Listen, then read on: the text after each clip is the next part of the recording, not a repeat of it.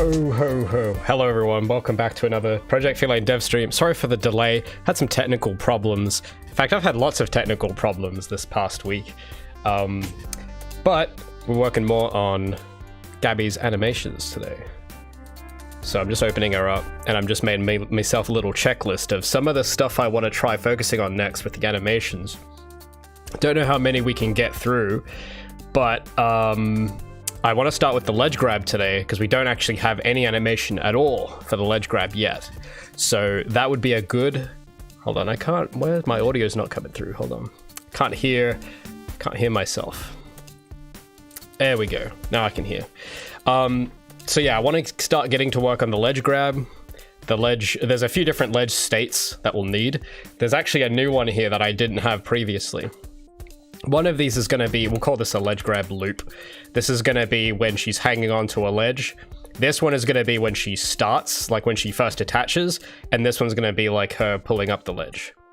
And then if we get time, we'll play around a bit with the idle, and then these are two other ones I'll have to get to as well eventually, but we'll see what time will allow. And thank you, Bergman, for supporting for 16 months. That's epic. 16 whopping months. That's epic. Really cool. So I haven't really had much time to work on the animation. Like, I'm just kind of leaving where we left off last week. I really have not had much time to work on them. We had some thunderstorms pass through, and I had a blackout for about 2 days, and miraculously some of my equipment just doesn't function as of that. So remember it might have been last week, I was telling you guys, I was plugging one of this power supply, because I have an affiliate link for a UPS, which if you don't have one, this is a very relevant story of why you need one. So on my website, if you type in the gear command in chat, it'll take you to this page. These are just affiliate links for all of my equipment, and then this is just links to buy them through Amazon if you're in need of something. And I tell you what, I was so glad I have this UPS. So this basically is supposed to make it so that when there is a power outage of some kind, it won't, like, you won't suffer data loss or anything like that. It keeps the system running for like maybe 30 minutes to give you enough time to shut down. So when there was a big lightning strike that hit near me a few days ago, and when that happened, everything shut off. Even the UPS shut off, and the computer, and everything. And I'm like, what on earth? I thought this whole point of this is that it's meant to protect me. But then I found out, because the surge was so strong, it like, I don't know if it fried it. I don't know what happened, but it kind of damaged the circuitry of the UPS I was using. So it kind of took the fall for the rest of my gear. So while that isn't fine, my computer is mostly fine. I didn't suffer any data loss as far as I can tell, and because yeah, I guess the moral of the story is if I didn't have this configured and plugged in, we might not have Gabi's model anymore. So give a round of applause here for our trooper UPS Cyber Power Systems for taking one for the team. So I gave him a proper burial, and I have to go find I'm waiting for another one now. But yeah, he was a good soldier. He did his job. Well, he kind of didn't, but in his failure to do his job, he protected everything else. The only other casualty I suffered was that miraculously none of my network switches work now, and one of the USB ports for my motherboard now doesn't work with anything that isn't USB 3.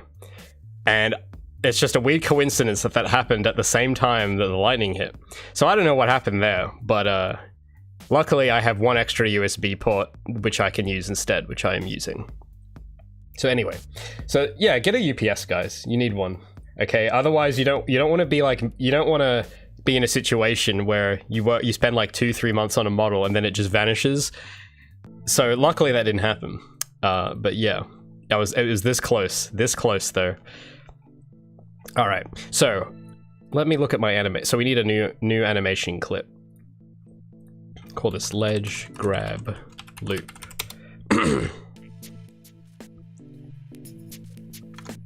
So what we're gonna do, let me think. Let's open up. I'm gonna open up old Gabi. We'll look at her ledge grab to see what the issues are with the old model. Why is it always Aussies suffering the worst weather?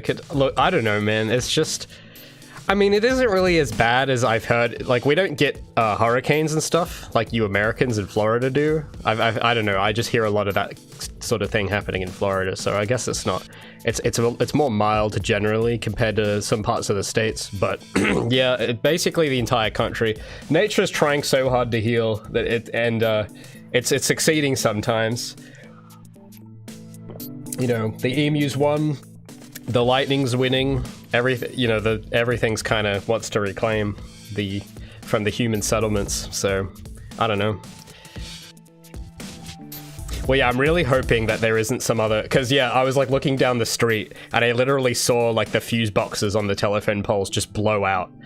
Like I saw it in the corner of my eye. I was like, I saw a big flash, and then I just see this huge thing of black smoke come out of like one of the telephone poles, and I'm like, uh-oh,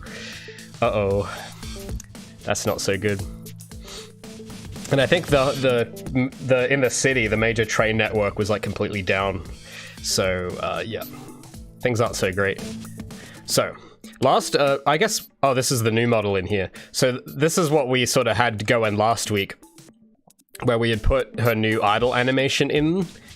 But what we need at the moment, what I need to make right now, is at the moment she just T-poses on ledges, which, I mean, you know, maybe we could keep that, maybe. But me personally, I think we do need a bit of something. I think it'd be too much of a meme to just keep it as a T-pose. So if we open old Gabi up,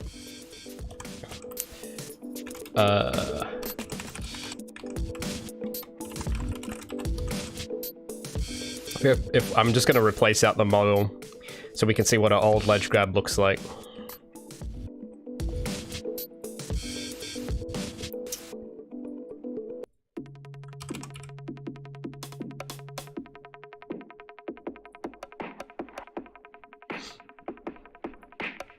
Yep, UPS, yeah, UPS systems, they serve pretty well. They saved Gabi's life, okay, and mine. All right, so with her old model, this is sort of how her ledge grab looks, and it's pretty bad. If you slow it down, it's actually pretty awful. So what you'll notice is that she kind of instantly lerps from jumping or whatever to just this static pose. There actually isn't any animation at all. It's just one static pose for the ledge grab.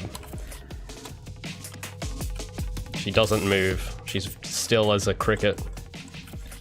So I want something with some movement in it, you know. If Ninja were to look at this, he would get up and say, I'm not seeing enough movement. So we need more movement. And if you slow it down and we start looking at the... Oh, hold on. I'm trying to slow time. If we look at how she pulls herself up, yeah, it's a bit... Her hands kind of float around a lot. So if we try that again, watch her hands. Can I zoom in? Watch her hands. They're sort of floating about everywhere. And this actual animation, if you've noticed, is actually not animating at the limited frames. It's actually animating at 60 frames. Because when you try to use the limited animation on the ledge grab in this case, it just looks jittery as hell. Because the actual character controller is moving. So if I do show collision and we try that again, I don't know if you guys can see Gabi's capsule collider now, but you'll see that she's basically, her model is moving to compensate for the ledge movement and to compensate for the movement of her collision. So the model's trying to do this weird thing where it's trying to keep the hands in the same place, but it isn't really working. I mean, if it's quick enough, you won't notice, but it's pretty bad. And if I try to change that to something else, like if I try and do the limited, if I change this to stepped, it'll look even worse. So if we try that again.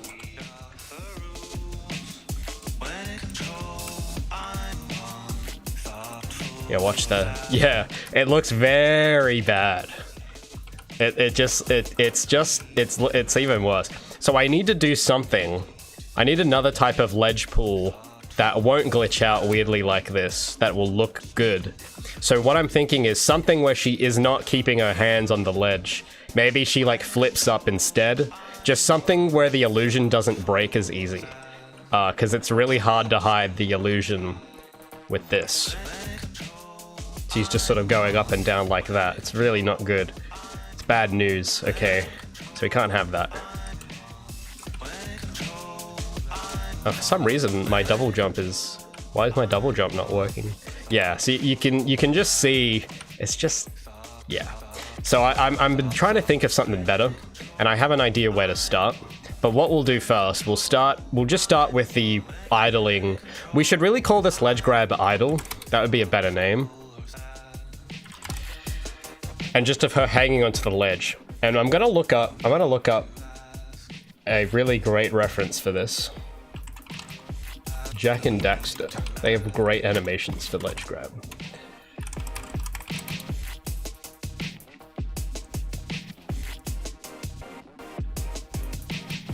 Alright, interestingly, I don't know what this is. I think this is some fan thing. Let me see. It had some disclaimer. Character recreated. Okay, so this isn't the real animation. But there's some things here, like this pop. This looks a little different than the official one, though. I want to see what the end result looks like. Because the ledge... I don't know, the ledge grabs in Jak and Daxter are just amazing. So I want to try and take some notes from it. And then do my own sort of thing with it.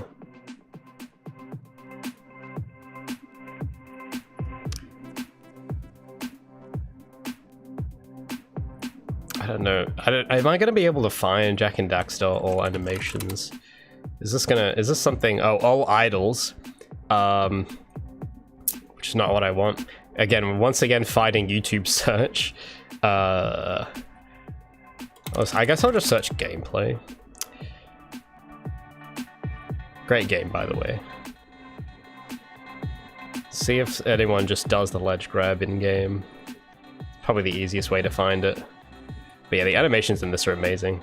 It's going to be a bit different to Gabi's, but there's just a general weightiness to it. Like a bounce to it that I want to... with a ledge, when she starts attaching to the ledge, I want to sort of get that going.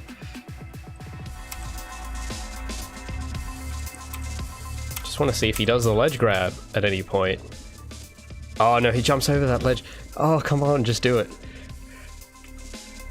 Okay, let's go double speed. I gotta find the sweet spot.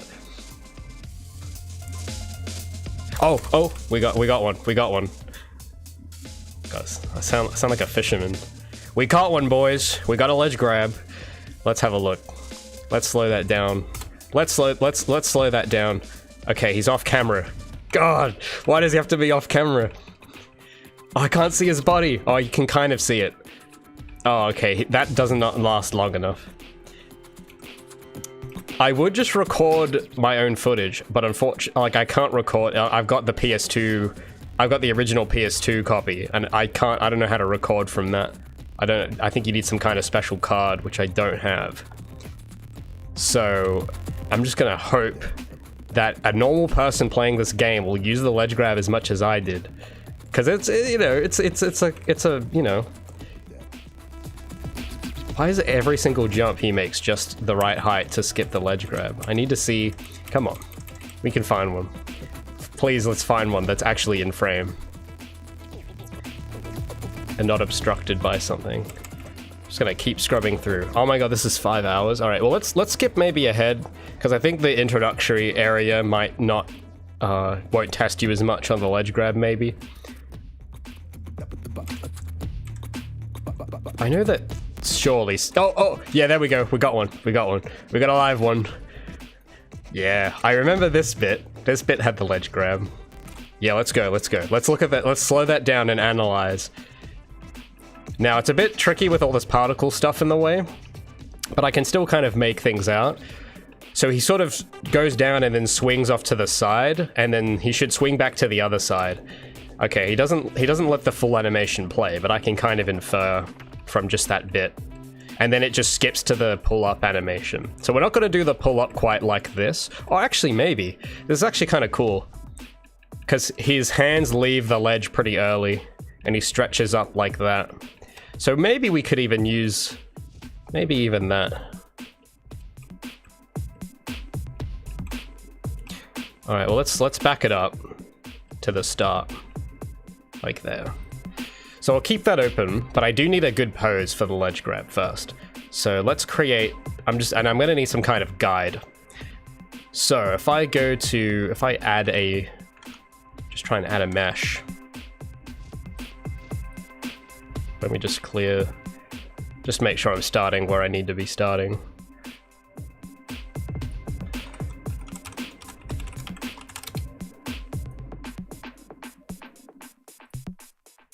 Oh, damn it. Hold on. Okay.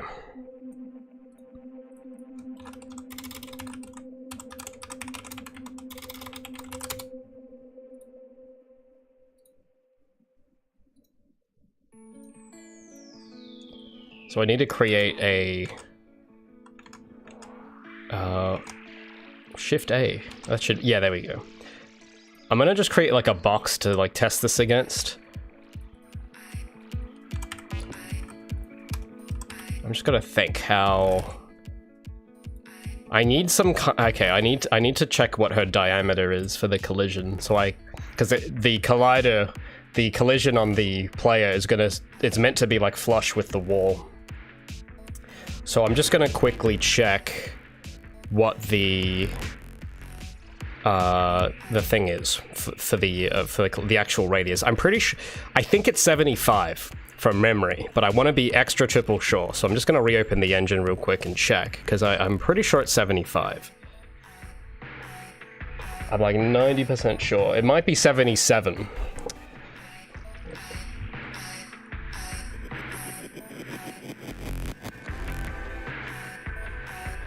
Well, yeah, so Gabi's model is going to need to move, but I'm trying to, I have an idea of like a way we can do it without her sticking on the ledge too much. But I just need to check her radius. 75. Oh, no. Sorry, that's the height. It's 35, so I was wrong. I was half right. I was right about the height. So let's make a capture with those dimensions just so that I know that this is the right... can we actually make a capture? We can make a cylinder. That's close enough. So the radius, I think it's in centimeters. So 0.35 and then 0.75 for the, yeah. Which, no, that doesn't seem right. Oh, that's half height, so we need to double that.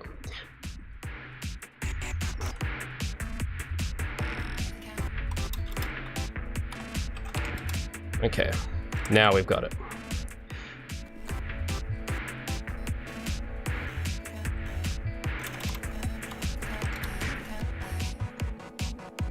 So this is gonna, so this then will need to be right up against this cylinder, this pretend ledge.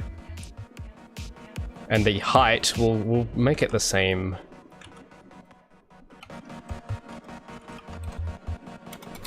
Make it the same height.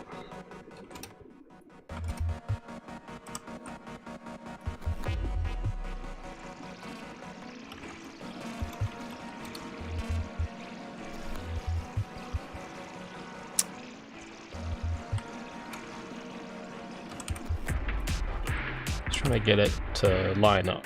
It's not exact. I gotta crunch a number. Or maybe it is exact. Yeah, it actually looks pretty close. What's the radius of this? 0.7. So the location of this... Why is the location? Oh, wait a minute. Oh, it's because it's trying to keyframe it. Hold on. Let me get that out of there. I had auto key on.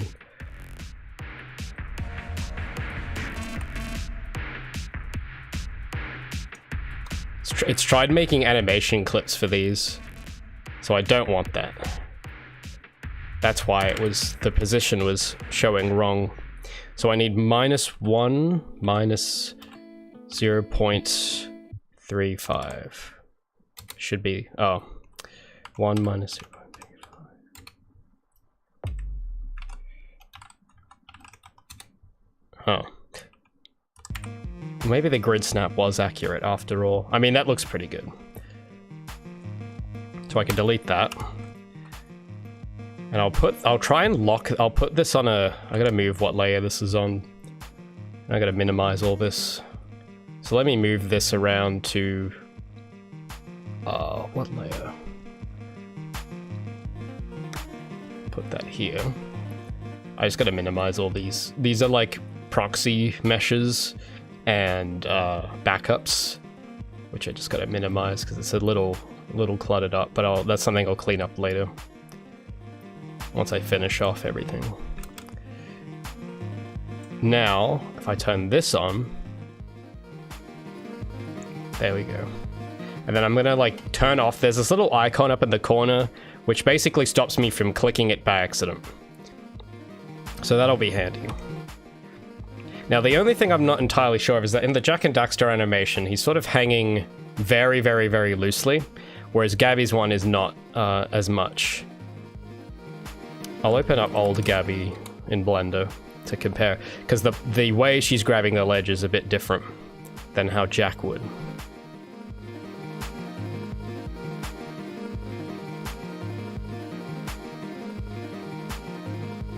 So if I open up her old model and look up ledge grab. Oh, okay, I've got two. This one must have been an old one. So yeah, this one, she's not really hanging loose. She's sort of using her feet to prop herself, which I don't think will be a good idea in retrospect, because there's plenty of cases where the ledge she grabs onto is like a very thin ledge and there just isn't any volume here. So I think it would be a safer bet to just have only her hands and like let her feet hang, because if her feet are pushing up against this thing, it means that the ledge grab will look weird unless it's like against an object that is like tall enough.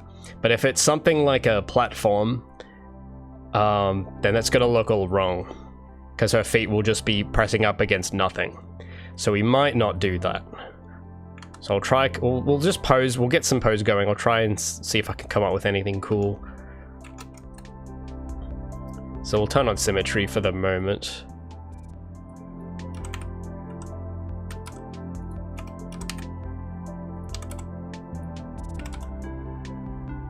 We'll just have her sort of hanging on.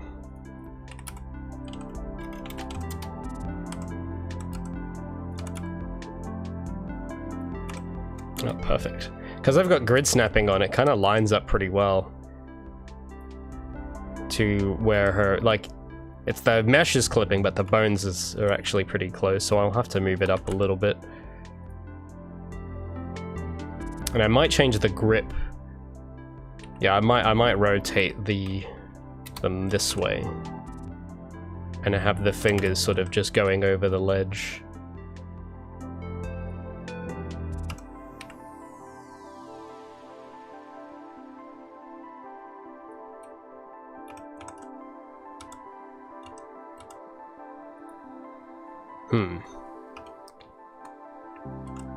I might have to, because I want the fingers to bend a certain way, so I might have to get the tweak bones out, which are here. So let me just key all of that, and I'll take there's these little extra bones which give me more precise control over how the fingers bend. So I'll change the pivot point to individual, rotate them down like this so I get that kind of right angle, and then I can take the tips and rotate them out a little this way, so it looks like she's pressing her fingers into the ledge, which is what that's kind of what I'm feeling should happen. But the fingers aren't really lined up too well, so I'll have to like individually adjust these to line up.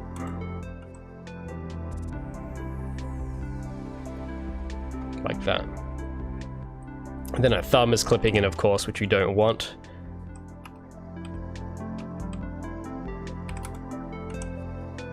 Ooh.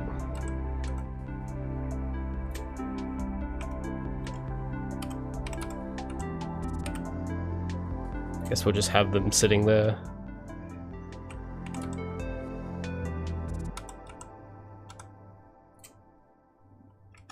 That doesn't look right. There, nope. There we go.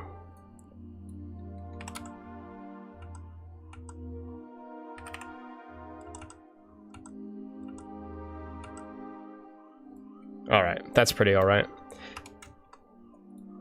There's only one problem. Because in this version, her feet are like pressing up against potentially nothing depending on the object. But if I have her extending fully out, if the ledge, I guess I'll just have to change the minimum height for that to work. Because then the thing is, you run into the danger of her clipping through the floor because she's going to be pretty tall when we stretch her out like this.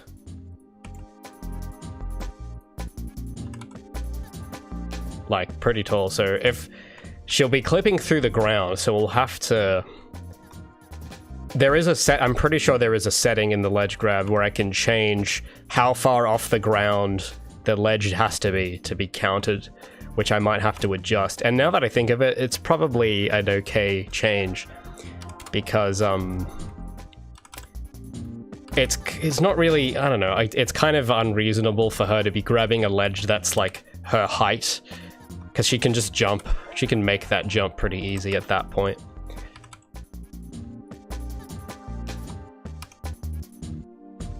What should the head be doing is the question. I guess it should be looking up.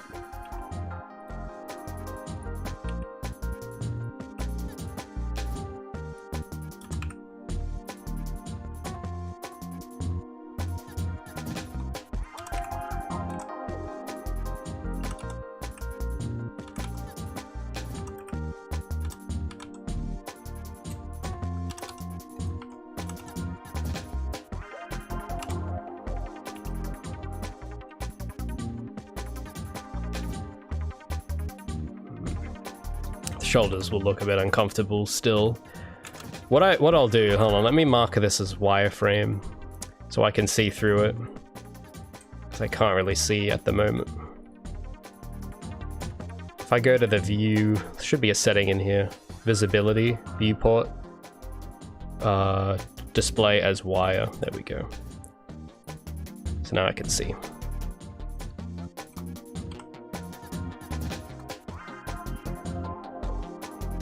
Oh, sorry. I've just been in the zone. How are you guys? How are you doing? No offsite backups? I do have, not for all of them, but I do have offsite backups for most things. It's just I don't have enough space to keep offline backups for every single thing. So I think I did an offline backup of Gabi's model about a month ago. But if I had suffered data loss yesterday or the day before, that would have undone all of the rigging and animation work. But the model wouldn't be completely gone. But then all the devlog stuff I've been reorganizing, like the entire folder, the files would still all be on that old drive, but the way they've been organized is completely different. And that's been taking like weeks to do, just because it's not very well organized.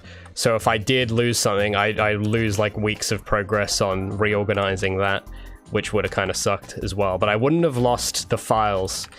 And then there's just like my general personal documents, which I don't have space for those. So I've got space for the game files, but anything that isn't related to the game, I don't have a backup for. I just don't have room.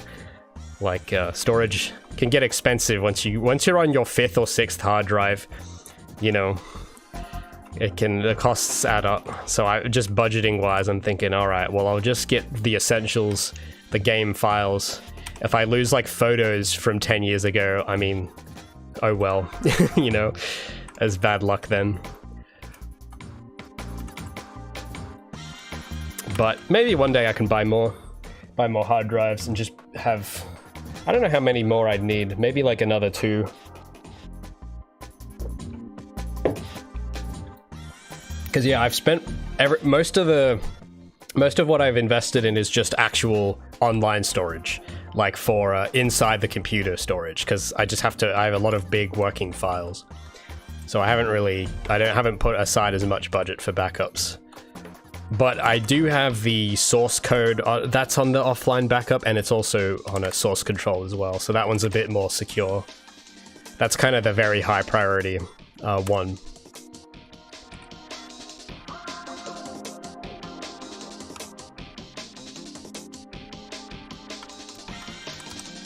I think her hands should be a bit further apart, actually.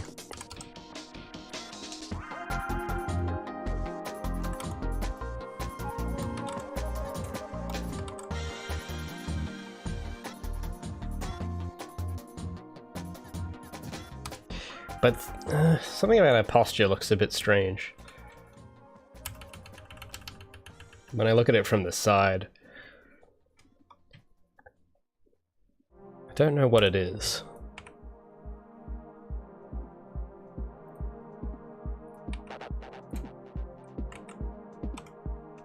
Oh, there we go. That's a bit nicer, actually.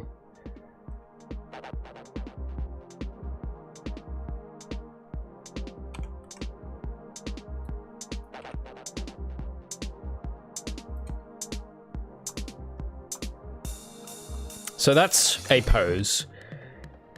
What we'll do, I'll just plug this in and see how it looks in game, because it's really going to depend on how it looks in action.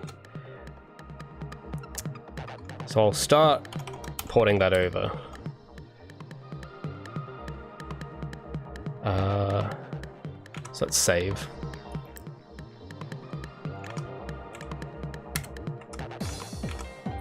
And I think if I can export just this one animation and put it in the engine pretty quick, hopefully.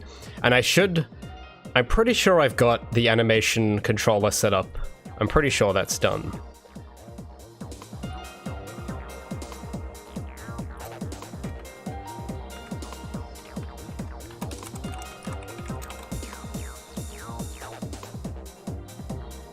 I just want the armature, selected objects, Y negative forward, Z up so that it comes in the right way.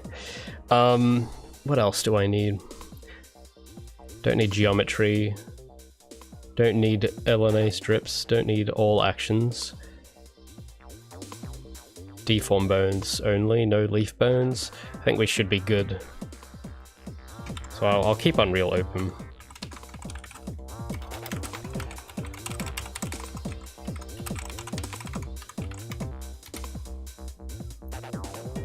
And we'll just import it in and have a look.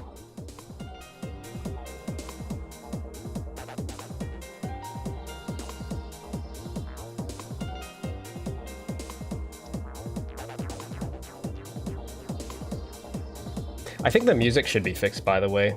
Before I hopped on, I remember last week, like half my audio broke. So hopefully that should be okay. It looks like I can see the meter going, so should have some jams running. Oh, Timothy, you're here. Thank you so much for the $10, dude. It's your 10th super on a live stream. Thanks so much. Cloester says it would make way more sense if she was dangling underneath her hands. I don't know what you mean. Isn't that what I have? Isn't that her dangling? It isn't going to move yet. I just need to see the pose first, because I want to have some movement in there. But you just got to wait, okay? We just got to see how this pose will actually look.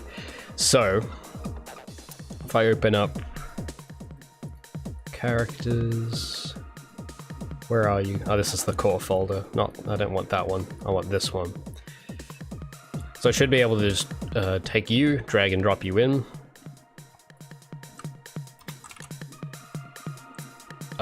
Yep.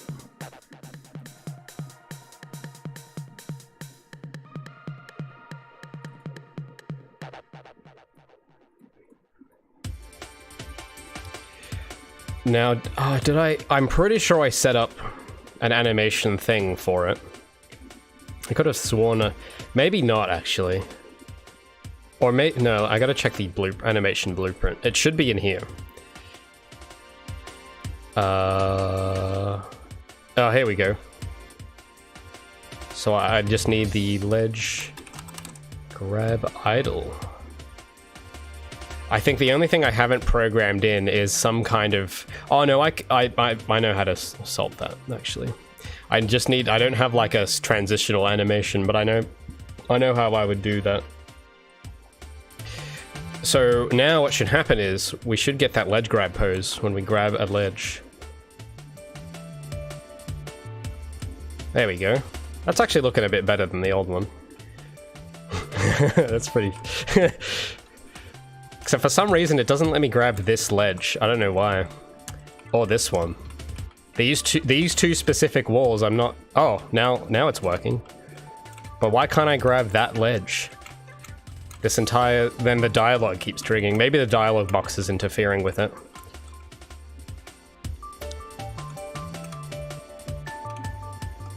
Actually, hey, that's alright.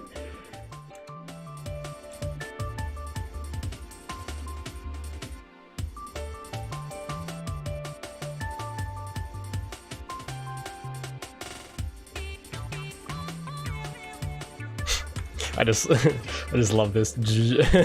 She just like elevates from the ground. So I just need to see it in more. I need to see her go from the clamber to the ledge. Actually, yeah, because the pose should be pretty close with the clamber to the ledge grab. Because the clamber is very... Actually, hey, that transitions pretty well, actually. It's very similar. But I gotta get rid of that animation blending, though. That's really irritating. Because it tries to go to the fall pose. So her arms go out to the side. But if I find a way to disable that, it'll look pretty close.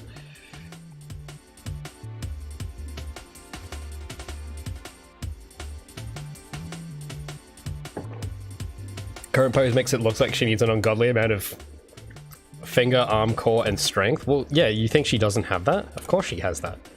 Gabi is an ungodly strong person. She's been gifted with the strength of God, okay? I think that's actually... Hold up. I think that's actually what her name means, now that I remember. I think the name Gabriella literally means God's strength. So yeah, that's the lore reason why she can just elevate like this. And she can use just her fingers to pull herself up. But yeah, I think maybe, yeah, I need to...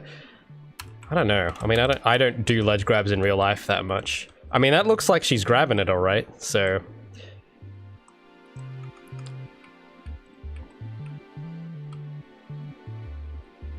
I think it's just a bit symmetrical, so we'll have to add a bit of asymmetry in. And maybe we'll have her feet sort of dangling a little and her tail swaying. Maybe she can, like, loosen her grip with her hands and, like, shuffle them a bit. Maybe that would be a cool little extra thing, maybe. Just need to see... I need to see it more. Oh, what is going on there? Her body was jiggling around a bit too much there. Oh, I can't grab ledges on that angle, I don't think. No.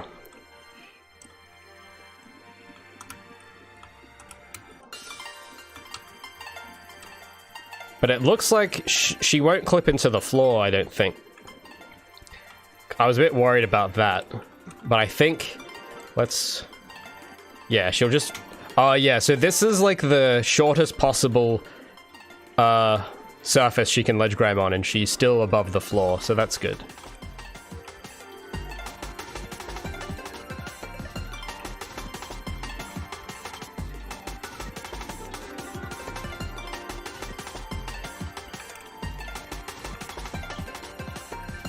Try these.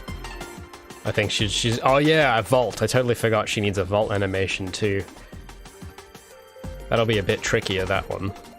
But it looks like anything this height that's shorter than her, she'll vault over. I'm trying to find anything that is like short that isn't vault height. Like maybe this. Yeah, like that's... She'll ledge grab that. That she'll just vault over. This, I think she'll vault over. Oh no. So this is like, that's 2 meters, I think? I'm just trying to find something that's slightly shorter without having to make a new object.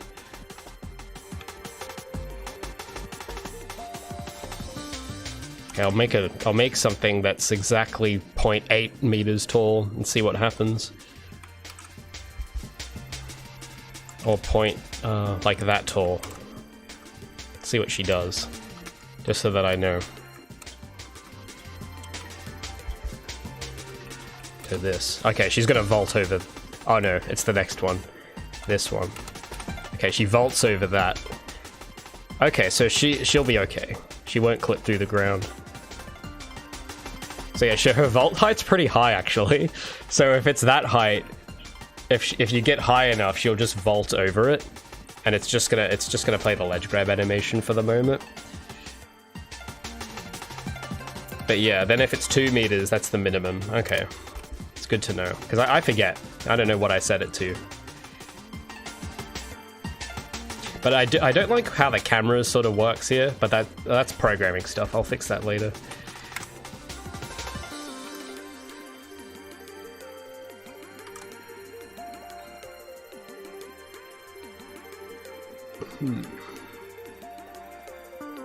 One hand? Ooh. That'd be a bit... I don't know. Would that look too strenuous?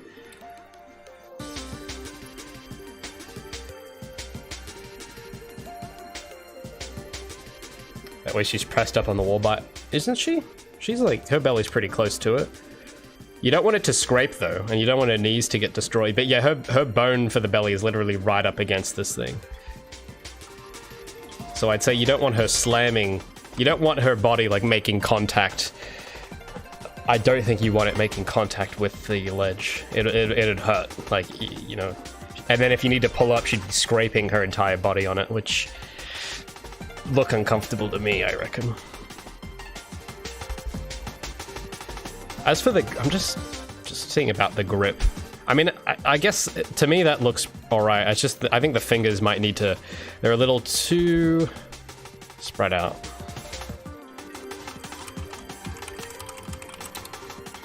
Or that the scale, oh, I could have it look fancy like this.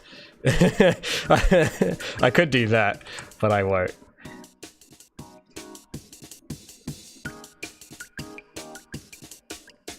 There are these other different ones though, because yeah, I'm just having a look. The thing I want to be careful of is a lot of these other ones like this, that's kind of cool, but if I did that against the wall, the knees would clip into the whatever. Or if you wanted to have it so that her feet were up against the thing, you'd have to make 2 ledge grabs, and I need to program in a check to know what kind of ledge it is, which sounds unnecessary to me. Actually, yeah, doesn't Tomb Raider, the original Tomb Raider uses something similar to what I've got at the moment. Except she's got, why has she only got on one hand right now? Oh, there's 2 hands, but yeah, the hands are a bit more spread out. Tomb Raider, I need to look at Tomb Raider.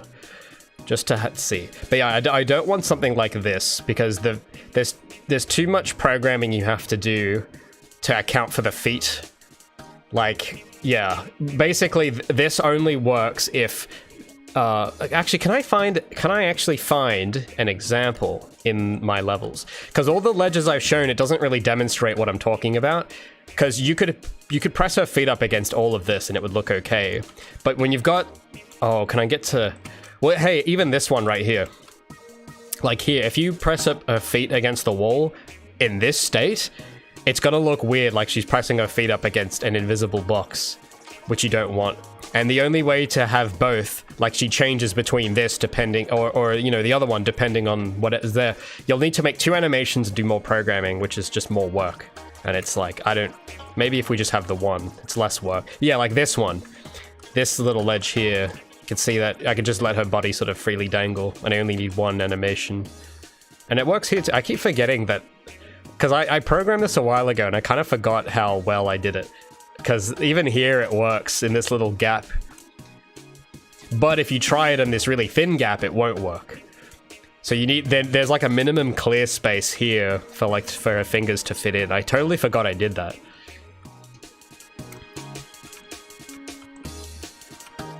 So she can hold on here. I remember at one point wanting to make it so that she could shimmy across, but programming that was going to be too hard, and I don't think anyone really wants it, so I thought, yeah, we'll leave that out. Because, yeah, shimmying's kind of lame anyway.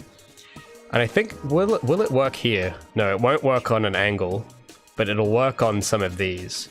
It won't work on the... Oh, it'll work on this end one, but I might have to change it so it doesn't, because this does look a bit strange with her arms clipping in like that. That angle's okay. And yeah, like this ledge here, which if I can get... Yeah, you don't want her feet pressing up against whatever, you know, nothing, which will be in this case. It only really looks good if you have a solid wall like this. And even then, if it's at an angle, like her leg would clip in at this point. It just makes more complications, because you see how this... I designed this wall so it's at a slant to test if she could actually ledge grab. And even her hands aren't doing great right now, they're sort of clipping through. But if you had her legs pressing up against it, her legs would clip in even more. So it'd look pretty bad.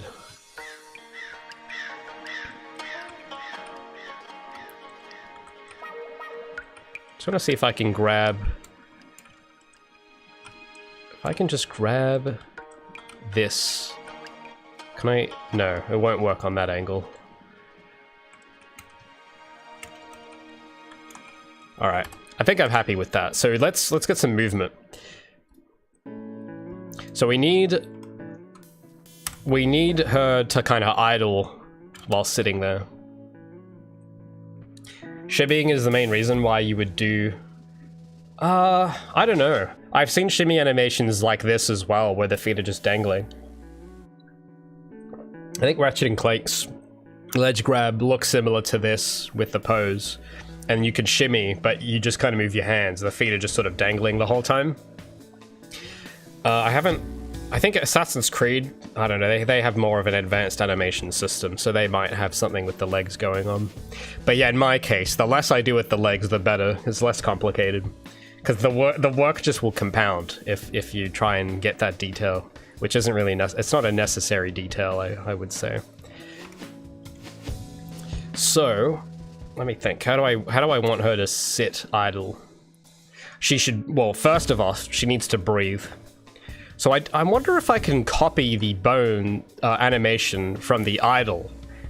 I don't know if that'll work. I have a sneaking suspicion that it might. So I'm gonna take these tweak bones, copy them from the idle and see what happens.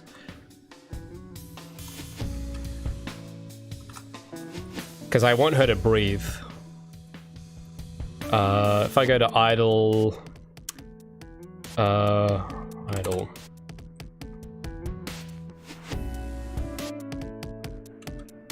Because the bones are going to expand and everything. Except the bone placement's actually a little bit off here. It would seem.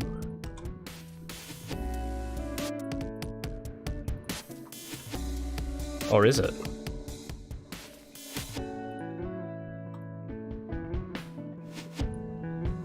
Yeah, actually this is a bit off. The way these... Oh, this is at a... Maybe it's at an intentional delay. Yeah, that could be the case, so I might leave that alone then. Some of these have been offset by a keyframe, but probably for a reason. Just makes it a bit, it's gonna look a little messy, that's all. So if I paste those, oh, is it not gonna let me? No F curves. What? What does that mean? Let's try that again. Ledge grab, idle, jump idle, ledge grab idle. Huh, that's strange. It's not letting me copy them.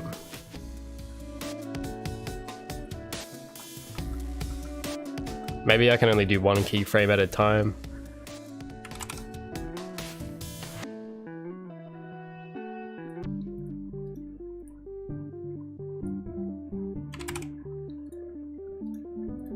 Nope. I could have sworn that I'm pretty sure you can do this. You can like just copy keyframes from one to the other. I've done it before. I could have sworn I've done it before. I just don't know why it's not letting me do it now. I'm like right-click copying the keyframes with the bone selected. If I yeah, I can paste them into this. But if I go to ledge, maybe these aren't all keyed. Oh, that could be why. That could be why they're not keyed. Let's try that now. Yeah, there we go. Okay, they just weren't keyed. So now we can just copy those breathing keyframes from the idle so that she'll just start breathing. So there we go.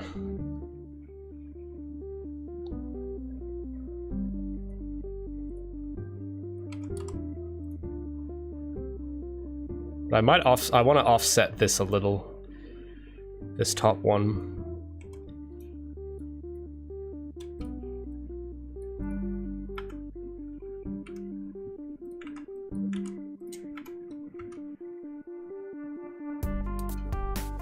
It's a bit nicer. So you can actually see that's moving her shoulders too, which is pretty cool. Because of the way that's set up. So the entire upper area is sort of expanding, and you can see that coming through in her shoulders.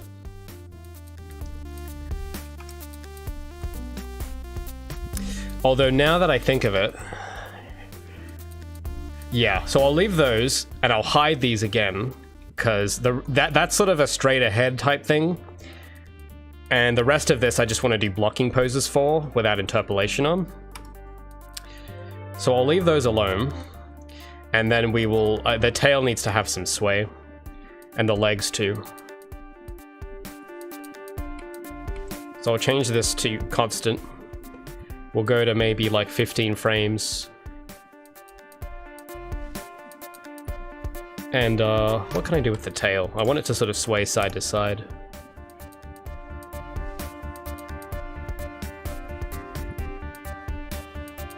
But not a lot, just a little bit.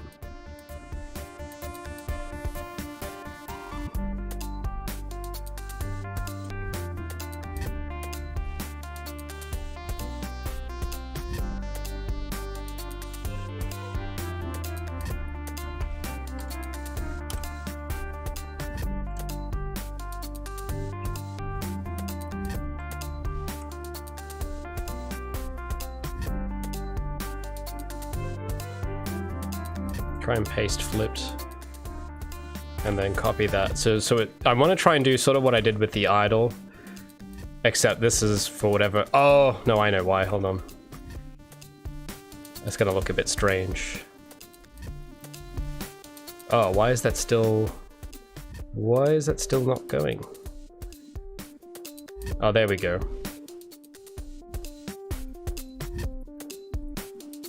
Ah, that's better. Except it seems to be getting stuck on something. I don't know what happened there. It's like going... Why is it doing that? Ah. One moment. I gotta copy this. There we go.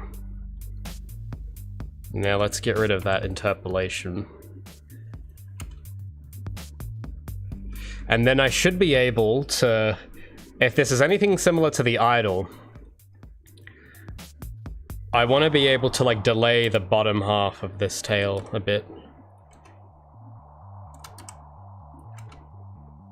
Which I don't know if that'll actually work. Because I remember what I did, it was like really simple. What I did with the idle was that the one half of the tail, it had this sort of follow through on it, and I think all I did was that oh, what did I do? I can't remember. It was, okay, so it was a bone higher, but I did something where I think it was like delayed by a certain amount with the top half. It might have been inverted or something. So let's try that again. I might have to turn the interpolation back on just so that I can see what's happening. And I think that sway needs to be on a different bone. So I'll turn it back to Bezier, because it's just going to do that at the moment, but I want this to sort of act against... I think, yeah, I need to rotate it the opposite way, that's right.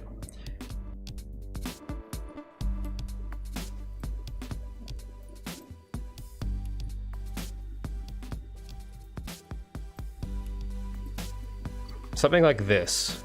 I don't quite have it right though. Something's going on there.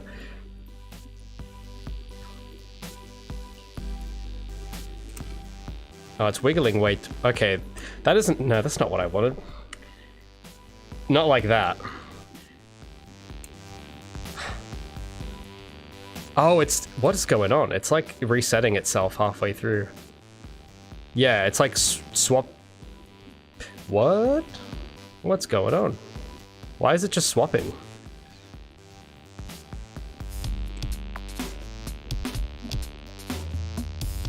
Thanks, Costa, for the $5. Thanks so much. When the game comes out, someone should make a mod where the tail is a double pendulum. What's a double pendulum? I'm not familiar with that particular apparatus. Is that some kind of movement thing? Oh, like this. That would be funny. I mean, that's kind of what I'm trying to do. I'm kind of trying to do that, but not as physicsy, you know what I mean? Oh, it's like bending in half. Okay. That would be a funny mod though.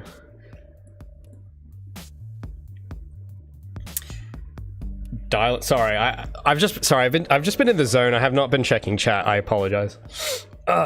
Dylan asks, how do you know when you're satisfied with your core game loop? With mine or with yours? I can tell you when I was satisfied with mine, but for yours, I don't know enough. I don't know enough about your game to know. I think you'll know. I don't know how to describe it, but you'll kind of just know. But it really, kind of depends. A lot of factors. It's not an easy question. Oh, I can see now. I've got a double keyframe here. Maybe let me just delete those, perhaps. Okay. Maybe that'll fix my problem.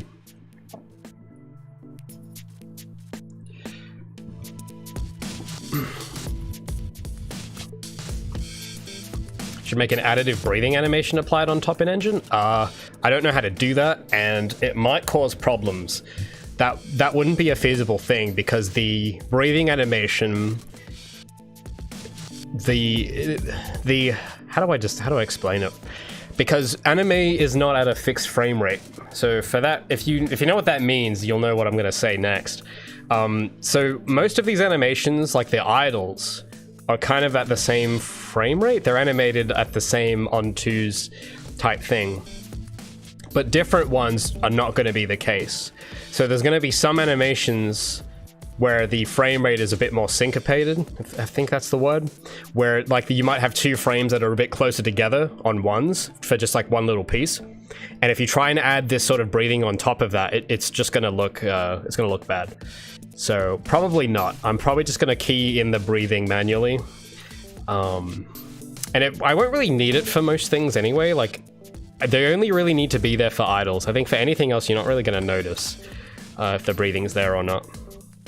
But yeah, that would only work if every animation was animated at a constant frame rate, which they aren't. So that doing additive animations like that is going to break the illusion.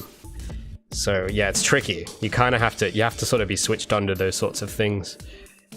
That's why we're not using simulated physics either, because there's someone that keeps trying to say like to use simulated in engine, and then just to change the tick rate, but that's the same problem. That won't work either because again, it's not a fixed frame rate. And yeah, this isn't just my model isn't a fixed frame rate. It's like anime generally is not actually fixed either. Like real traditional anime is not fixed. There's a baseline general. Like when people say it's animated at whatever FPS on 2s, that doesn't mean it's constantly animated at that rate. It means that there's going to be a bit of variation from it depending on the action, but generally it's going to be at that rate, like on average. That's what that means when people say that. But yeah, it makes doing additive stuff kind of a nightmare. It would work if that wasn't the case. Like if you weren't doing this type of style, it would work, but not in my case.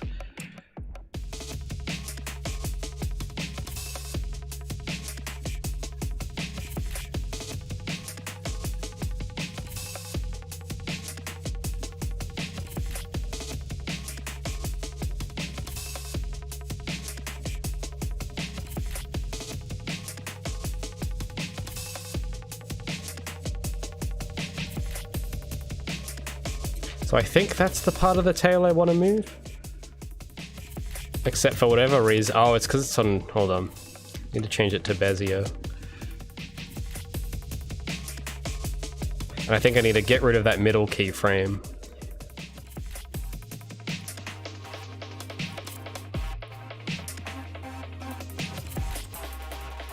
Okay, that didn't look as good as I was imagining it would. This actually looks terrible.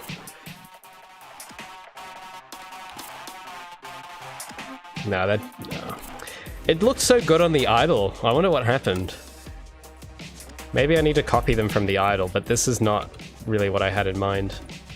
Unless maybe I need to like move it a bit. Oh, okay, that if I move them over, it's a bit better.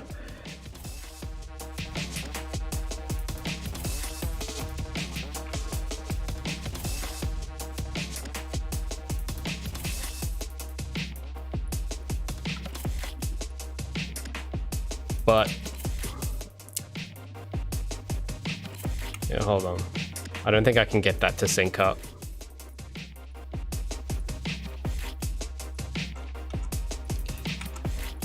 It's just, it must have been the timing was wrong for it. Because I know if you bend those bones in a certain order, it gets me the look I want.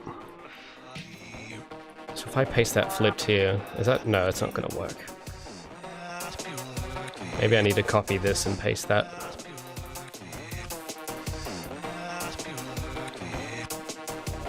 Yeah, nah. Not quite. I gotta get rid of these two. No, not those two. No, yeah, that one.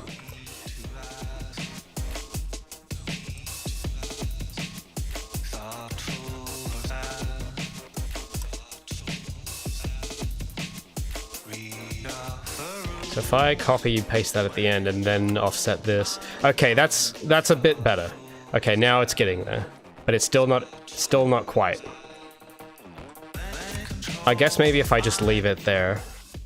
It's just a little stiff is all. I think actually, yeah, in stepped mode that would look okay.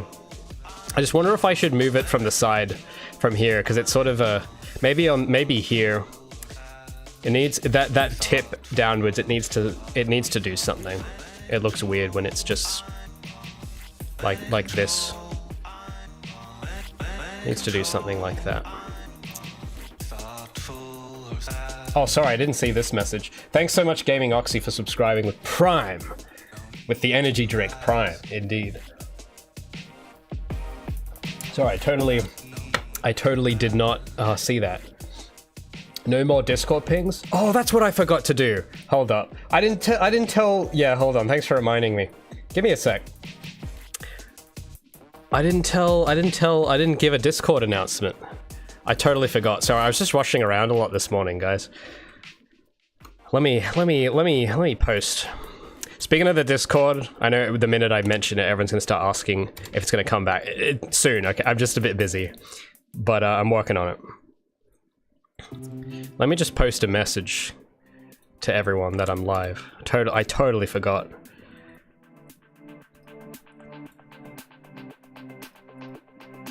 Okay. I really need some kind of bot to do that. I think I used to have one, but then it stopped working. I don't know what happened. But I have to do it manually. Okay, done. How would you animate the tail while moving? What do you mean? Thanks for the $2, by the way. But you would just animate it. I don't understand the question. You just animate the tail. Like the tail will move. I don't know what you mean.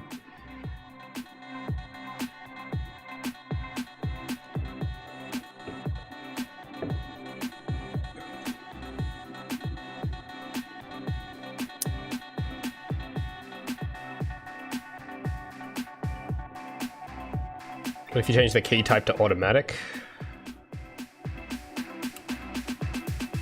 Well, because we're gonna get rid of the keys later. I'm just using them to kind of see the in-betweens, because the tail is another weird thing where it's kind of animated a little different to the rest of the body when I start doing it. So it's not going to make sense now, but when I start keying it back, it'll make sense.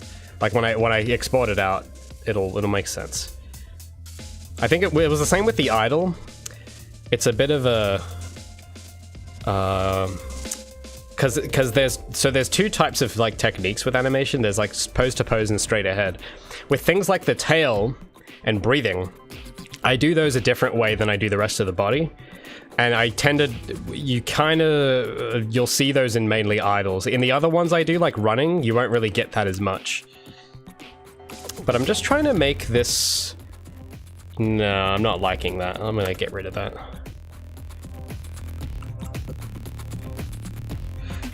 I'm just trying to get the tail to look a bit less bad from the side.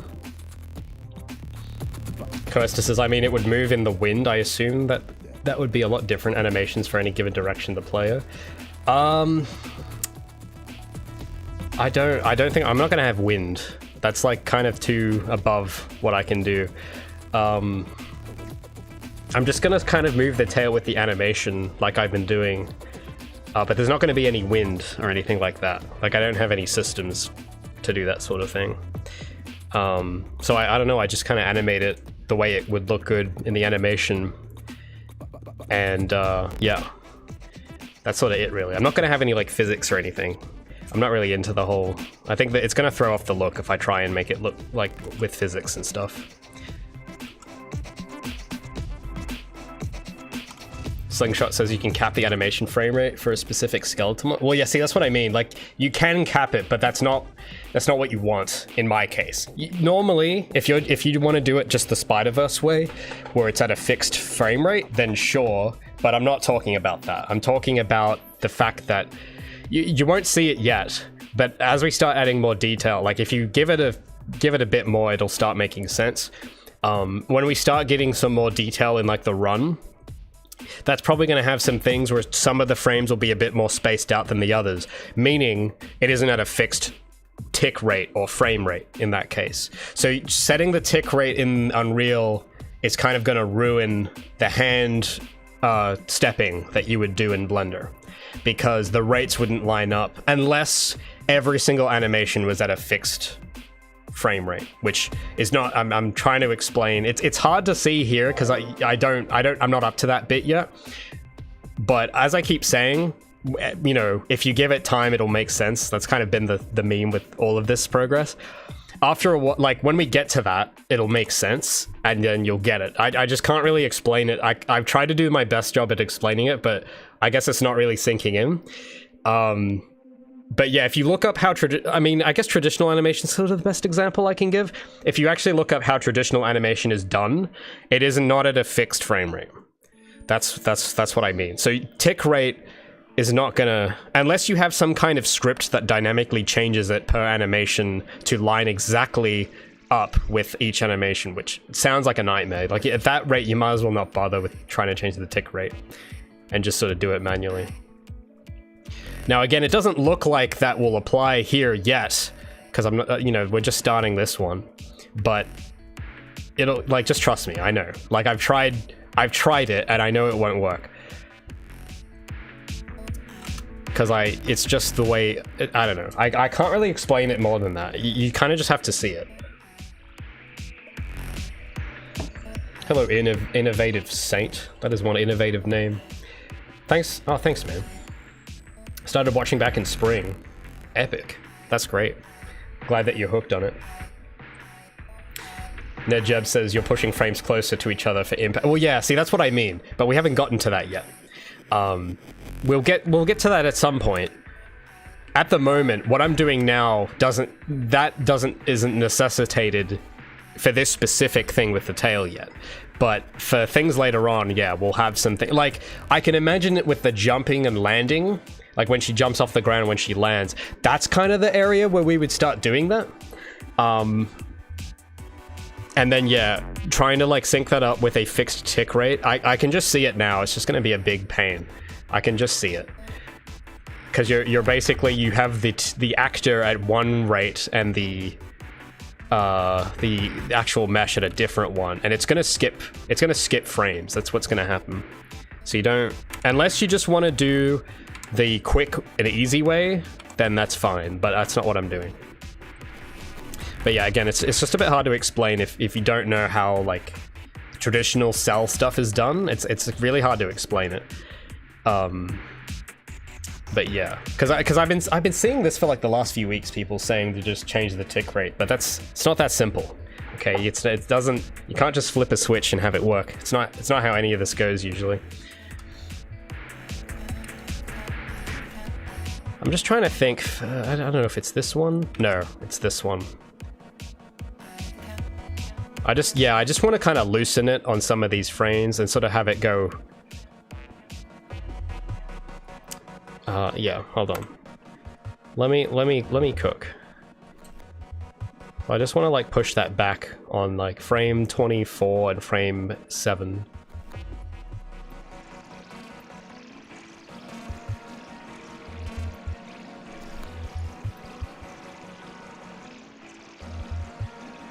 Yeah. Okay, that's a bit more. It just looks a bit, you know, less stiff from this side. And then yeah, then we're gonna go in later and remove the in-betweens, because for the tail that we're gonna do something called sampling, which we'll get to later. We won't get to that bit yet. That won't come until because we still got other bits to do, like the legs. These need some movement. Once we kind of do that, I don't know if the body's gonna need anything, but then I can kind of, I'll show you how the sampling will look and why I'm avoiding curves. There's a few reasons for that. It'll make sense in a bit.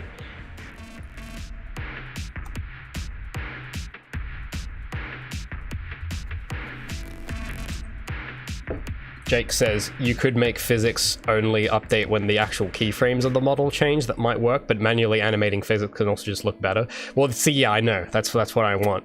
And also trying to sync that up is just, it just sounds like a nightmare, doesn't it? Like trying to have the model somehow, like the physics somehow know when the model's frame, like have it sync up somehow. It just seems like a waste of time.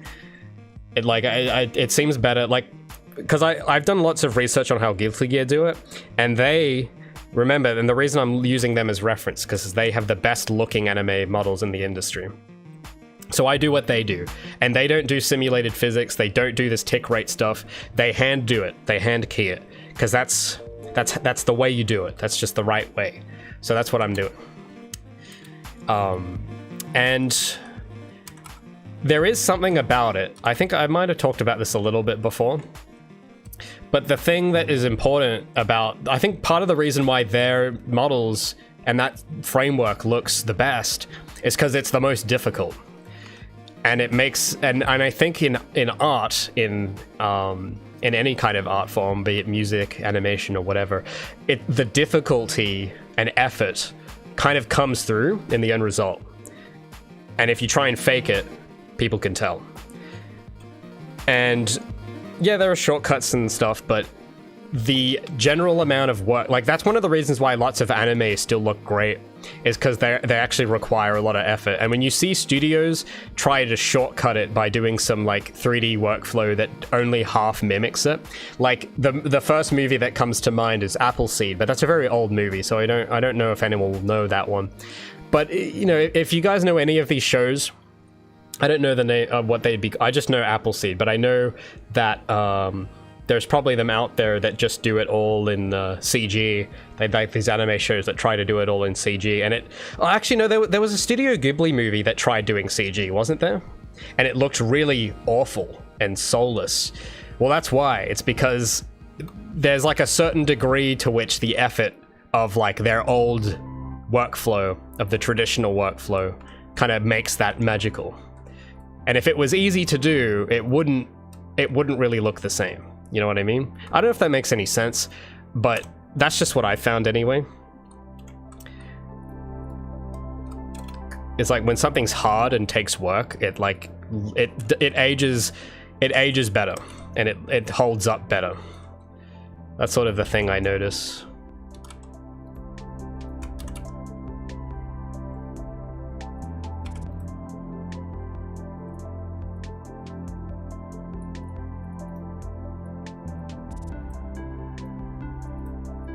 So I'm just gonna try it with the feet. I'm gonna try and sway them like this. I don't know if that's gonna look great. Actually, that's okay. I might have them the opposite way though. Like opposite where the feet are.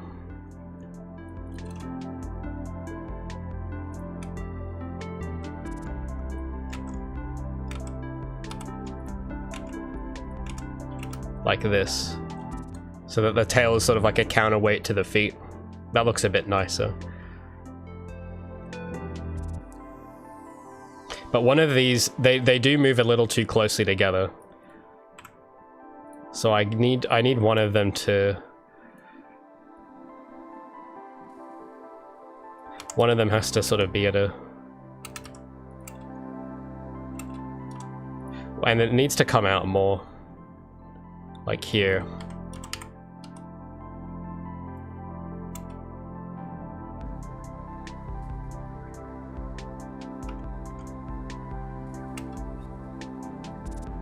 So it doesn't look as robotic.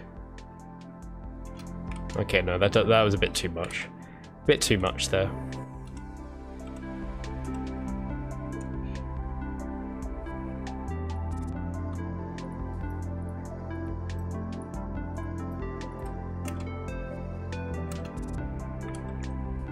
No, hold on, no. I've got something wrong.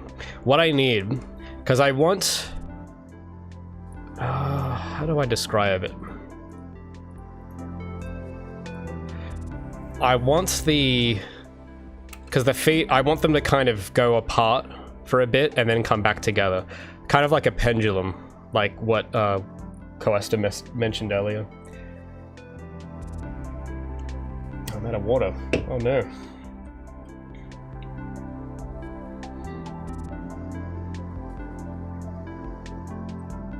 We're talking about Spider-Verse.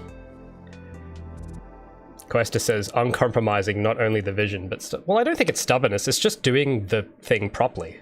It's not really the same as stubbornness. The reason why I'm very rigid on these things as well is just because... I don't know if anyone else has read all of the Arc System Works stuff, because there is a lot, and I've carefully studied and read all of it. And when you're that deep in... you pick up on those little decisions, and you kind of pick up on the fact that trying to take shortcuts, like using just the tick rate, you can just see that it won't work. And I've tried to explain why it won't, and if it doesn't make sense, I don't know what to tell you, but it, like, if you've read it, you'll know, like, it'll make sense. You'll go, oh, okay, I see why this won't work, and it'll ruin the look. Because a lot of it, the reason why the look is so difficult is because all those little details matter for it to line up, because the general how to say philosophy of it is to minimize, is to like kill all that is 3D. That's kind of the motto of that style. And to do that, you have to do things differently. You have to do things unconventionally, which is why, you know, you can't use, and you kind of get locked out of doing certain things. Like you can't use the fixed frame rate thing, that's not even really, but there's even more. There's like more to it. There's I'm just trying to think of more examples. Well, like there's the texturing stuff. There's a specific texturing workflow which we went through. There's just trying to use like physics, and I don't mean in a stepped way, but just the way it simulates, it looks simulated. Like, if I remember, we went through a few weeks ago and frame by frame on one of the Arc System animations, and you can see just the amount of bones and what they all do. If you pay attention to what all of those do, you realize that doing simulated physics is not anywhere comparable to it, and it just won't work. Like, it just straight up won't get you what you want. And like, we could go through it again, but I've already explained it 10 times, and I got animations to finish. But it's if you look up that stuff, if you start paying attention to how their rigs are built, it'll make sense, and you'll go, oh, okay, I get it. Like, it'll make sense. You have to be willing to read through it all. And for me to explain it would just take too long. Like, it would take me like 2 hours to give you a lecture on what people think to do typically. It's why I kind of don't really put up with backseat driving, because I know I've read it and most people haven't. And it's just as simple as like knowing how that all works. It's complicated. Like, it's hard to explain in a live stream. It's really complicated. But just trust me, I know everything I've done has worked. So just you know, when Ray cooks, it always works out. So just let me cook. That's all you gotta do.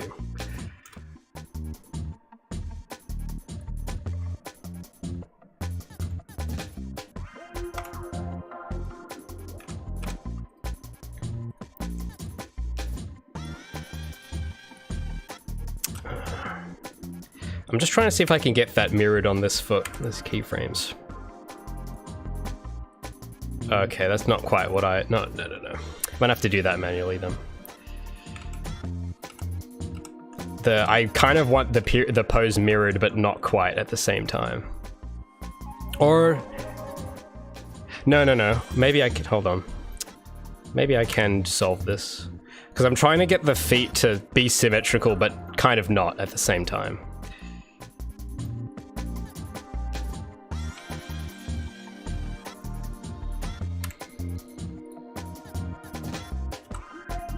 I think I might know how. I know it's gonna look bad right now, but just trust me. So this needs to come this way. Yeah, there we go. Okay, that's what I want.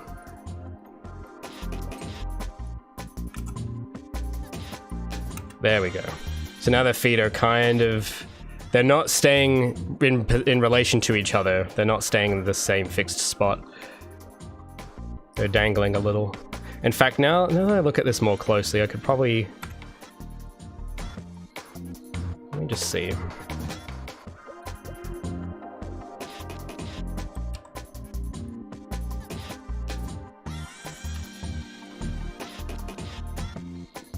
No, I gotta move that back.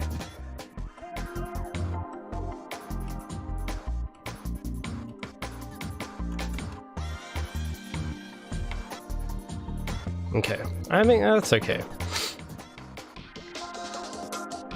Well, yeah, back shots. That's a pretty reasonable take on it. It is a complicated style. I know it's frustrating to watch and to look at, but that's the price of a good-looking, you know, something that doesn't look generic. That's the price. And it's like, well, yeah, the character's like the key part of my game, so I'm not gonna compromise on it. And this isn't just for, like, the character model is gonna be used for more than just this as well. So, but yeah, I've explained that all before. You guys know. If you've been watching these, you'll know. Mason, oh, you've seen the bones? Yeah, so the thing is that mine has quite a bit, but it doesn't even have anything close to the Guilty Gear ones. Like, if you do I want to bring up, sure, I'll bring up one. For those who don't know what we're talking about, I'll bring up, I don't want to spend too long going over this again, but we'll have a quick look at some of them.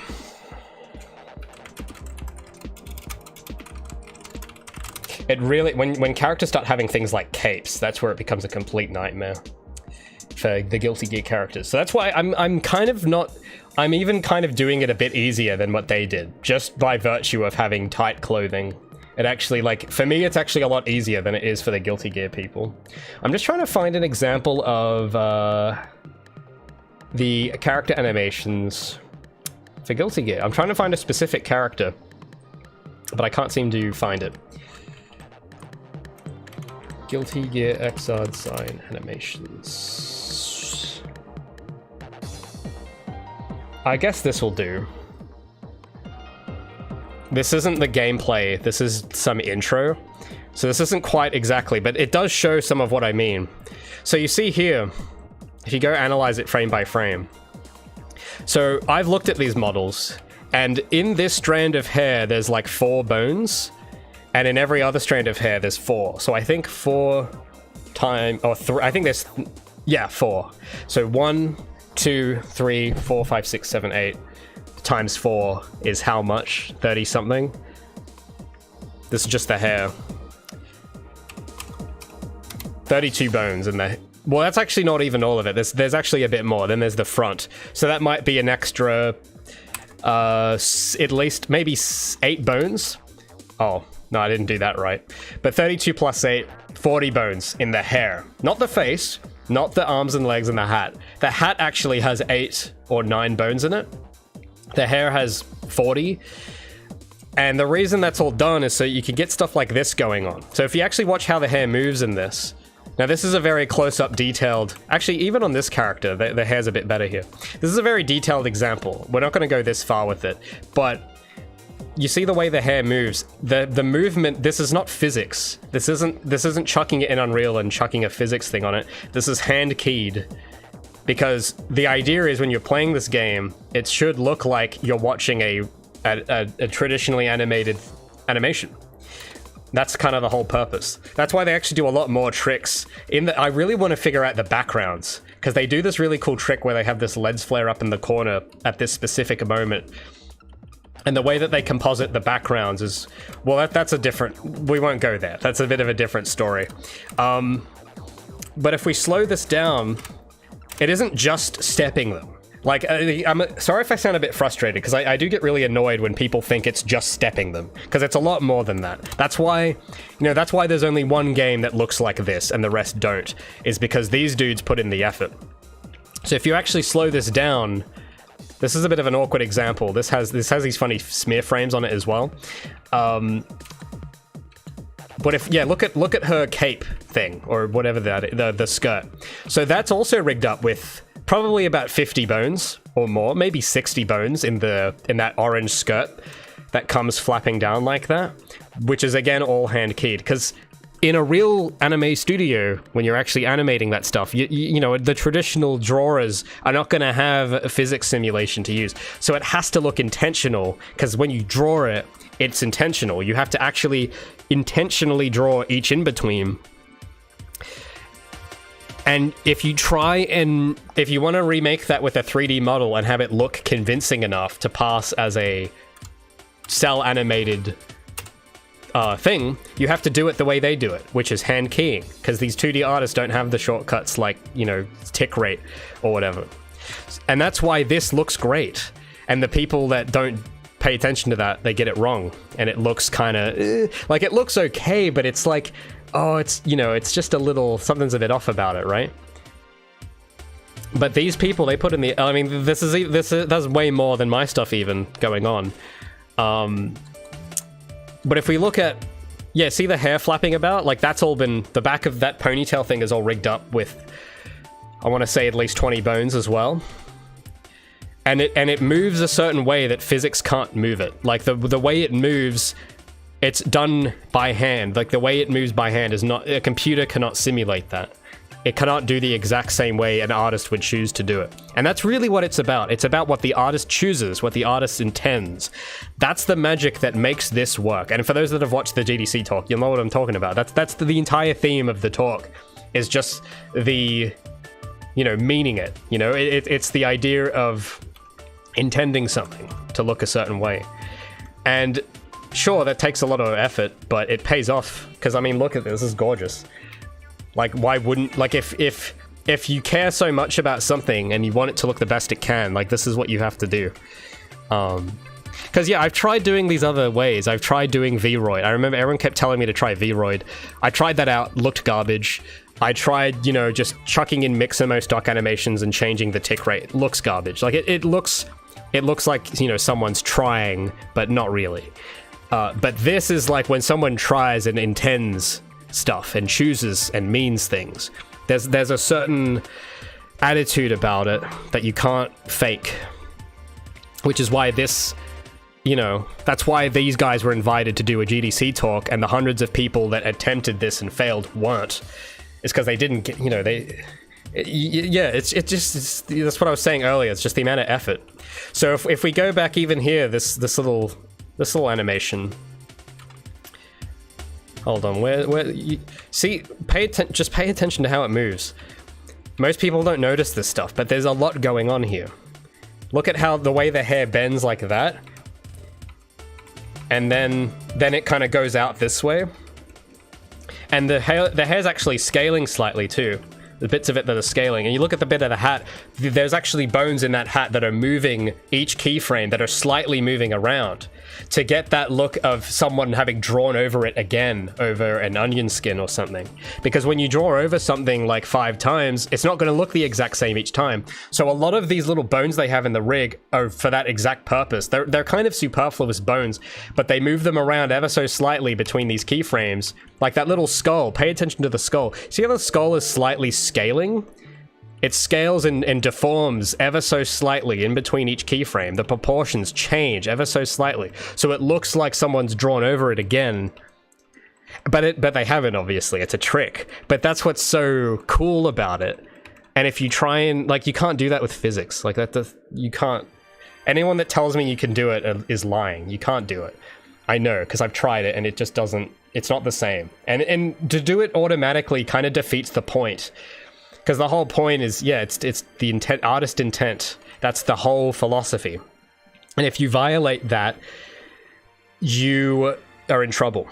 That's where you start. Maybe you can get away with doing that in a few places, but if you try doing that too much, you don't have the look anymore. You've got an imitator, and it's gonna look cringe, okay? It's just not gonna look... It's going to look like, oh, he's tried to copy Guilty Gear but failed. That's what people are going to subconsciously... They won't be able to explain... That's the thing too.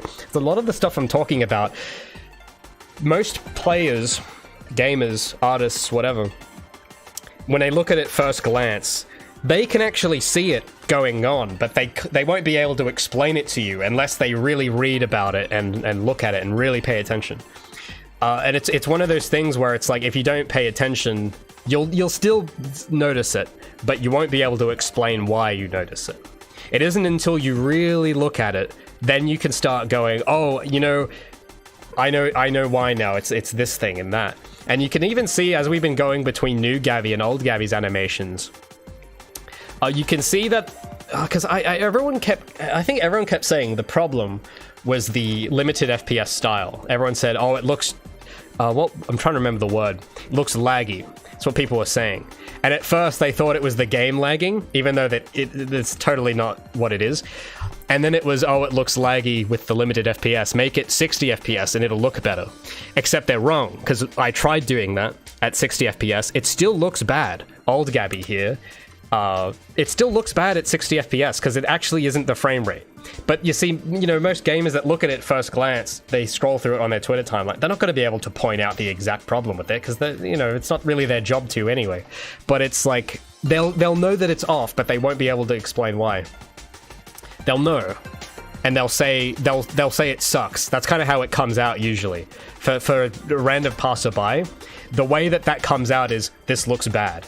And it seems like a very surface level, unhelpful criticism, but they are kind of right.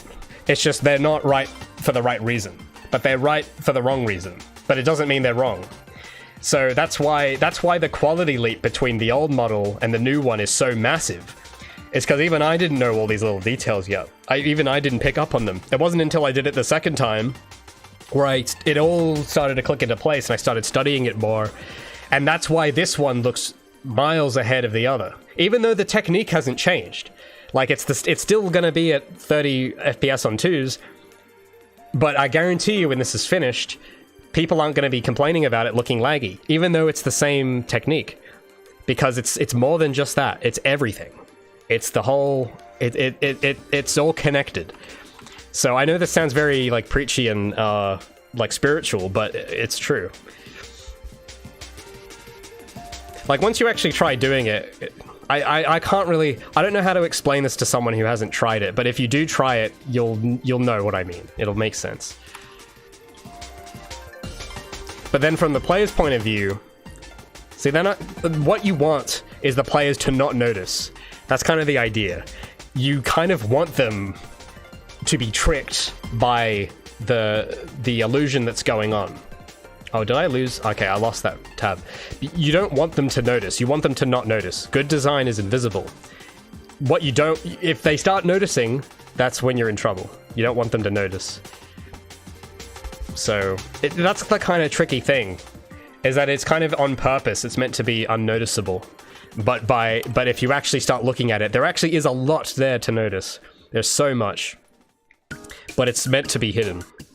And that's kind of why working on, that's why kind of working on this is tricky to do, because you're sort of seeing the curtain lifted, and it doesn't look fun when you take the magic trick off. But that's, you're not meant to see it at this stage. You know what I mean? But yeah, so I hope that made sense. It's kind of hard to describe it. And I'm just noticing that this keyframe is in the wrong spot. And I just want to make sure that these aren't out of sync. Okay, that looks good.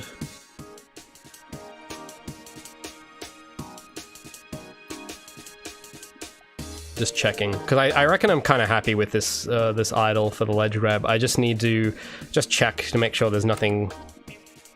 Oh, the hair doesn't have any. It shouldn't look that stiff.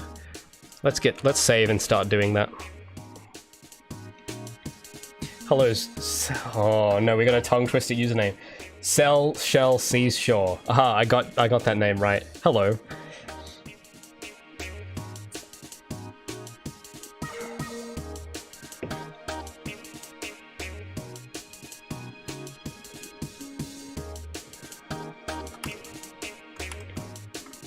Manga, yeah, it's the circle of life. That's right. I know that sounds like it applies to everything, but it really does, okay? It's true. The Lion King was absolutely spot on. It's all connected. This is what it looks like when it's not all connected. It looks discordant and bad. When it is all connected, however, you just, I don't know, you can just tell. Like, I don't really know how else to describe it. You just know.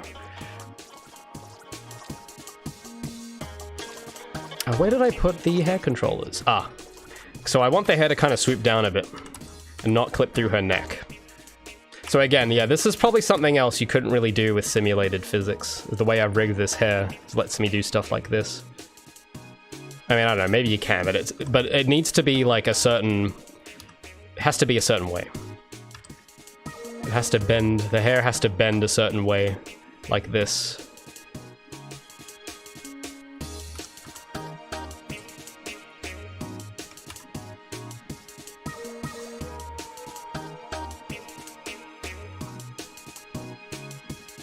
Sorry, I've missed a bunch of your messages, probably.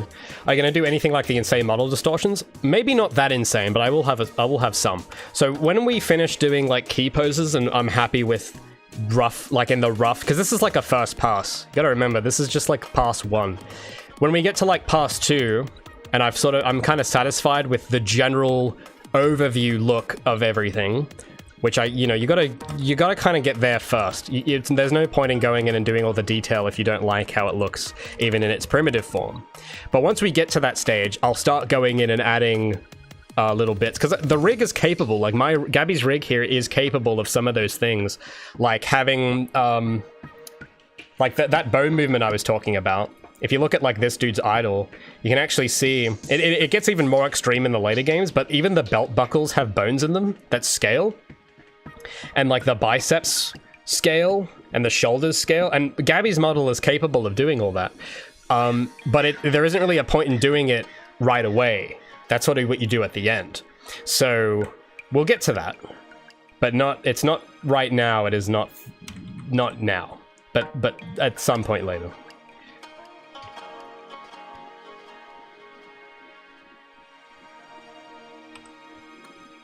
Wonder if that's why many game devs aren't gamers. I mean, maybe. I mean, me personally, I think we were talking on stream last week, and everyone was kind of shocked at the amount of games I hadn't played. And I don't know, at least I can't speak for everyone, but I know just for me, it's like I kind of am a bit tired of it. Like, I spend all day looking at I'm doing my own game. I kind of stop caring about like other games. Because I don't know, it just kind of demands a lot of your attention, and it's like... Yeah, I'm not as... I know for me, at least, I try... every so often I'll play something, but I'm not as much of a gamer as I used to be. I don't know, I just kind of... It's not that it just removes the magic, because there are still some games I can genuinely enjoy. The last game I remember playing for the first time that kind of gave me that was Last of Us. That still was very magical. But... Well, yeah, I guess one part of it is that you get too busy. And second, I don't know, you just find other stuff to do. And it's like, if you spend all day looking at your own game, you kind of don't want to You don't really care that much. At least for me, I just don't really care that much about what other games are doing. Because I don't know, I've got like my thing of my own to worry about instead.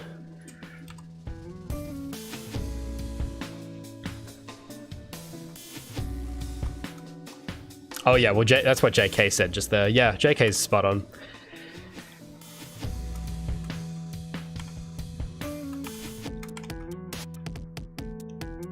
Lack of time combined with not wanting work at hobby. Yeah, I guess, yeah, maybe that, yeah, that's a better way of saying what I'm trying to say, basically. Well, yeah, because I don't know. I have this interview coming up soon, which it was meant to happen on Monday, but when I had that power outage, I couldn't make it. So I've rescheduled. I think it might be next week. I might be doing it. And the dude has sent me some questions he wants to interview me about, and one of them is like, "What hobbies do you have?" And it's like, oh. I don't know. Like, what hobbies do I have? I don't know. It's a hard question because I'm always just sort of switched on. I guess does walking count? Is that a hobby? Or is that fitness? Does that count? I don't know if that counts.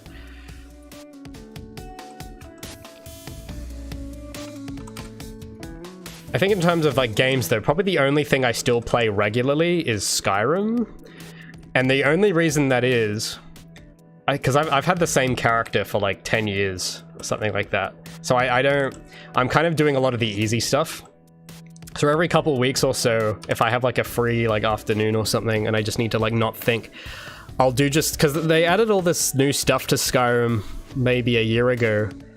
Like they had like a fishing system, so literally I'll just jump in for like an hour and do some fishing quests, and like that's kind of it. And the thing is as well is that if I try to play games longer, I get bored. I don't know if this is just a me thing, but when I was like a bit older, when I was maybe like 8 or 9, 10, I could like play games all day, but when I just get bored now. Like if I'm on for more than an hour, I actually just get bored, and it's like I want to go work on something now. I'm like so bored of this. I don't know. It's like some kind of reflex that I didn't used to have, and I guess I don't know. It isn't just boredom. There's also like a sense of disgust. Like if I have like a little, I guess, you know, like what are those things that cars have that measure the mileage? I don't remember the name of those, but I have a little thing in my head of how many hours am I doing, like actually, you know, stuff that's actually going to pay off at some point. And if I pick up that I'm spending too much on like the fishing mini games in Skyrim or whatever it is, my brain kind of has this automatic disgust reaction and goes, "Get off your ass now. You've had enough." And it's just like an automatic reflex now, where I just kind of get yanked away by my own brain. And I feel just a sudden urge to just start working on something. So I don't know. Maybe a better word for that might be workaholism, but I mean, it's probably a good thing for me.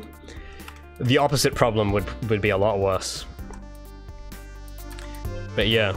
But even with the Guilty Gear stuff, like I know I use this as reference a lot, but I haven't, like honestly, I've not played them. I literally haven't played the game. I just think the style is cool, but oh, oops.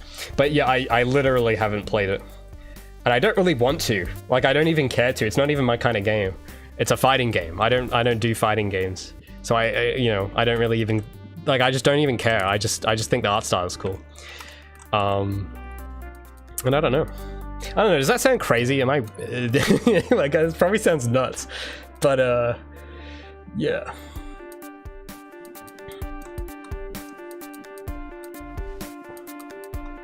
Odometer, that's the word, yeah.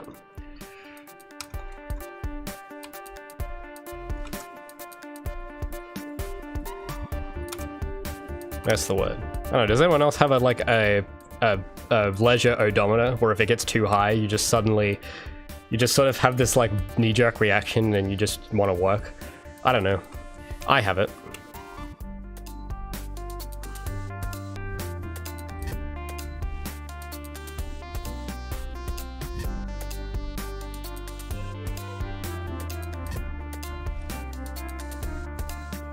Something such go-to anime references. I haven't heard of Redline. What's Redline? Oh, I see. Actually, this looks kind of cool. Not bad. Cool movie poster. Like that is a cool poster. Look at that. Strong colors. Pretty cool. Looks very like 90s.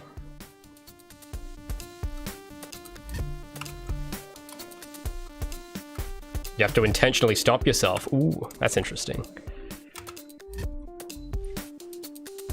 I sort of have the opposite. I kind of have the opposite problem, I find. And I've been doing a better job at this lately. And real quick, let me just like, before I hop into this next little anecdote, I just gotta make sure that this is like being pulled back far enough. What was I gonna say? Yeah, so I have to like I have to stop myself from working sometimes. Like I kind of have the opposite problem where it's like, if I don't have any restraint, I will stay up till 3 and just like go ham on something. But I found that after a while, there's like diminishing returns and it's kind of counterproductive.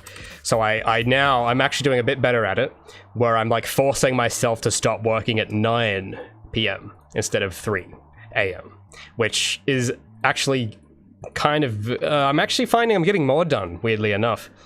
And I feel I'm getting like better sleep, because I used to have like a sleep disorder up until maybe the beginning of the year.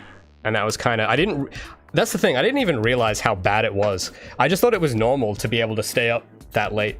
But then I realized, oh, actually this hurts. Like when I actually started managing my sleep better, I was like, oh dear, how on earth did I do that? That's crazy. But yeah. So I don't know what you'd call that. I think the thing I had going on, it was something, I think it was like something called like delayed phase sleep disorder or something, where it's like your entire rhythm is just off, and like you like wake up later than normal, but you stay up way later than normal. And I didn't really think it was a big problem, because like, well, I'm still getting, you know, like 6-7 hours of sleep, but it turns out when you actually get that sleep kind of does play a factor as well. Like if you don't like sleep, if you don't get the certain amount of REM sleep before 4 AM specifically, and now I'm not a physician, but this is what I heard. I think it's like if you don't get enough REM sleep before 4 AM, it's basically like not sleeping at all. Like you might as well not bother, because it has to be at that specific time for the body to actually like properly do, you know, whatever it does when it's sleeping.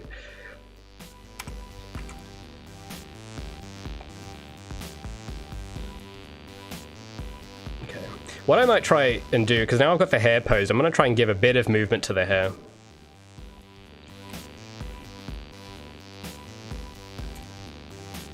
Needs just a bit of movement.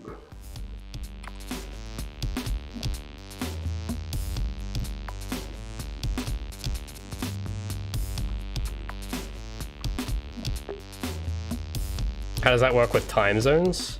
How do you mean? Circadian, yeah, it's circadian rhythm.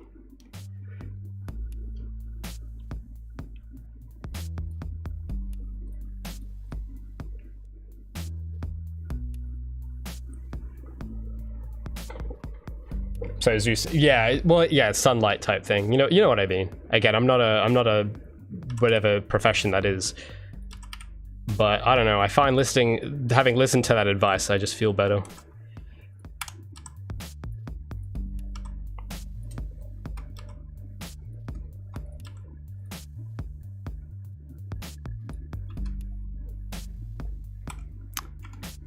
Well, how do I want the hair to move? I'm just trying to think.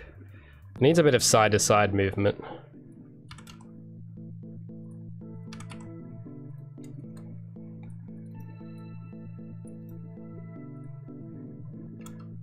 Oh, too much. No.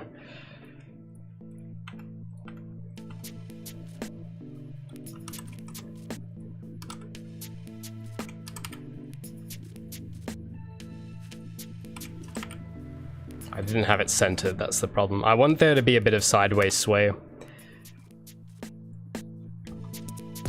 Wouldn't her hips sway? Oh, maybe they would actually. They might. I just want to get the hair sort of while I'm on it, and then we'll get to the hips. Actually, I don't know.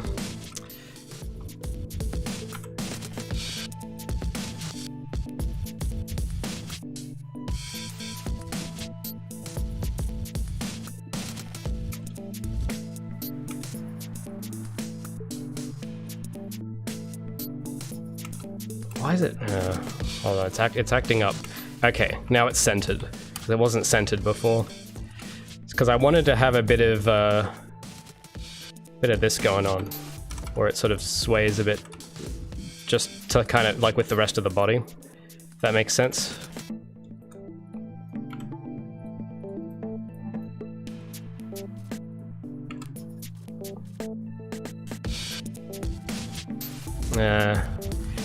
Nah, I don't know. Too much.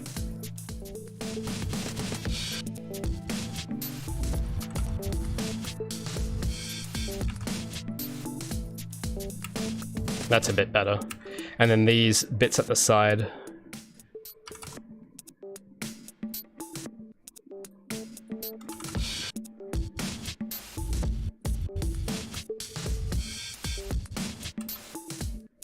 I know the looping isn't going to be clean yet, but we'll get to that.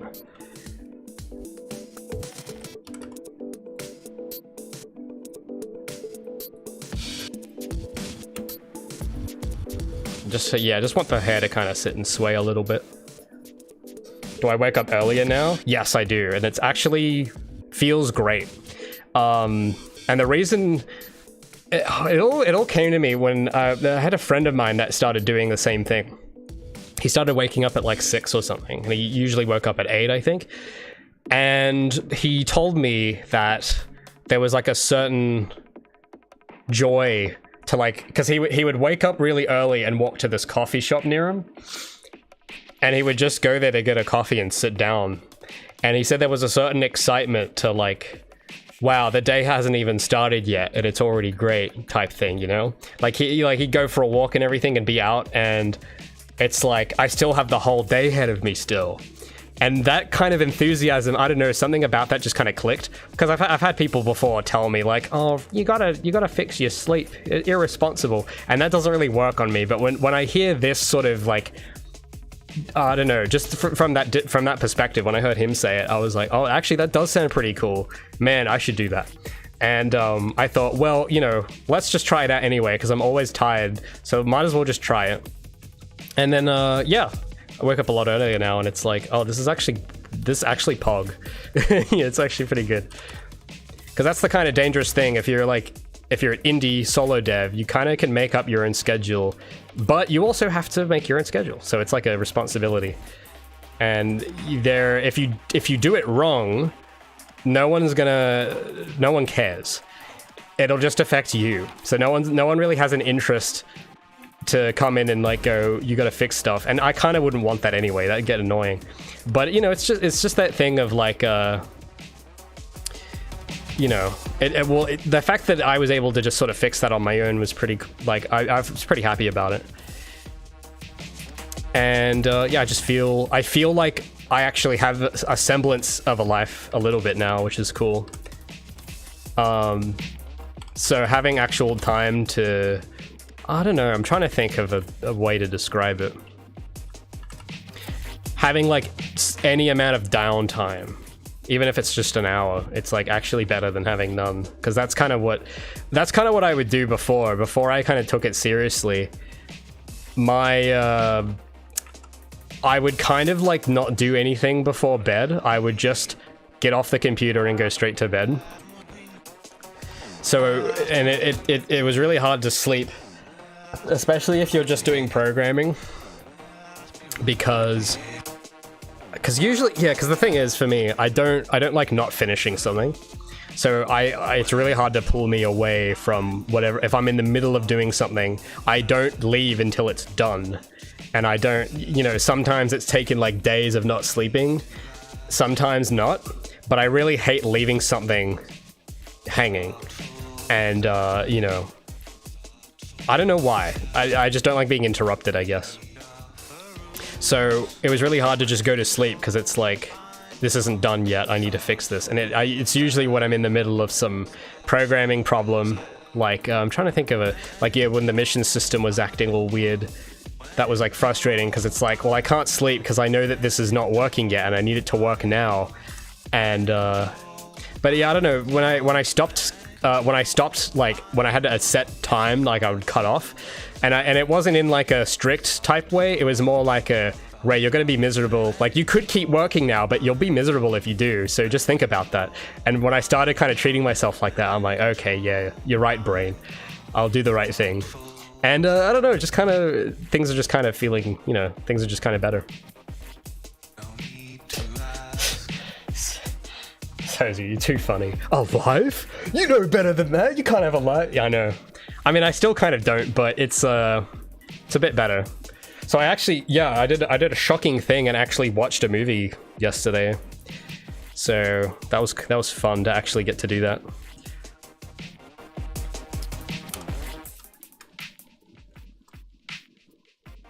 And I think it's good too, because it gives you time to just not think. Which is kind of nice. I don't know, gaming still doesn't quite do it. Like, every time I boot up a game, I'll just think about something in my game.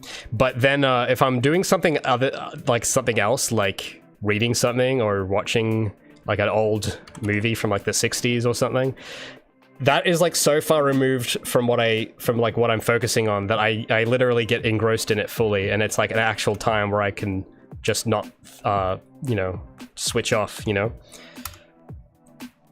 Maybe that's a more detailed version of why I don't really find games all that interesting, because I think every game that I like own just reminds me of something I need to do on mine or something.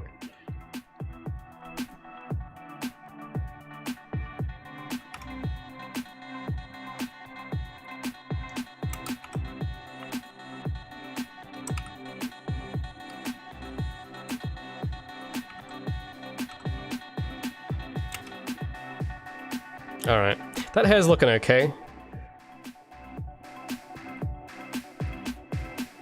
I'm just gonna rotate the light around so I can see it. It's very subtle, actually. I could probably add a bit more movement to it. I can't really notice it as much as I would want it to. So I'll take these two, move them up here.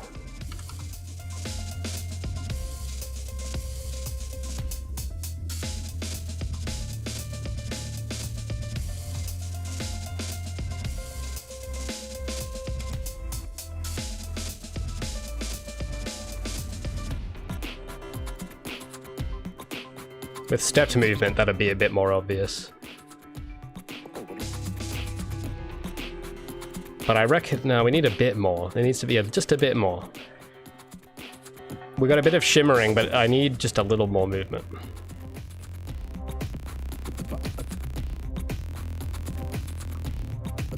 I think it's at these sides.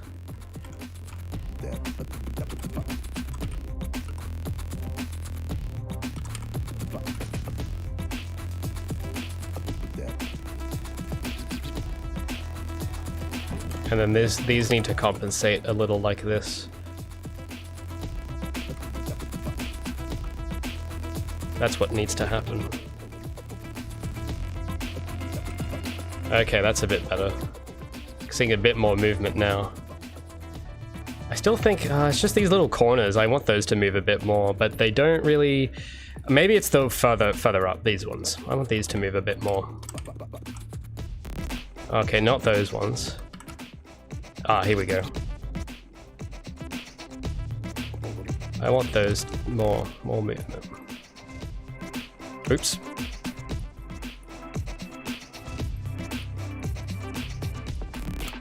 There we go.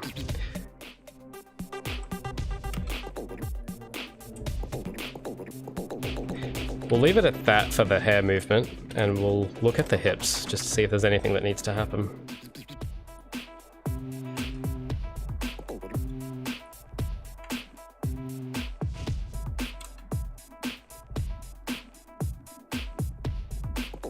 Oh wait, I didn't mean to do that.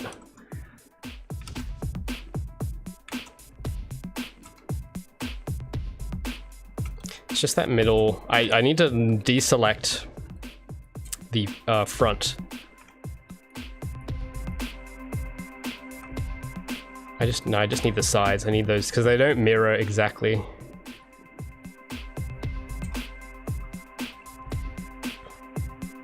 Am I gonna do 3D cutscenes or maybe not 3D cutscenes? No. That might take a bit too long, but I do have an idea for something else. I do have an idea for something that'll still use the model, but let's just leave it at that for now. That'll be like an hour deep dive.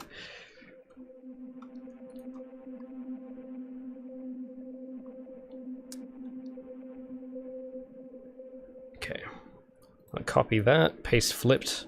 Okay, it's going to be a bit more consistent now.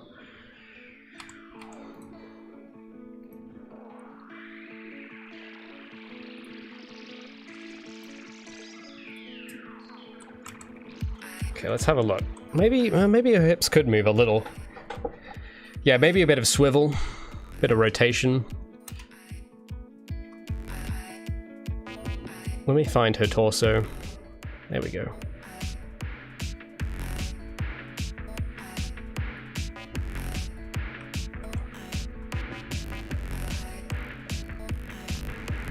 Gaming is too interactive. Well, that's kind of the point of gaming. It's sort of the whole purpose. But yeah, maybe that's probably why it's hard for me to just enjoy now, because it is. I need something non-interactive, you know. I need something I can just, you know, not have to focus on. I'm gonna see if I can just get a bit of hip movement. So maybe as I'm just gonna see when they should be moving.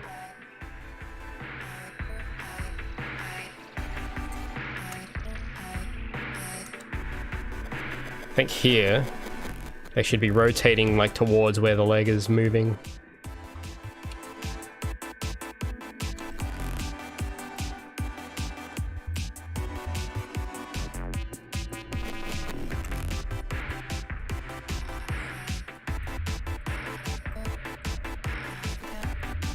Like this. Is that? I don't know. Looks a little too much. Looks a bit like she's trying to wiggle her way up, which is not what that's not really what I want. Not quite what I'm after there.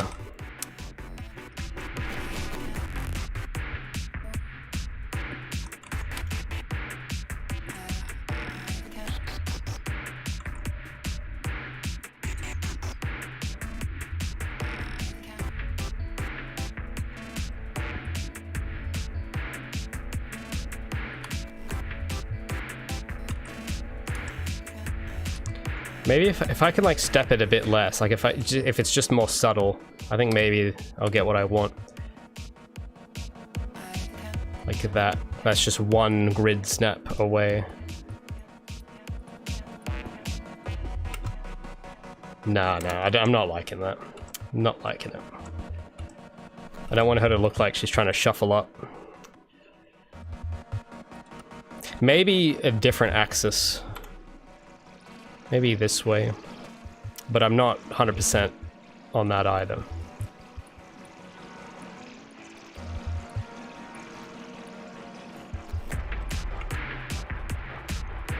See, it looks like her hips are loose. I mean, it's kind of cool, but it's just a little... If I can just get that more subtle, that'd be fantastic.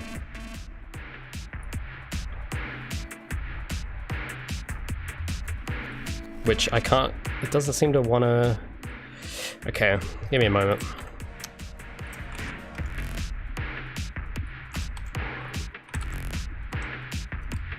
If I just rotate it just slightly, just a little bit. No, it's still too much. Still too much. Like that.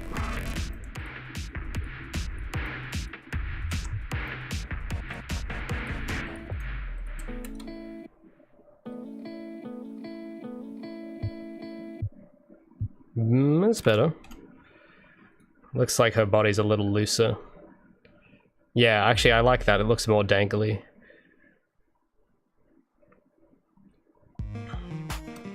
What we'll do as well, for a bit of Guilty Gear magic, we'll get her tweak bones for her arms and we'll scale some of these. It'll look really cool.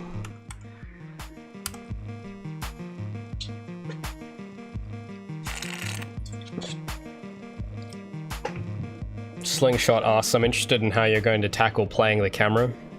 Well, I'm just going to leave the camera alone. I mean, you don't... I don't really see how, like, there's a few little tricks you can't do with a dynamic camera, which would include things like the light vector thing, where for the Guilty Gear characters, every frame they have, they adjust the light vector so that it looks perfect on each frame. So I won't be able to do that, but that I'm okay with. I'm okay with not being able to do that, because like, what am I going to do? Like, what am I going to change it to a 2D game? I don't think so. And like, even at the moment, with the current work in progress model in the normals on her right are a bit broken because of a glitch with the mirror tool. But if you look on her left side, it looks fine. I think there is a bit of a weird thing where the shadows aren't strong enough. Like I got to adjust the shader thresholds a bit because there's too many midtones. But if I adjust that up a little bit, I think it'll look fine. Or, you know, it'll look the best it could possibly be as a 3D game, which, like, you can't really get better than Guilty Gear. And I mean, they did do a 3D game, I thought. I could have sworn they did. I don't know what it is, the name of it, but I know that they've done at least one. But yeah, I think it'll look fine. Like, if it's not like exact perfect Guilty Gear, like in that specific case, I can't really do anything about that, so I'm not gonna get upset over it. That's like a limitation I'm kind of fine with. Because to have that not happen, I would need a lot more time, and I just don't have it. So what I'm gonna do here is I'm gonna scale her shoulders up and down to kind of match that bulging with the Guilty Gear characters we were seeing earlier.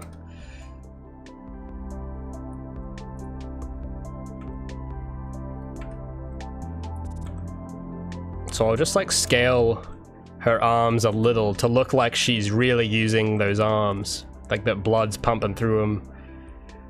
And it's going to be very subtle, but when you look at it with stepped, it's going to look like the arms are being drawn again. That's sort of the idea. So I'm going to have to do a bit of that with the ear as well, actually, because the ear is quite prominent. So if I get to my ear bone, which should be somewhere here. Here we go. I'll just like I'll move those about.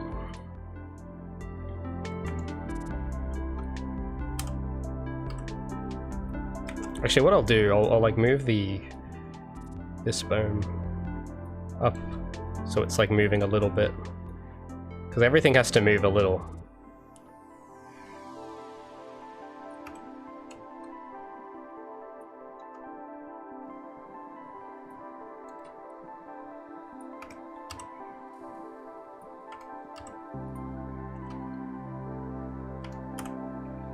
Maybe not that much though.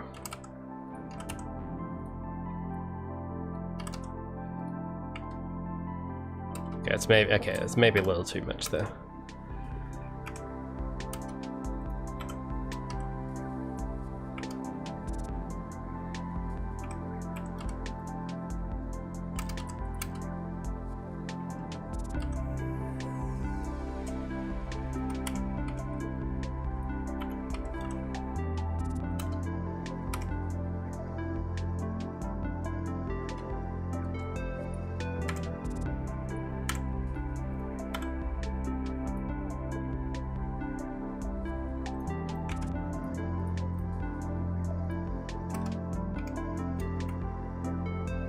Oh, wait a minute. These bits of the hair are meant to move and they don't. I totally forgot about these. So I'll have them sort of move... Which way? Like that way. That's nicer. And is there anything else I could move? Maybe her legs, make it do a bit of scaling there. There is a tweak bone for these, if I can find them.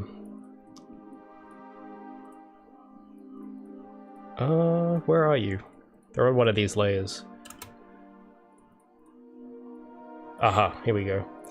So if I take these dudes and just kind of maybe move, no, not move them, maybe just scale. Actually, these ones I want to do just a bit of scaling with. Just kind of figure out if this will look good. If I just scale them up a little bit in between. Like in between these.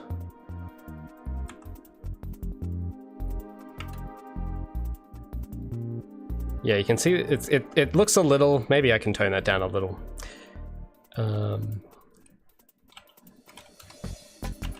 But when we start stepping it, you'll see. It'll look neat. It's gonna look a bit weird with all the interpolation, but once we get the stepping in, it'll make sense.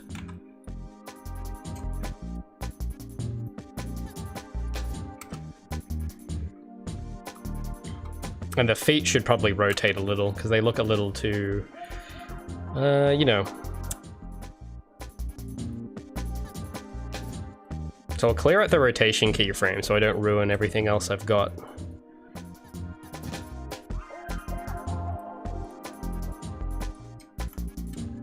So I just would need to rotate them slightly.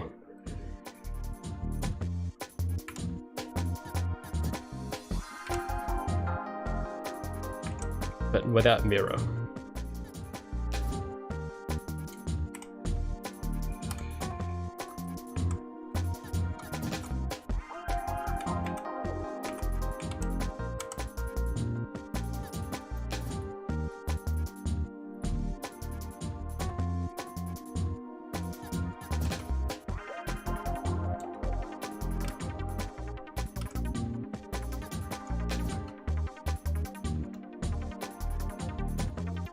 There we go.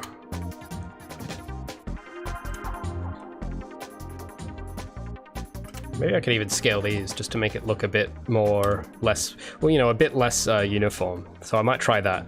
I haven't really played around with the scale bones too much since we've been going, but I'm curious to see what will happen if I try and do just a little, not a lot, just a little bit. Bit of scaling.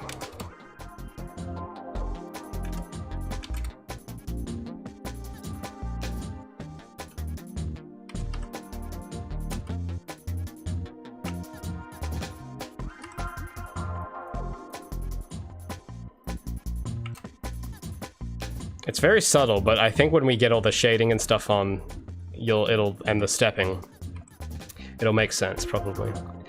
All right. Oh, and I don't have the end keyed. I should probably just check to make sure that does loop cleanly. Okay, there we go. It does. Fantastic. All right. I'm gonna try and put this in engine again just to see how it's looking.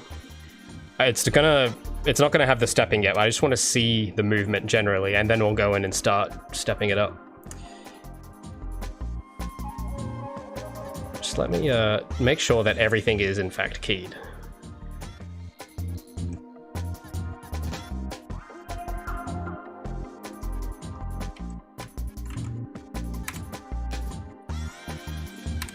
Looks like it.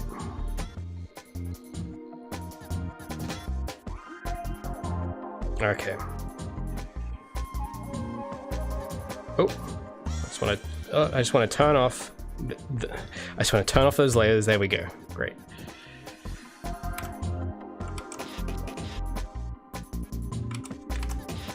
All right. I'm just going to export this out. I'll just replace. We'll replace that. We don't need that. And we'll re-import it wherever you are. Re-import. See how it looks. Have I seen how they animated Mario Wonder? I think someone linked something to me, which I haven't had time to look at it in depth, but I want to look at how they do smear frames, but it might not work with what I'm trying to do, but I want to check it out at least. But I haven't played it. Not really a big Nintendo guy. Hey, this is actually not... Oh, the only thing that's just a bit not right is the hands are moving side to side. And there's a bit of export problems, but that's not really something we can do today. We can fix. Not bad. And then there's this weird thing with the head scaling. Yeah, if you see anything that's different from the Blender version, it's some... I can't get into it. It's going to take too long to explain. It's like a... FBX problem, which is a bit beyond the scope of today's stream. Alright, well I just want to fix the hands, not moving around so much. And then I think I can just step it, and that'll be done.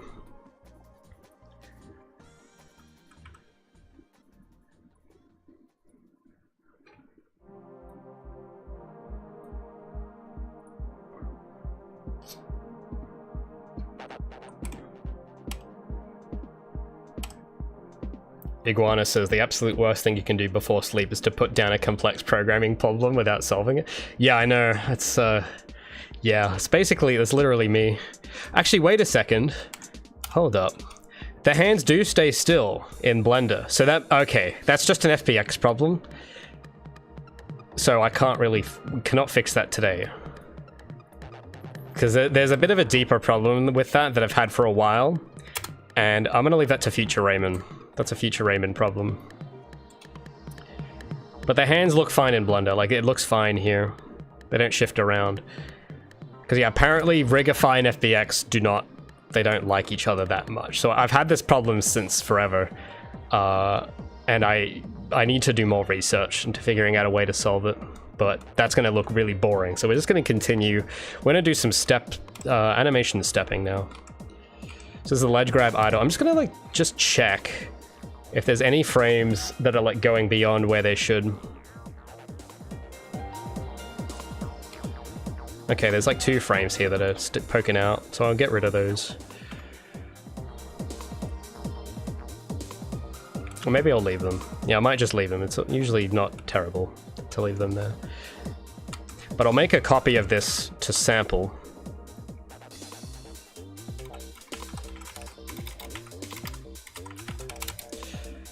And what we're going to do, this is where we get the stepped frame rate action going on,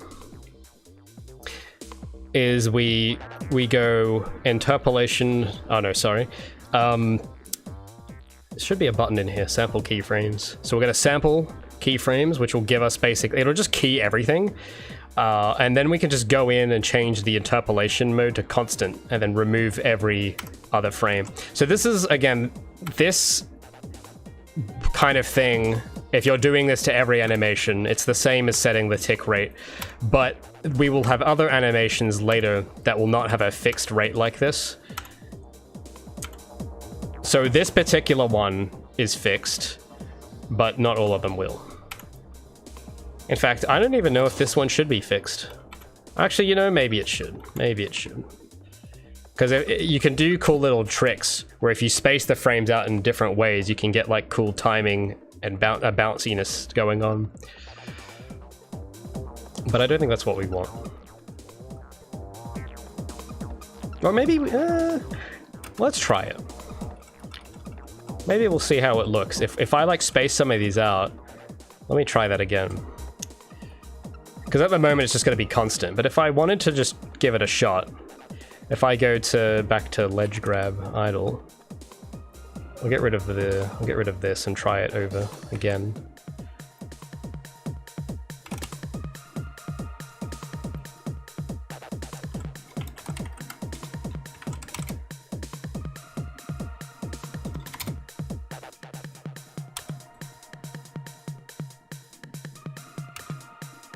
So what we could do, we could pick points where we want more detail. We want things going faster. Because I think it's, I'm trying to remember the rule. The less, I think it depends on the context, but I typically find that the more frames you put, the slower something will look. So maybe for these in-between bits, where the tail is swinging down, so up from frame here to 5, we'll cut out these, and then when we get to frame 5, as it approaches frame 8, we start adding more in-betweens as it approaches a halt. And then it starts going back. We could just give that a shot. Just gotta make sure we set the blending mode to constant. It's probably... it might not look good yet. Maybe you can do even less.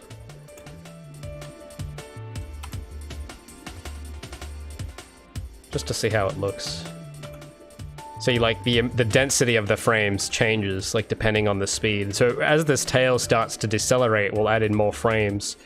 We'll keep more of those frames in. Just to see how, I don't know if this will look good. I'm just to try it. Might as well give it a shot.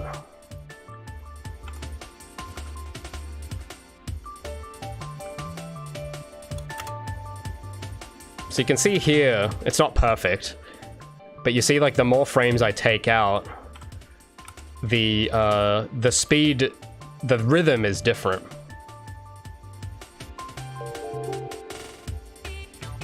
But I don't know if this is, I don't think I want it like this. No, I'm not really vibing that too much.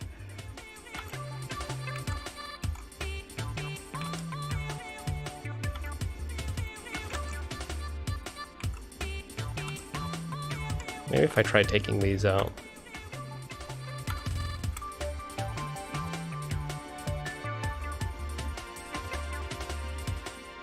Yeah, I think I'm just gonna keep it constant. I'm not for this one, but for different ones. Just doesn't look right here. In something like a run cycle, it would look better. Oh, whoops, wrong one. Wrong animation.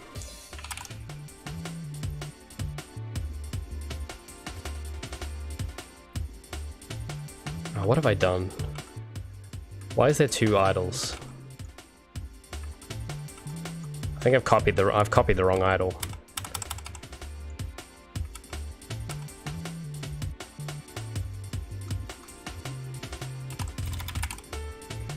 Need ledge grab. Idle.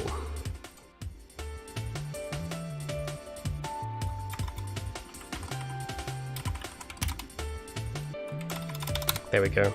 Oh, is this? Yeah, okay, this is correct.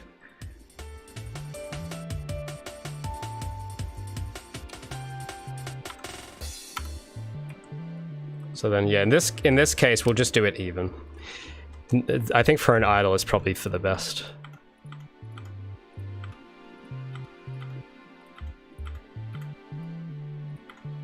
All right. Let's export that out.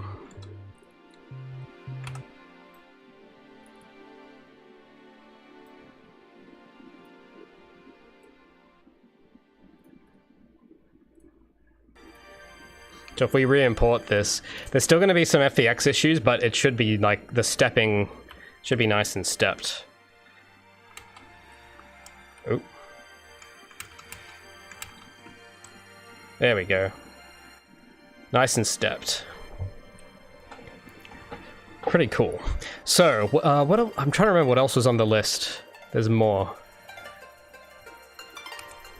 Oh yeah, well, we need something where she attaches, because this is kind of awkward for her to just go straight to this pose. We need some kind of transition.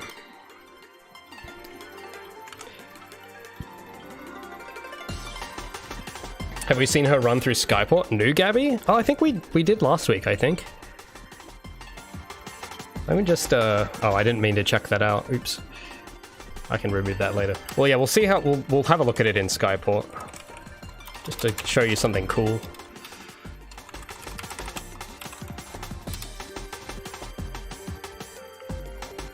Thoughts on cloud gaming? Well, Australian internet's kind of not good enough for that anyway, so I don't really, I don't really care. It doesn't matter how good it is, I will not be able to use it.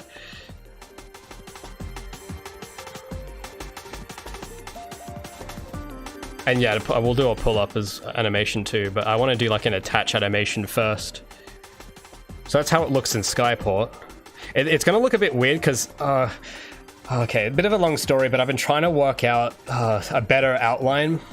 I was doing some research last week, and I was trying to like change the shader of how the outline's done, because I need something that scales with camera distance, and well, let's just say it's not finished.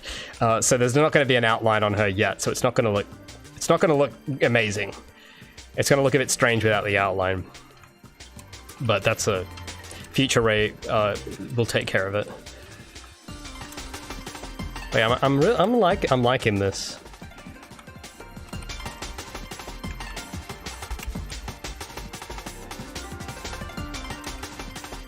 But yeah, the run animations and stuff don't look that great yet. That's something I'll get to maybe next time. Oh, hey, we got it.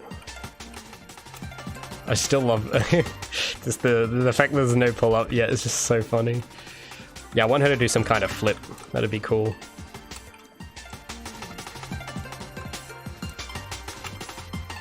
And maybe, yeah, she does a different, if you try and just jump from a ledge, she does like a different type of jump. Instead of just doing this, she does like a launch off type jump.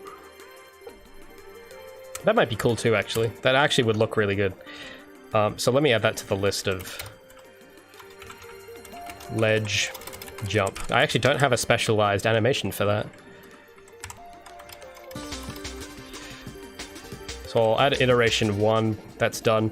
But I want, this should be a quick one of her just like grabbing onto it and like having gravity sort of like a transition going from there to there. She should have a reaction to like grabbing it, like a quick half-second reaction instead of just going straight to the idle. Need some impact. Sort of like Jack would. We need something like that. And that'll be easy to do now that we've got an actual idle pose to work towards. Can she ledge grab on? Could she do? Yeah, she can do this. There we go. Check that out.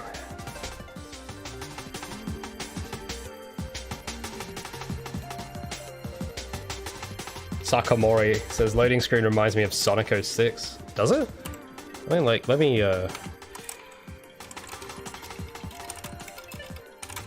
kind of when people say the word Sonic 06 loading screen, my heart has like palpitations because it's kind of the last thing you want to be looking at is the Sonic 06 loading screens.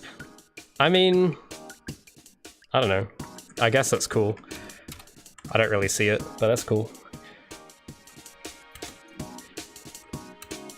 I do need. Oh, I could make a cooler background image once this model's finished. I could get something way cooler.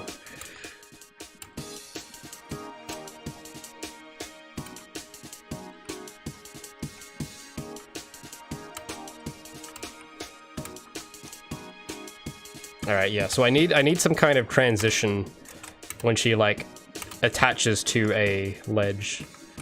Because it looks kind of weird when she just instantly relaxes into the idle. Let me save this.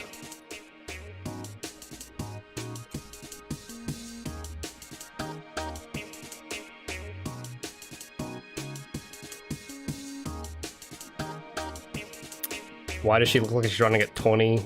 It's actually at, it's actually 30, technically. But that's because it's anime. That's how anime looks. It's limited animation. That's what we've been doing this whole time. Has Bro not been paying attention? That's my entire shtick. Okay, so now that we've got this going on, we can create a new action of this, and we'll call this ledge grab start.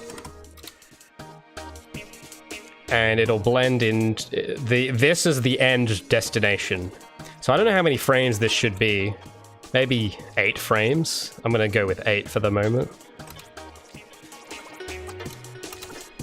So she has to end up here and start from like a jump or something.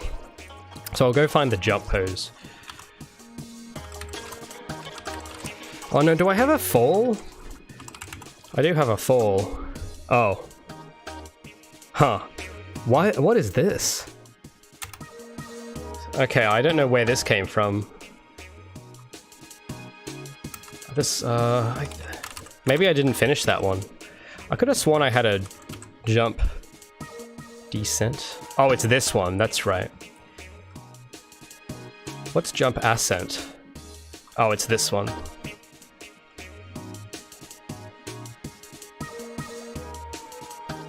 Where do I want this to start from?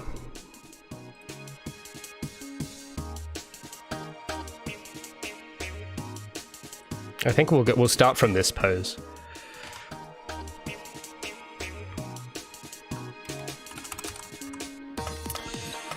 Let's grab, start. So she'll start from here and end up. She'll like end up here. But there, she does move a bit. There's some movement going on, so So I'll copy her ledge grab pose a bit further along of when she like is going to attach to this thing.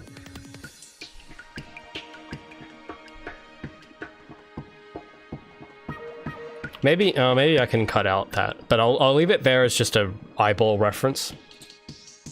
But she needs to kind of sag down and then sort of pull herself up. It's kind of like how Jack does. We need a bit of that going on to look good. So we need a bit of... Oh, he doesn't do it very long. We need a bit of this... This sort of sway... This, yeah, we need something like that, where she sort of grabs and sort of hangs and sways a lot for that, just like that 0.5 seconds. Oh, did I lose it? Oh, where was the thing? I think I lost where I was in the video of where he does the ledge grab. I think I lost it.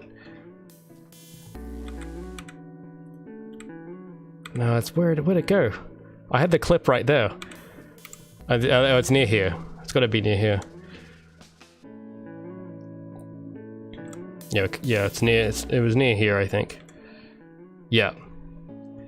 So we need something like this.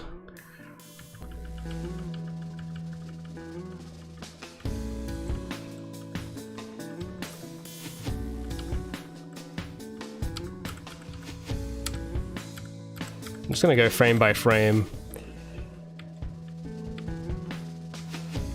See what happens.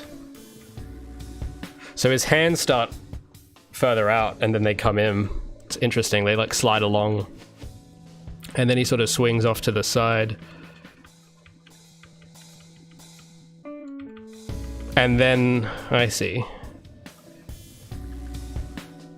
He just swings off to one side and then he kind of rests at the idle. So I'll start with an extreme like that. It's gonna be the starting point.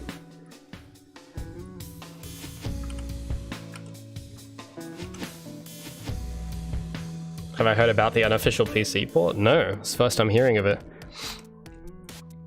How does that even work? An unofficial PC port? How do you even do that? That's not like through an emulator. It's like an actual port. Is it like some fan-made, like just done up again in some game engine type thing? Because like that kind of makes sense. I could see that working. But like to somehow port it running natively in the engine, that sounds a monumental amount of work.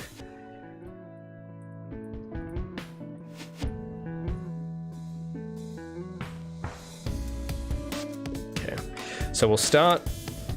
We gotta really stretch her like down.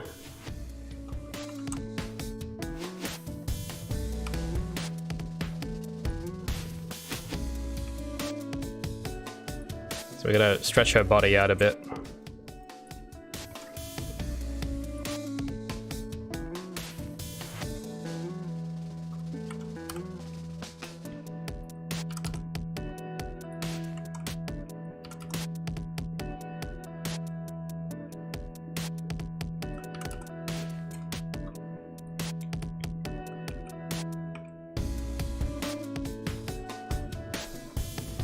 Oh, it's just a Unity thing? Yeah. I've heard of like some projects like that, where they just kind of remake something in Unity.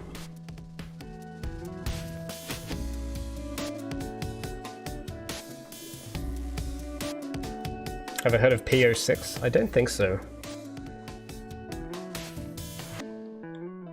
Similar to 06, but not the loading times. Well, that's an improvement for sure.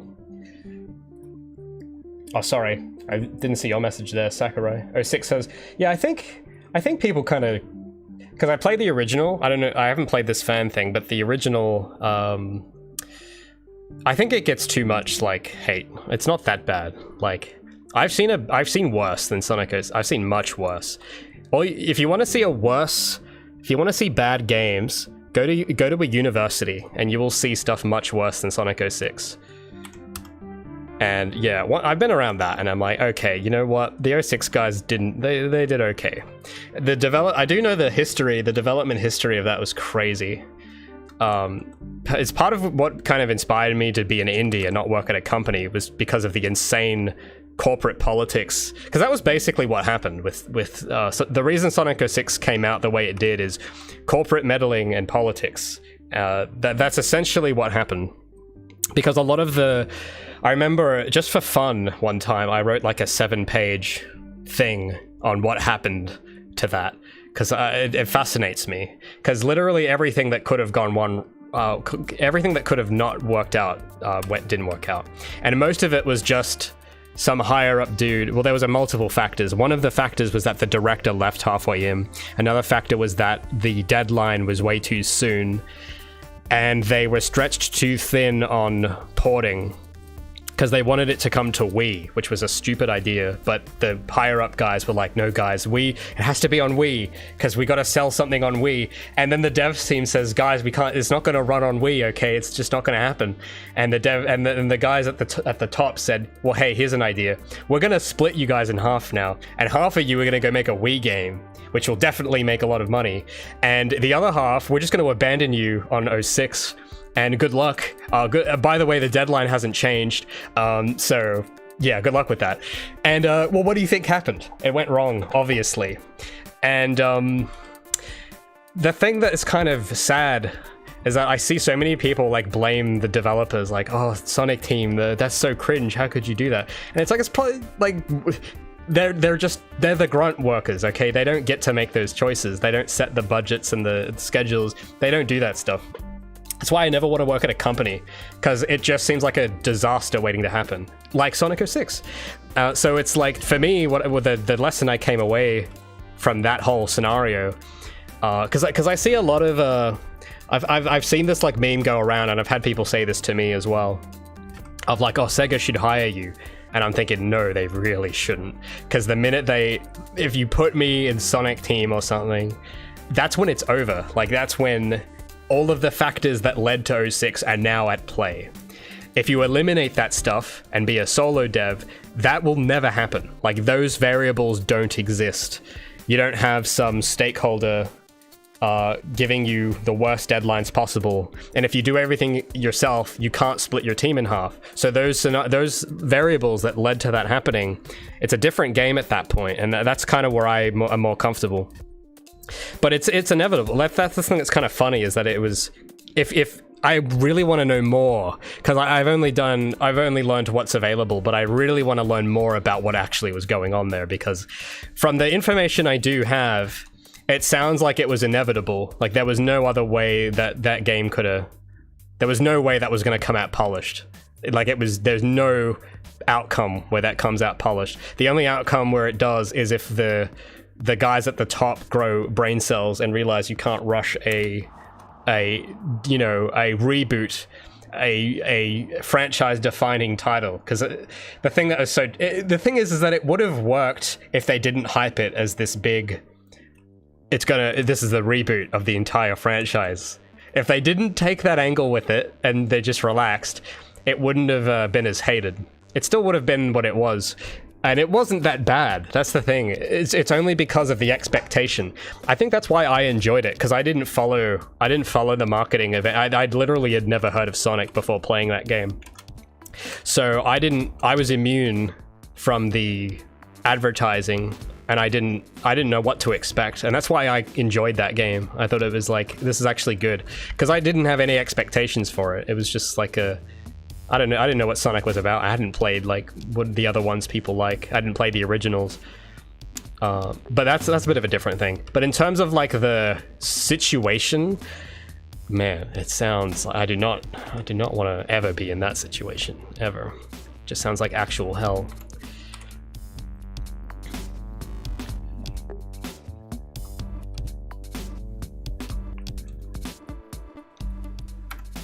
But yeah, it isn't a bad game. Like, that's the thing. It isn't even that bad. It's just, you just got to be careful when you play it. You just got to treat the game carefully, but it's not terrible.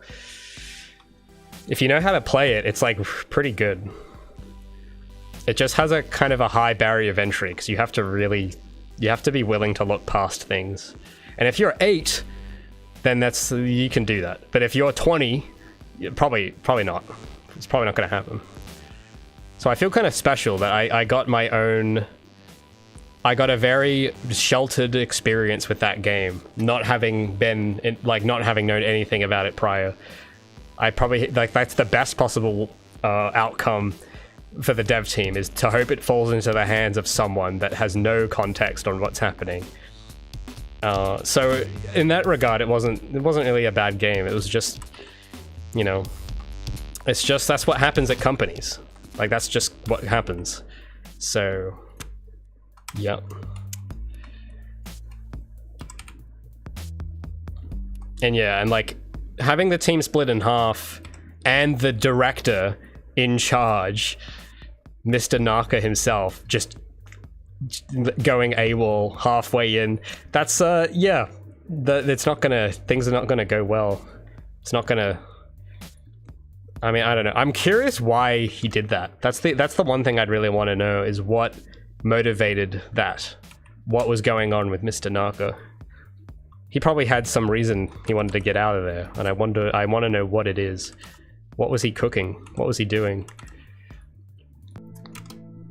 Because I don't think he even made the credits, because he left, like, they were like so pitied. Oh, not pitied. They were just, I think that's like a normal thing usually. If someone leaves through a project, you're not on the credits. So Yuji Naka's name was not in it at all, but I know everyone knows he was like a part of it at the beginning. But yeah, I want to know what happened though. I want to know what was really going on, because I'm just going off like the research other people have done, and like a few sparse interviews, but they don't go into a lot of detail, sadly. But it seems like a very fascinating story.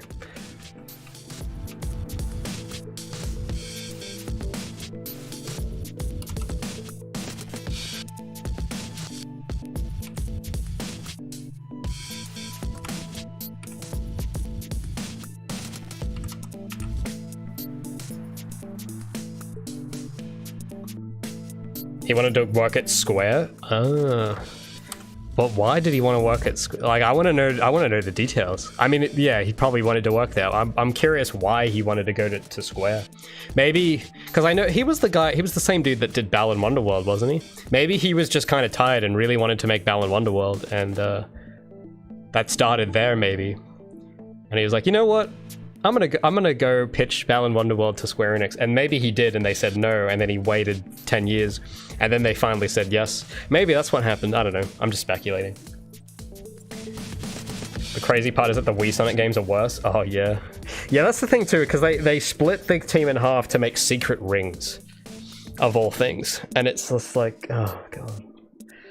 I don't know. Like, did that probably? I mean, look. As silly as it sounds to us, it probably made money, so it was probably worth it. The shareholders probably went mission accomplished. So who are we to really say? But yeah, if it were me calling the shots, well, I wouldn't be calling the shots. I will never want to be a stakeholder in something. I wouldn't do that. But yeah, no, it's kind of a shame that that's sort of what it was. It was sacrificed for secret rings.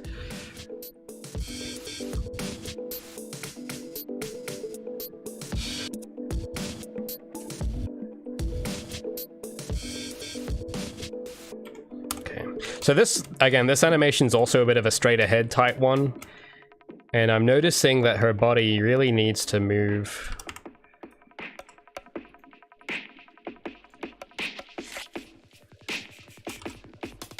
She's got to really sway, and I'm not seeing enough movement. She's got to really got to move like that. And that's going to look very quick. Yeah, like basics, this is sort of it. This is the basics. Something like that. Timing's still a bit strange, but yeah.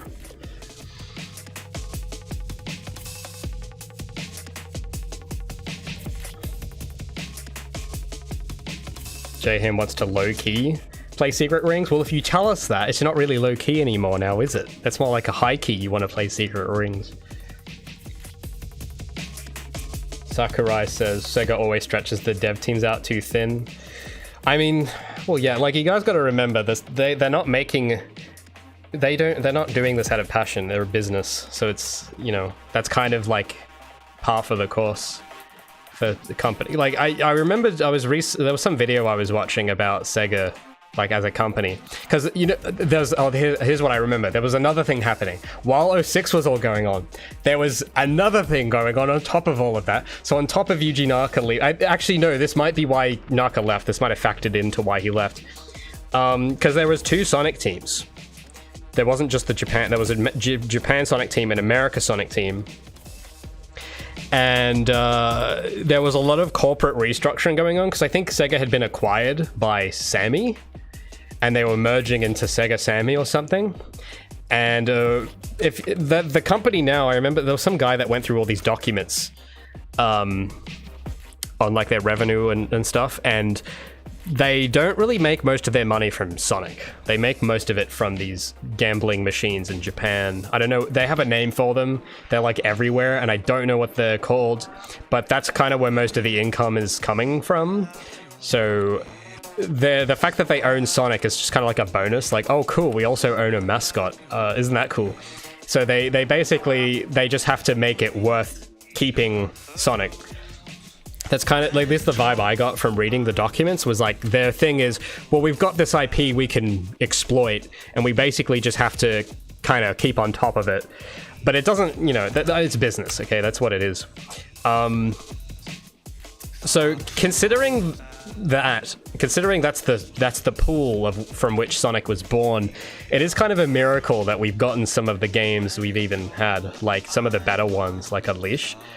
It's kind of really a miracle that ever happened, because by all accounts it shouldn't have, because it's like a, you know, it's like, why put in that much work at all? But they did, and I thought it was, I don't know if anyone still remembers it, but I do, and I thought it was great. But they haven't done that much since, probably for, you know, logistical reasons, right? And that's the thing too, is that I know a lot of people will like say, they're a $1 million or $1 billion company, why don't they just do more effort? And I hear this a lot when people like complain about the games lacking in quality. They say they have so much money, why don't they just invest more? And it's like they're probably investing that somewhere else that's going to have a bigger return, which won't be Sonic for the most part. It'll probably be some other division of Sammy. But again, I don't work there. I don't run the company. I don't know the exact details, but just from what I was reading, that's sort of the vibe I picked up on. But yeah, it kind of like made me view the whole franchise very differently when I saw like under the hood of like how some of that all works, because it's just kind of depressing at that point. It's just so corporate. So it's kind of, yeah, given the pool it's in, it's kind of a miracle it even exists. Like, especially like with the music and stuff. Like, I know I've always been a big fan of their soundtracks, and by all accounts they should not be spending that much effort on them, but they do. Oh, at least they used to. I don't know if they still do, but the older ones are pretty good, and I thought, yeah, that's actually really cool. You know, but yeah, that's AAA world, man. I don't know, I'm kind of I'm not really vibing it. Seems kind of terrifying.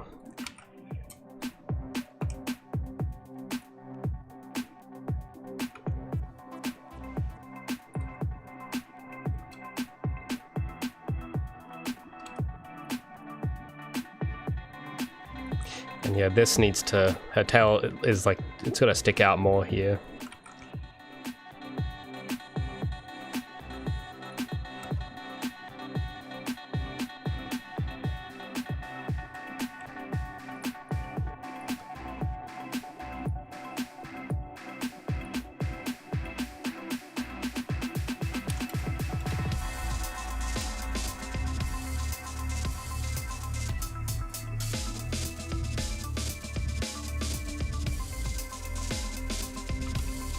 Need to see it with keyframes. Oh, yeah, it's gonna.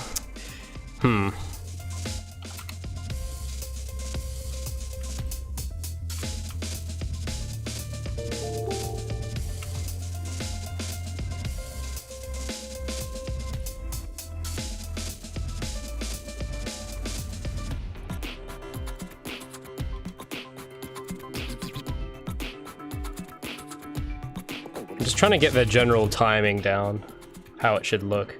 It just looks very stiff still, that's the thing. Let me go frame by frame on Jack here, because I'm missing, there's something I'm not doing. Something not right.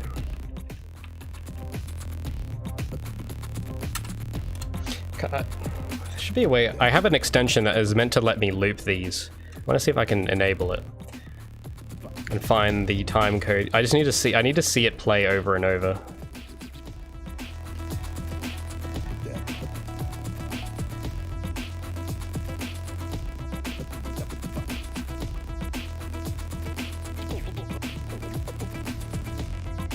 Pachinko, I don't know what that is. Pachinko.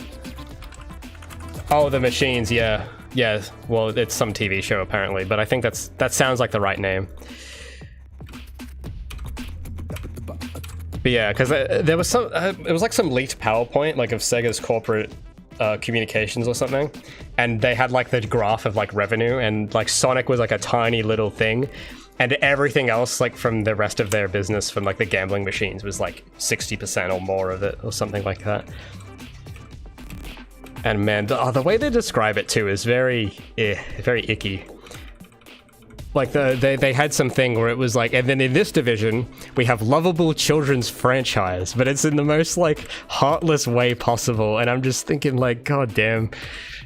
I mean, yeah, I guess so, but I mean, if that's all you see it as, okay, like, that's just, you know, it's just kind of, it gave me a reaction, gave me a bit of a reaction seeing that.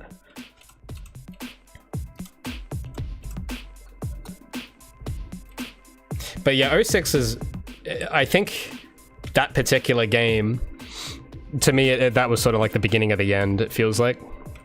I think, because I can tell they actually, you know, whoever was doing it, that got to stay on the team, I could tell they like cared, because the story is just so extra. Like, it's so, like, you can, like, as much as people don't like it, you can tell that someone tried. Whereas the new stuff I've seen, the last one I played, it's like, no, they're not trying. Like, it's just lazy. It just disgusts me so much. You can just tell it was like the bare minimum. But with like 06 and then Unleashed, and then after that, I kind of feel like that's where it's sort of the decline. Unleashed was very extra. Like all the CG cutscenes they had, I was like, man, they really didn't have to, but they did, and that's just so respectable. But yeah, I kind of stopped being a fan after Unleashed. I kind of stopped caring. That was a while ago now. It still feels recent, but it would have been like 15 years ago now, something like that. Okay, so what time code is this? 48. 46.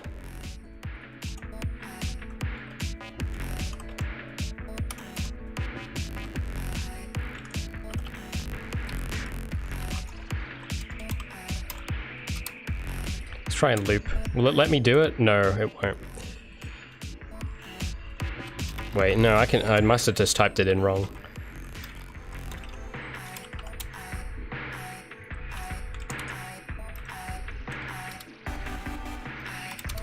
Oh, come on. It's taking me all the way to like 40. I want to go 48 minutes, not 48 seconds.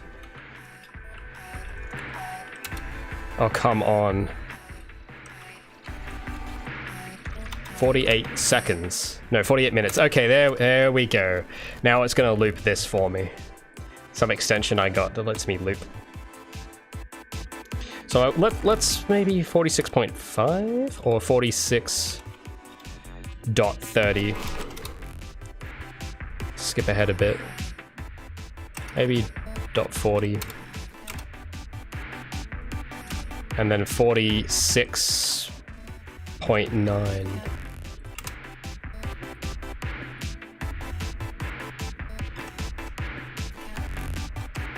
I just need to see it over and over. Okay.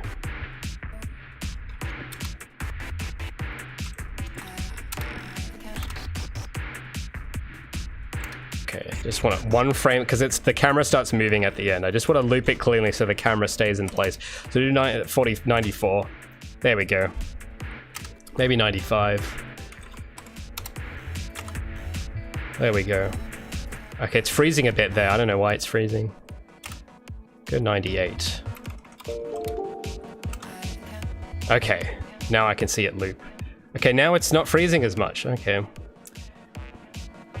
I just want one less, 97. We'll do 97 milliseconds. There we go. Oh, it doesn't loop cleanly. It like stutters sometimes, which is a bit annoying. So we'll do 96. I guess that was the most stable one. So I'll just move that over to my other screen. Oh, hey, Pixstatic. Yeah, Gabi's getting a ledge attach animation. We've got the idle of the ledge grab, which she also now has, but now we're doing her attaching to it, and I'm just studying Jack here because his animation looks the coolest of any one I've seen. So we're gonna try and do something kind of similar, and I've got blocking going, but there's still something kind of not. I could do better. I gotta do better than that. I think it's the legs. Yeah, the legs need follow through. That's it. The hips. I can see it now. The hips are it's all too robotic. So I need another keyframe where the hips start to move back and the legs are still following behind because the legs have to swing out more. That's what I need. I'm starting to sound like a boomer. Well, hey man, I guess so.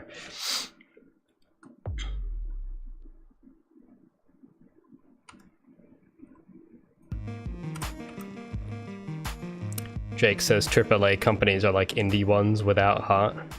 Are indie ones? I don't know. It depends on what kind of the scale of the indie company, I guess. But I don't know. I'm feeling like the sentiment's kind of changing. There's a sea change where it seems like, I don't know, at least for me. I mean, I'm not really playing a lot of games nowadays, but I would probably trust an indie more than a AAA guy. Just me though. Because I know that the indie will like care. So I mean that's my benchmark. Not everyone's gonna have the same. Some people are really gonna want the RTX graphics, but I don't care. I just want whoever made it to actually give a crap. That's my actually, yeah, because I've been, now that I'm like trying to actually have a wind down in my evening now, I've been going back to a lot of Walden Media movies from the early 2000s, and that's a big company, but I feel like there's a certain, I can tell that they care about the movies. I don't know, does Walden Media even still exist? I don't know if they've done anything recently, but there's that sort of era of film where it was like very high budget and people cared. Like I can just kind of feel it when I watch it. Like a while back I found it might have been for like, it was because, yeah, I think I've said before, I tend to, I don't use like streaming, I don't use Netflix or anything. I go to Vinny's and hunt for cheap DVDs. And they're like, DVDs are insanely cheap now, so it's pretty cool.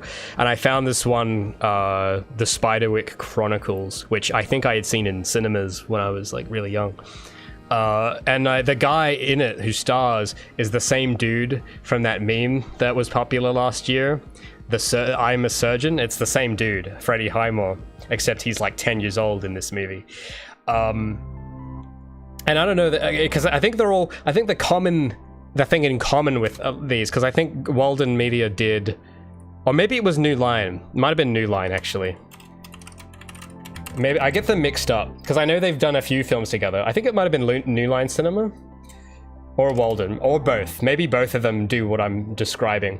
But they do these things where there was this whole era of doing movies based on beloved books. And I think that's probably why it worked out, because the authors of the books really cared about the books, and it was usually just one person writing it. So I think with movies like Bridge to Terabithia and Spiderwick and I keep talking about Golden Compass as well, that kind of category of movie, which was all popping off in 2007 for some reason, those, and like Narnia too.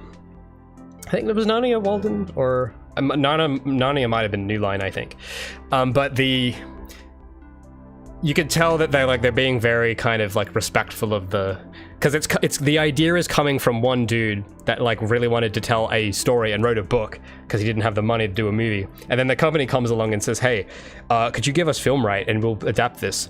And but the source material itself is not some design by committee crap. It's some like actual heartfelt story a lot of the time. Especially, oh man, I don't know if anyone knows the backstory to Bridge to Terabithia, but that's like based on a real thing. And it's really cool because I can just tell that the stories are like really like genuine real stories. Genuine as in, not that they literally happened, but genuine as in, you know, someone really wanted to tell that story, which you can kind of tell, I think. And you know, you compare that with this sort of, I don't know, the kind of shows I get in my ads is just like Loki season 2 or something. I'm just like, I don't feel it there, man. I don't know what it is. But then I look at these old like 2000s New Line Cinema films, and it's like, it feels like it was like the right combination of idea and the right license and the right team kind of came together. So that's what I feel. That's what I feel watching them, and as a result, like I still remember they're memorable to me.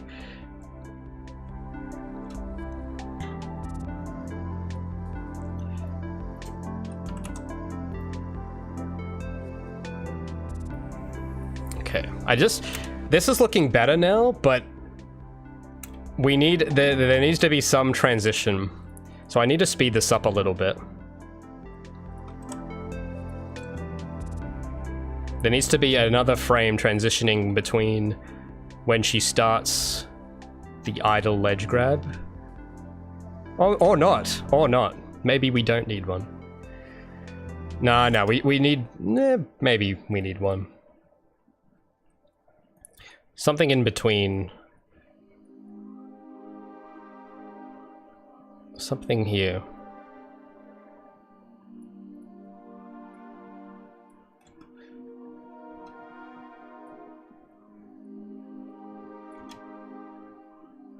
Something at frame 8. So I might keep the hips. I'll try and like copy and just rotate the hips a little from where they end up resting. Like there. I know it makes me sound like a boomer, but I think I'm right. I don't know. That's just what I appreciate anyway. Oh, like the hot take, indie games are overrated. Well, if you're talking about the pixel art games, yeah. I'm not really, I'm kind of over all that.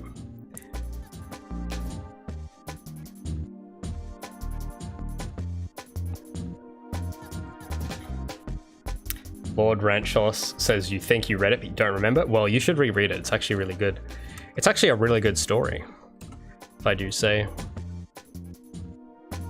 But yeah, well, yeah. One of the things that inspired me to go off what you're saying, Jaheim. One of the reasons I chose to do anime style is because I remember seeing this a lot. I'd like go to a game store and see a game with a gorgeous anime cover, and then I turn it over and it's some like JRPG slop. And I'm like, oh, I wanted it to look like it did on the cover. And I thought, well, why don't I do that? And then here I am. That was basically my motivation for it. I was just kind of tired of seeing it everywhere. I was like, why does these all look like anyone could make this in like a week type stuff? I think those are on the way out though. I don't think those are going to stick around for a lot longer.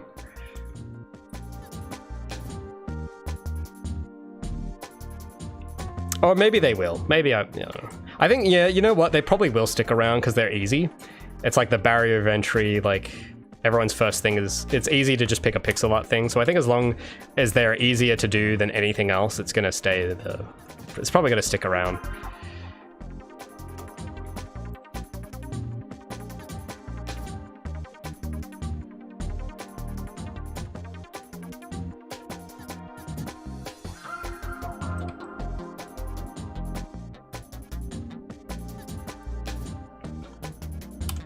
Persona looks like an anime. Well, Persona's like that's like not a pixel art game. That's like a full 3D game. That's why it looks good. I mean, not to say you can't do it with pixel art. It's just, you know, I mean, like you said, it's kind of it's like overdone. Everyone's doing it. And And yeah, no, I take that back. No, you can't make anime in pixel art because you don't have enough pixels. Unless you do like, you know, high quality pixel art, and it's not really pixel art at that point. It's just actual drawings at that stage. But you know what I mean. It's like I was just kind of let down because it's like, oh, like it's like a gorgeous like box art and it looks great, but it just looks like the game on the back looks so boring. And it's also, I mean, I'm not really a JRPG guy anyway, so I wanted, I don't know, I wanted to kind of make something that had the anime style that just wasn't a JRPG, which when I started this was not really, I had never heard of a game like that. Probably the closest being Jet Set Radio, but that's not really anime, that's just kind of cel-shaded. It's not specifically anime.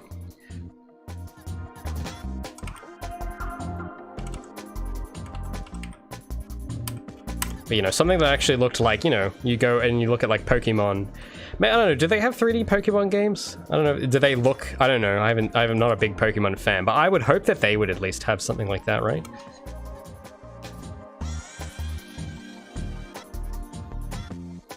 Yeah, this tail is, I gotta do something about that.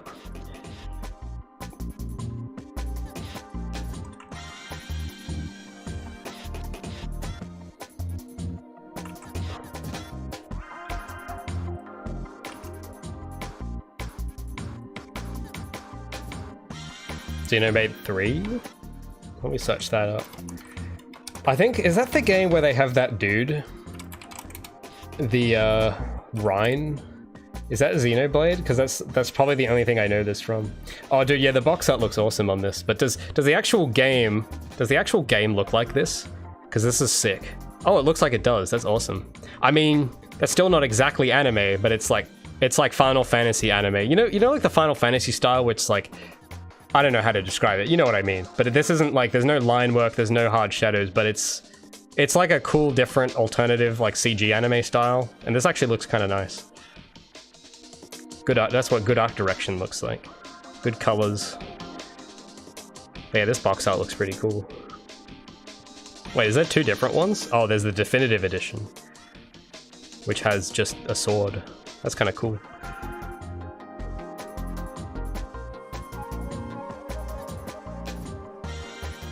What animes do you think influenced the style you wanted to go for? Well, here's the thing, because I haven't watched a lot of animes, except, like, Bakugan. So I would have to say Bakugan. And then it wasn't until ages later where I watched some other things like Death Note. But Death Note's kind of different to what I've got. And Code Geass, which is also not quite what I've got. But yeah, I'd have to say Bakugan, probably. That's the only anime I think that's the kind of the only thing I'd watched when I started the project. Because yeah, that's the thing. Because I'd been drawing anime in like sketchbooks for like 10 years before then, and I didn't actually like any animes except Bakugan. I just kind of thought like it was a cool style. I know. Yeah, we're just doing a repeat of that segment last week where I blew everyone's mind that I actually am not really a big fan of anime. I know, shocking. I don't know, it might just be a cultural thing, because a lot of them just don't really do it for me. Like, I tried watching this one, a friend of mine introduced me, what was the name? I don't remember the name of it, but it's like this guy has like a thing living in his hand, and it just seemed a bit silly, and I was like, yeah, I'm not really, nah. And then there's the other ones I've had people suggest, they're all just like high school kids that have like five girls happen to have a crush on them, and I'm just like, I don't like this, I don't buy this, like this is just, it's not for me.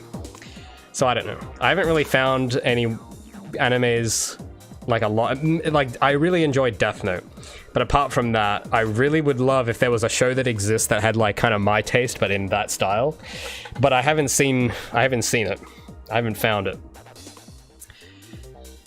because I think the general anime audience of what people like, I don't think is what I just think I really like the style, but I don't think I really like the actual genre. Just from the writing and the characters, I haven't really found something where I actually liked it. And I don't know why. Maybe it's because I'm Western. Maybe I'm too white for it. I don't know. Maybe I just don't get it.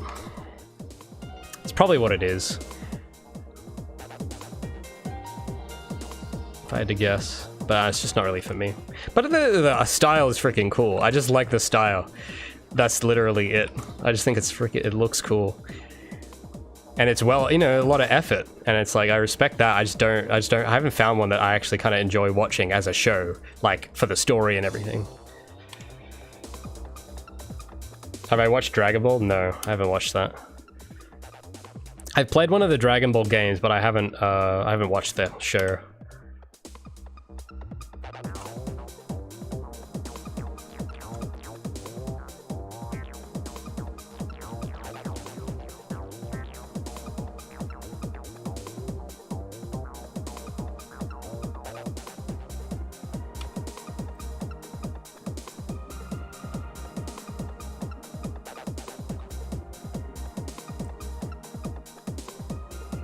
Obligatory, I take a chip and eat it. Hell yeah.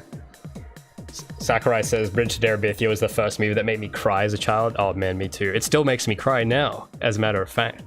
And that's why I love it, because it's actually really, I don't know, it's like someone really cared about telling that story. And I don't know, I just think it's so, I really like it. If there was an anime like that, maybe I'd check it out. And I don't just mean something that makes me cry, I mean, there's a certain mix in Bridge to Terabithia of stuff. There's a certain concoction of things. As the particular way it's done. I don't know what it is, but you know, part of it is probably because I'm noticing another trend now of the stuff that I enjoy, is that a lot of the stuff lately that I've been really digging all take place in like rural South America. Not the continent, but like the rural south of the USA. Because just last night I rewatched To Kill a Mockingbird, because for whatever reason I just had this craving to sink my teeth into it again. And wouldn't you know it, it's set in like the rural South 1930s. And then Bridge to Terabithia is also set in the South, a bit later, it's in the 70s I think. And there was some other thing, I was watching this other movie that was also set in the rural South, and it's like, huh, I'm noticing this weird pattern. So I don't know, maybe that's what it is. Maybe I just need an anime that's set in like the 1970s Virginia. Maybe that'll do it. I don't know, maybe that's what I need. But I don't know if that exists. I don't know if the studios are gonna make a anime set in that part of, you know, part of the world. I don't know. Because they all take place in Japan. Like everything I've watched has all been in like set in Japan.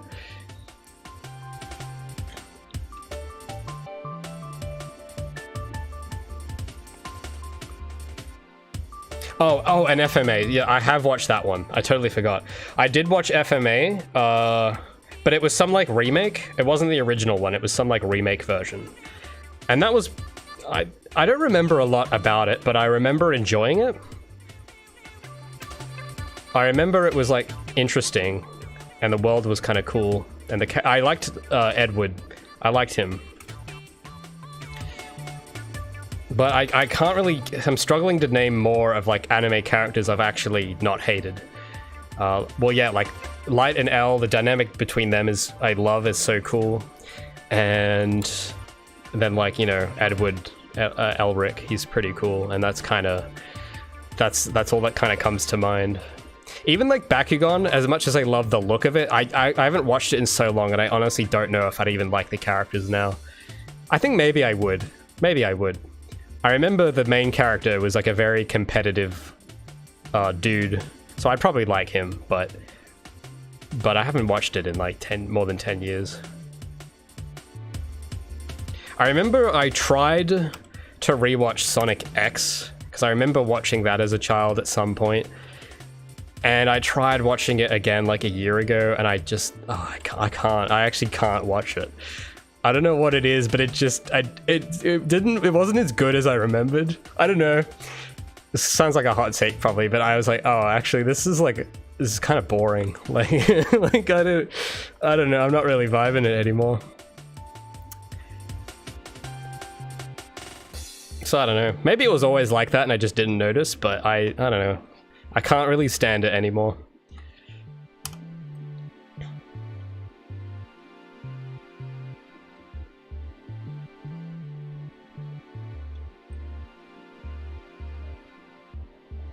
Looks like Jahim is really going in on that retro. He really doesn't like the retro style. What is he saying? Most indie games are undeservedly lauded as too retro. Souls, they sound like a lot of buzzwords that I've heard. I mean, maybe, but I think, I don't know. I haven't played a lot of them. Like, I've heard of some of those types of games, like Hollow Knight and Celeste and stuff. But I think there's probably a reason why they get kind of grouped. Because I think the majority... Because there's an interesting thing I've noticed. Because people used to try and use this to spook me. Where they say, oh, you know, like... Oh, there's like a statistic that's something like 80%... I don't know if this is exactly right, but I remember it was something along the lines of 80% of games on Steam make less than $1,000 in revenue. And people use that on me a lot to tell me not to do it. But then if you actually go look, it makes sense. Because most of those games that are making less than that are not really that good. So that didn't really scare me too much when I started shopping around, because the trend setters are probably good, but I think the issue comes when you have like that thousands of games that try and copy it, which is probably where most of that the majority is, if I had to guess. Because I remember this was a few months ago. I was trying to find where Feline was on the wishlist ranking, and I was scrolling past a lot of these the hyper games you're mentioning, and yeah, they all they don't stand out really, and it is kind of unfortunate that it's like, I think if you have too many of one thing, it kind of diminishes the value. Like, people just won't be interested, even if it's good. But I feel like something that is good will kind of stand out still. Like, I mean, Undertale is sort of like that. I haven't played Undertale, but it strikes me as in that group of pixel art games that everyone's kind of had enough of. And when was Undertale released? Like 2015? Like, the trend was kind of dead at that point still. And it still did well, because it was like a genuine... I think it's sort of what I was saying earlier with my animation stuff here. How there's like a degree to which effort and wanting it to exist rubs off. It doesn't... a good way to think of it is like history is kind of like a washing machine. Time is like a washing machine, and if you chuck stuff into it, some things will last and some won't. Like, some things will wear off and some won't. And I think for those exception games that are still kind of in that, they're in these sort of trendy indie things that everyone does, that people still know about. Like, even Hollow Knight, that was like kind of near the end of, like, that was like 2017 or something. And that was like 2D roguelike. Like, I hear, you know, people hear those words now and they roll their eyes. And even at the time they were doing that. But Hollow Knight stood out probably because, if I had to guess, now I don't know the game, I don't know the team, but if I had to guess, it was probably because the guy or the people making it, whoever many, I don't know how many people it was, but the team doing it probably wanted to actually make it, not just to be part of the thing, to be part of the trend. They probably were like, hey, this is like our dream thing, we want this to exist. Because I think for a lot of the ones I see that are not like in that 80% statistic, it's that they're trying to emulate something else. Like, they look at something like Flappy Bird and they go, oh, well, Flappy Bird made $1 million, I can do that. And then that's like the motivation. And that comes out in the wash. Like, when you chuck that in time with everything else that's being chucked out there, that kind of stuff washes out. And if they rely purely on that kind of charm, based just on that alone and not actual like passion, I feel like that kind of wears out. And that's why those games that's why people get tired of that, and those games get forgotten, if I had to guess. Because that's kind of the easy thing to do, isn't it? It's just to, like, you know, to try and emulate something and not have to kind of come up with your own. Well, it's not even that it has to be fully original, because that's not even really it either. It's not that it has to be original, because a lot of them are not. It's more that it has to be genuine. I think that's kind of more what it is. There's something about it where I can kind of see it. Even in the movies I was just talking about earlier, there's like a genuine sincerity that you can't... I don't know.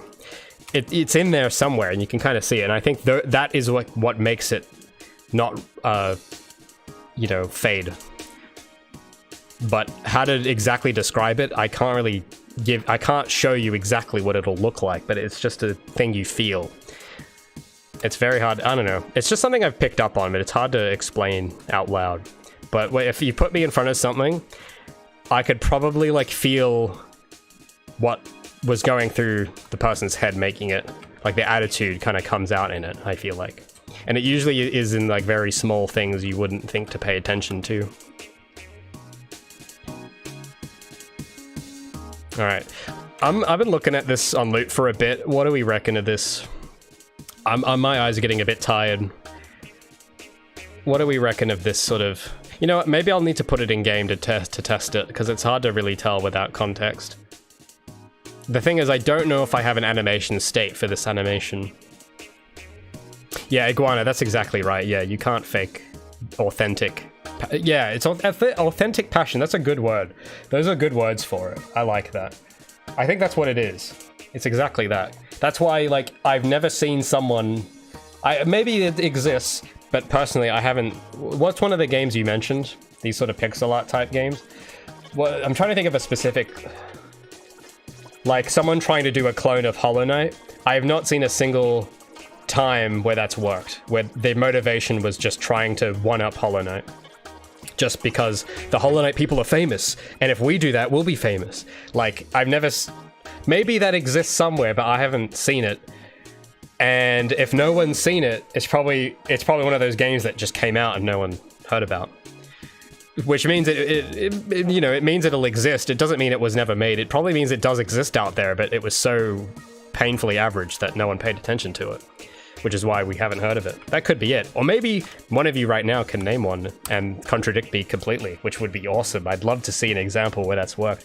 But I just, observationally, I haven't seen that. I haven't seen people try to fake that and have that work.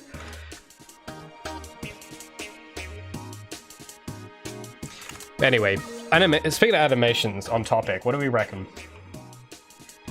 Could probably call those souls lists. Ha! Ha! Got you. Good one. Hey Gatry, how's it going? Good. We're just sort of rambling about authenticity in video games, and I'm trying to work on this ledge grab animation right now. So that's what's going. Stretch your arms more? Actually, yeah, it does need a bit. Yeah, I agree. There was this one game that looked like an asset flip. What was it? Oh, you forgot the name? Because if we looked it up right now, I would bet it has like under 50 reviews. If it's on Steam, maybe under 20 reviews, and it's probably like... It's like under the threshold where it even gets mixed or positive. And it's probably got like one comment on it on the Steam discussion thing. That would be my bet, if we could remember what it was.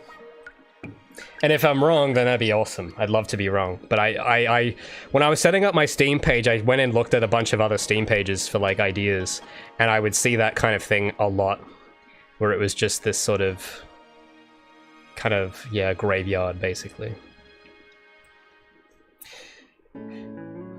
Yeah, maybe she does need a bit of swing the other way too, now that you mention it. Yeah, because it does look like she sort of stops a little bit. Enchanted portals. What's that?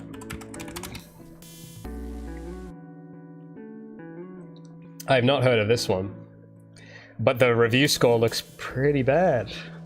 So someone's just said in chat, oh, what's this? Oh, interesting. So here's the thing though, is that this is actually still an exception probably, if I had to guess, because it's got 200 reviews still. Most of the games I'm thinking get like 10. So this is actually not terrible. This probably made a bit of money, but that's only the first hurdle. It isn't just about selling enough, you also have to have it not suck. And judging from this mostly negative, that's pretty bad. Oh yeah, it does literally, the animations are literally Cuphead. The thing is that, because I'm only just seeing this is my first impression of it. When did this come out? Oh, this is recent. Okay, well these guys definitely, because there are times, I don't want to be too mean here, right? Because there are times where people do just come up with the same idea independently. It happens all the time. But this, I have a tough time believing that they didn't look at Cuphead and went, that did really well. What if we did our version of it? except with no post-processing. But I don't know, because at the same time, just to devil's advocate this is a lot of work still. Like, this is to do a Cuphead thing. What are the are these? How is this animated? Oh, okay. This isn't quite the same. This is like Toon Boom, Flash. Yeah, okay. No, they shortcutted. See, this is what to bring this to what I was saying an hour ago. This is full circle. For those that have been paying attention, this is what I'm talking about. So everyone that was saying take a shortcut, use for my stuff, use tick rate, and don't bother hand keying stuff, use physics. This isn't the same exact thing, but it's the same principle here that I'm seeing. It's the same thing. This is the similar thing. The reason why Cuphead works is that it's traditionally animated. But this is not traditionally animated. This is done digitally with... You can just kind of tell they have some shader on it with the lines to jiggle the lines. I don't buy that they've redrawn that. It looks too perfect to be redrawn. It looks like they have some vector thing on the lines that are jiggling the lines. And the movement... because I know a guy that is really good at Toon Boom, and I haven't used it, but the general, it's like the Rick and Morty type animation where it's not like a Studio Ghibli type thing where every in-between is redrawn. It's like you digitally move and pose the character. This is what this looks like. Now, I don't know for sure, but it just looks like you see the way the cat's head's moving here? That looks like a digital Toon Boom rig that doesn't look like traditional cell animation. And the whole charm of Cuphead is that it is traditional cell animation. So they superficially have the 1930s aesthetic with the Pac-Man eyes, but they shortcutted the animation, which is why people don't like it. I can guarantee you. That, because people, what do the reviews say? Really rough. You see how I said this exact thing earlier with my model. I said if I don't do my thing right, people are going to say it's jank. And the first review we see here on Most Helpful is, this is really rough. I can guarantee you now, if they took time and effort to hand key these. Now, actually, let's look in game, because this is just the opening cutscene here, so I might be wrong. But if we go and pay attention to the gameplay, maybe, okay, I can still, they've limited the frames a little, but it still doesn't look, some of this, it still has a Toon Boom type look to it, because the lines on the torso aren't moving. It's static, but the legs are moving a bit. But because they didn't do it the same way, they took a shortcut. And that's when you do that with a style like Cuphead, there are other styles where you can get away with this, but with the Cuphead style, it leads to this. That's what happens. I've seen this happen so much. This is the first time I'm seeing this game, but this general pattern, I've seen this a lot. And this actually would have been fine if Cuphead didn't exist. It probably would have been okay. Well, let's see, what else does this say? Presentation. You see how he's talking not even about the gameplay. General, you gotta look for these words. This is how I know I'm right here, because it's these words. It's these abstract feelings. Because it isn't some technical thing. The gameplay is probably fine, but it's this presentation, general feel. Game kind of feels awful. This is what I'm talking about. This is why you can't cheap out on this stuff. This is what I mean. So I don't know if that makes any sense, but in my head, I just had a huge connect the dots click, because this is actually a great example of what I'm trying to describe. And yeah, Cuphead being a factor kind of doesn't help because they're competing with it. And then there's probably some other things too, because if they're willing to cheap out on general feel, which is important, then they're probably going to shortcut more things. So if we keep reading, no tutorial, levels, oh no. No, yeah. Yep. Generated levels. So it means that, yeah. See, the small things matter. This is what happens when you think the small things don't matter. Because players, they notice. This guy right here, this is the Most Helpful, highest rated review. All of these people notice.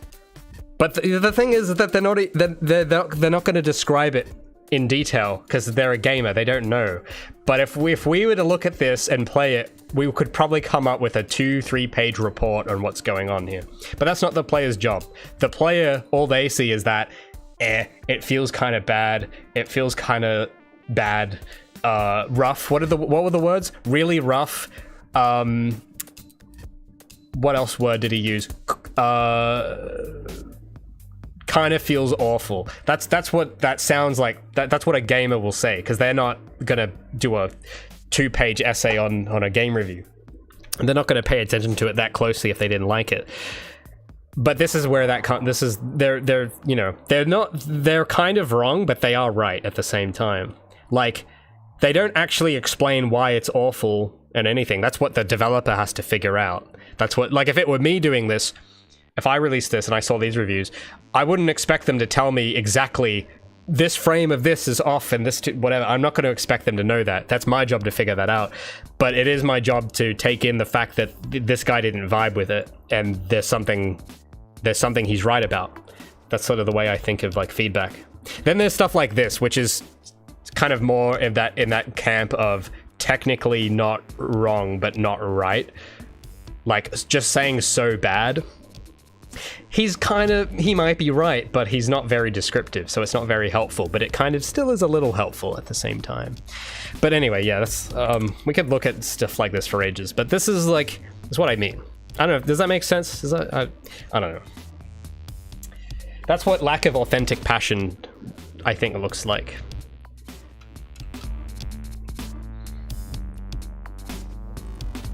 Gatrith says, speaking of asset flips, do you know House Flipper and Phasmophobia uses the same environmental assets?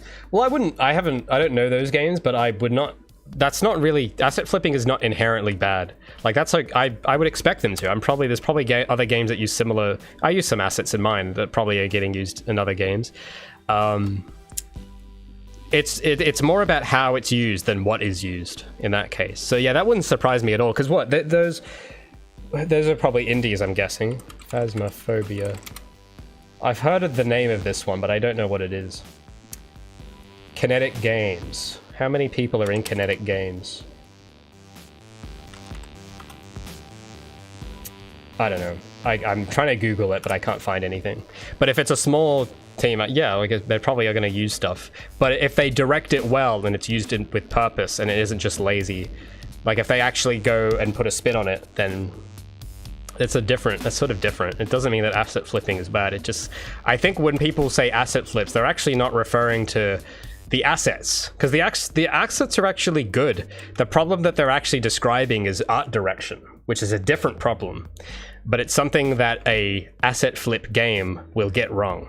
It's just that they don't have art direction. But a game with art direction that uses assets, if you'll go out, you can find these. Probably like Phasmophobia here, because there are a lot of reviews on it. So if I had to guess, Phasmophobia is probably one of those games where it's like, it uses assets, but it's directed well and it looks cohesive, even if it's a stock asset. Because that's kind of what matters, is that if it looks cohesive. Anyway, we'll get some follow through at the end of the animation here. And then I'll try and see what I can do. Actually, I'll do the arms first, because someone said I need to stretch the arms a bit. So this frame, we need to bring her down even more.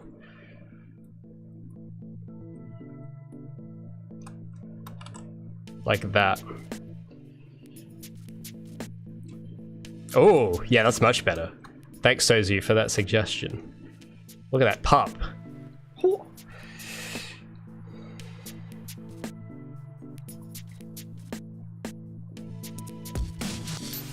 Jake says, do you want to know a game with art direction? Project Feline. Indeed. Well, look, I'm doing the best I can. I do have some progress to make with my art direction still, but I'm going to try and do the best job I can with it.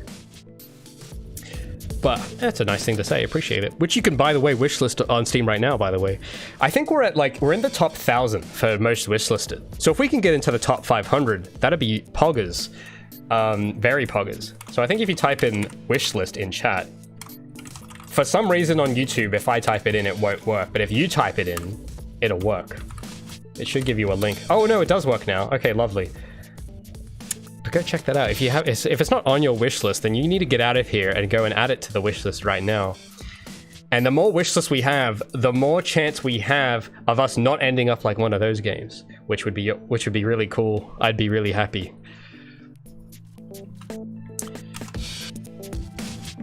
But yeah, as I just saw a message here from someone that describes it very well. That summarizes that great.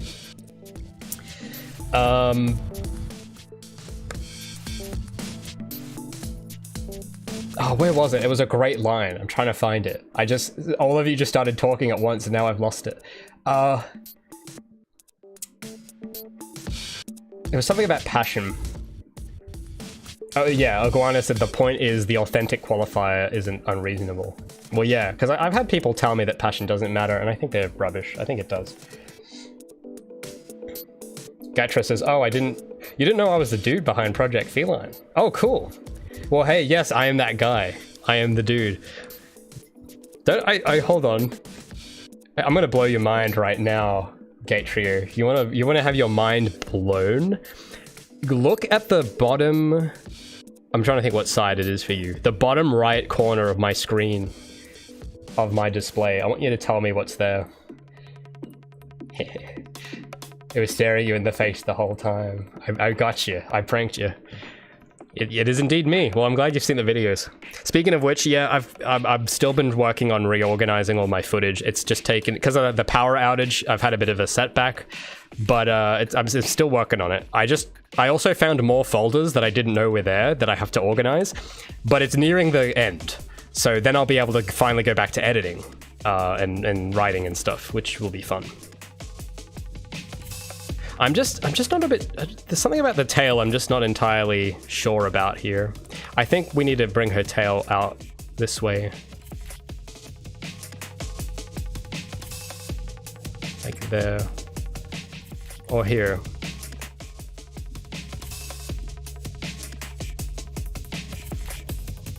No, not like, no, that wasn't right. Let me try that again.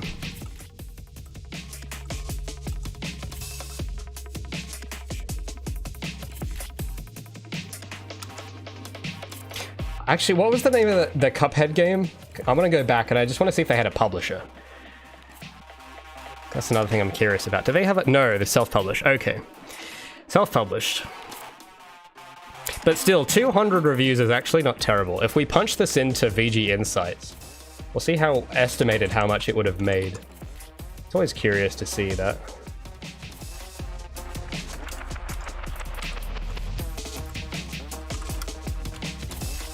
So this website's kind of handy. From what I've heard, it's like accurate. And yeah, this made 100 grand.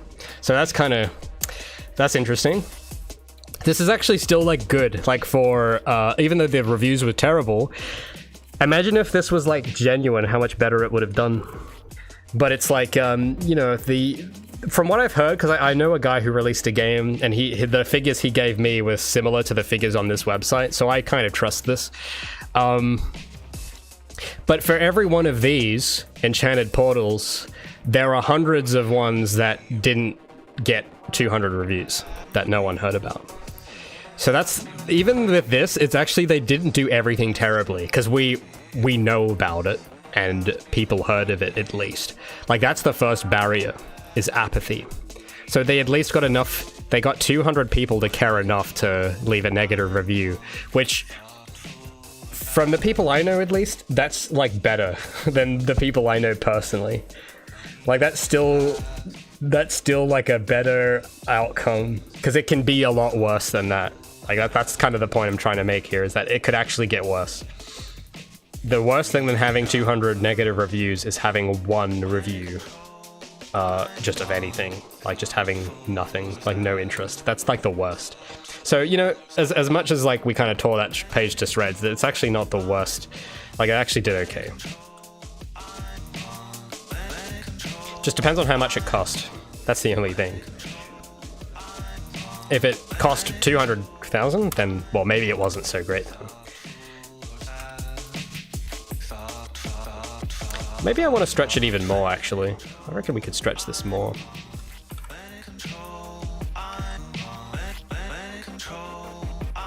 And the legs, we could stretch it. Well, yeah, we'll go ham. I'm stretching it a bit more now, and it looks a bit better.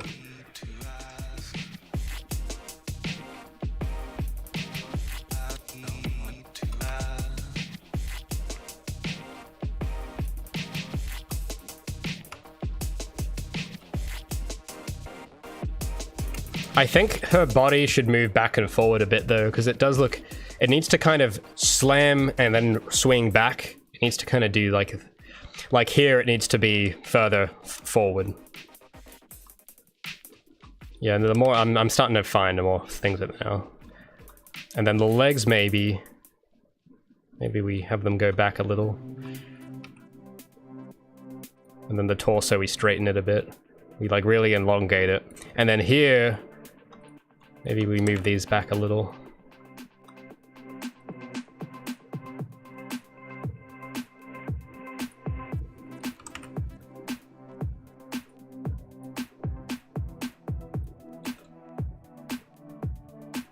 Nah, no.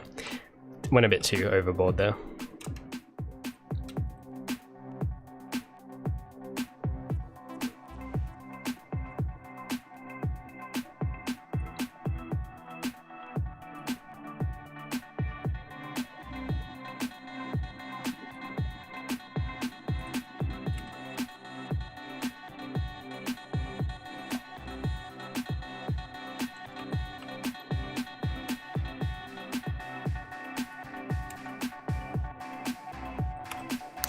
Yeah, no, I didn't quite get it right, but I'm trying to do it where the hips are kind of, the body sort of has some forward momentum a little, and it kind of bumps, but I'm not so sure now. It doesn't quite, I think I had it okay before. Yeah, that's fine actually. And then maybe just one more frame at the end of her sort of swaying back the other way just a little. We need a bit of that.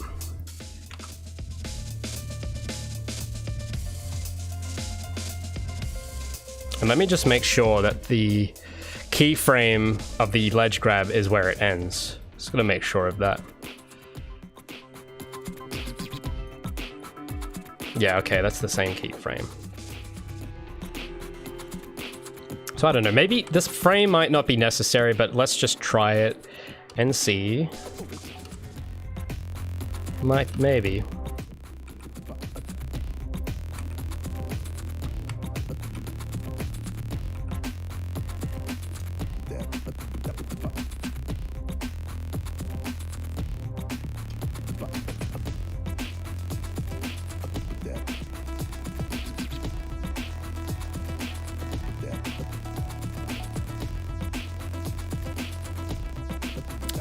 Okay, you guys are throwing a lot of shooter games at me that I don't. What are these? What are these new hip cool games people are talking about?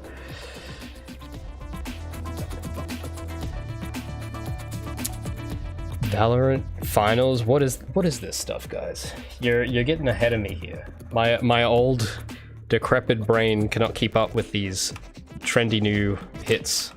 You gotta slow it down a pace for me. Enchanted Portals had help from people? From Perp Games. They reached out to you? I'm just reading Echo 7's message, who says, Enchanted Portals had help with some people called Perp Games. They asked to publish my game, but I think they seemed a kind of sketchy, question mark? Well, let's look them up. I'm curious. I wonder if there's anything I'll notice that's like kind of off. Yeah, I don't know. I've been sort of like, I've been kind of put off to the idea of publishers myself. It just seems like a disaster waiting to happen. So this is the publisher that who Echo 7 has just mentioned. I see what you mean. I'm not gonna say anything, but I think I understand. I think I get what you mean. There's just, yeah. The catalog is so varied. Like, these all look like completely different. These all look like they're for completely different demographics. I don't know. What do you guys reckon? I'm not really a big on publishers. Maybe someone who knows more could tell me why I am having concerns looking at this. I don't know. I'm getting a weird feeling, but I don't know what it is. There's just something about it. Pixstatic. This isn't me saying this. This Pixstatic is saying they give the vibe of nothing games. And look, I didn't say that. That's just what Pixstatic's saying. Yeah, I don't know. If these guys emailed me, I probably wouldn't bother replying. It doesn't seem... What I think... Well, I'm no expert on this stuff, but I feel like when you look at the page, the home page, your first reaction should be, yes, like instantly. And if it's not that, I don't know. I feel like someone who knows what they're doing will give me that reaction when I look at something. Like when I look at the home page, I'll look at it and go, whoa. But I didn't have that reaction. I just felt kind of confused. I'm not wowing. So I don't know. But that's just my barometer. Maybe other people have different standards. Maybe, I don't know. But because I've had some people write to me as well, and I have this. It's the same kind of thing. I get the same kind of reaction, the same vibe, where it's just like, oh, you want your 70% cut. That's, you know, because that's really that's like, come on, like that's what they're doing, right? That's the whole point. I've seen, and here's an idea I want to run past people to see if I'm being too harsh here, because about a year or two ago, I started doing intense research on publishers. And because there's a lot, it's complicated, it's a big world. There's a lot that goes on there, right? And there's something just kind of strange, to me anyway, how hard they try to sell you on signing. There's just something about it that is like, you shouldn't really need to try this hard to convince me that I want to sign with you. Because there's some... Oh, there was some talk. I'm trying to remember what it was called or what publisher it was. But no, there's a few. There was some informational video I saw, and they had the guy at his booth with all the games in the background and stuff. And they kind of keep repeating these lines of like, oh, well, like, we can help you with so much stuff, and like they like, oh, don't sign with these other guys. No, they don't know what they're doing, but we do. And there's just, I don't know, there's just something that throws me off about it, and I don't know if it's just me and if I'm just crazy, but there's just something where I feel like they're trying really hard to sell me, and it makes me not trust them. I don't know if that's just a me thing, but you guys weigh in here, because I need to bounce this off someone. I need to see if I'm just crazy, or if this is like a feeling other people also get. Because I kind of get instantly kind of turned off by it, and it's like, oh, you're trying a bit hard there, mate.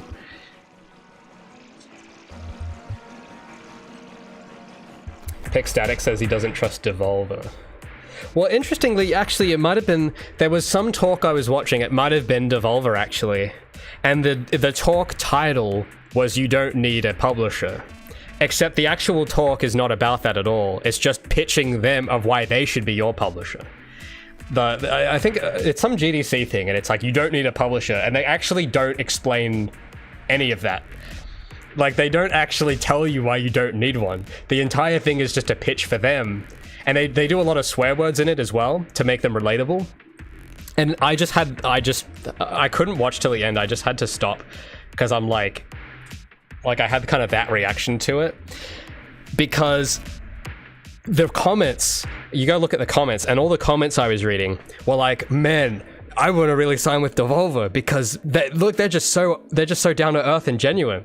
Except the title is really misleading, and no one addresses that. Like, it's actually a very misleading title, and that's on purpose, though. I have to think that's on purpose, because the reaction they probably wanted is like, oh, well, we're gonna act like you don't need us, and we're gonna secretly plant these seeds in of like why you should sign with us, and then you're gonna say, wow, look at them, how brave are they to title this thing that we don't need one, and look, they promise they do all this stuff for us. Man, I really want to, like, I can tell that that's the reaction they wanted, you know? Like, I look at the comments and I'm just like, you know, this is the intended response. Like, this is exactly what they want you to think. That's sort of the reaction I got. And maybe it's fine, and it's like, you know, Like, they're reputable, so maybe that's like, it's in good faith and in all good fun. But I don't know. I felt like if they were really genuine, they would actually tell you why you don't need one instead of pitching them as the solution. You know? That's like what I would think to instead. That would have made me like less unhappy about it, is if it was something like they actually told you exactly why you don't need them, and then say anyway, so you don't need this, but if you do, we'll help you. Like, if it was like that, I would have felt less unhappy about it. But I don't know, something just kind of threw me off about it, the whole thing.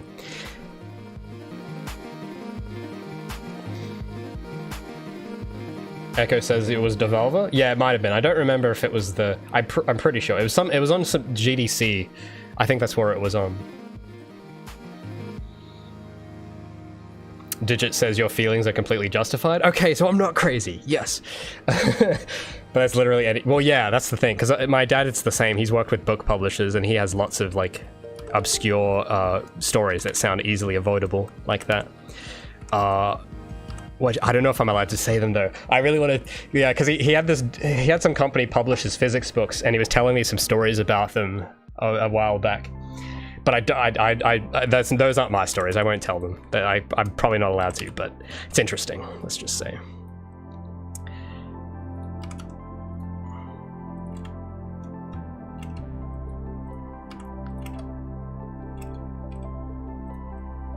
Oh, hold on. I spread these keyframes out too much. So I'm just trying to have this like... Oh. There is a keyframe missing here. Uh-oh. Let's go find that, because that foot should have a keyframe on it at the end, and it does not, which is not good.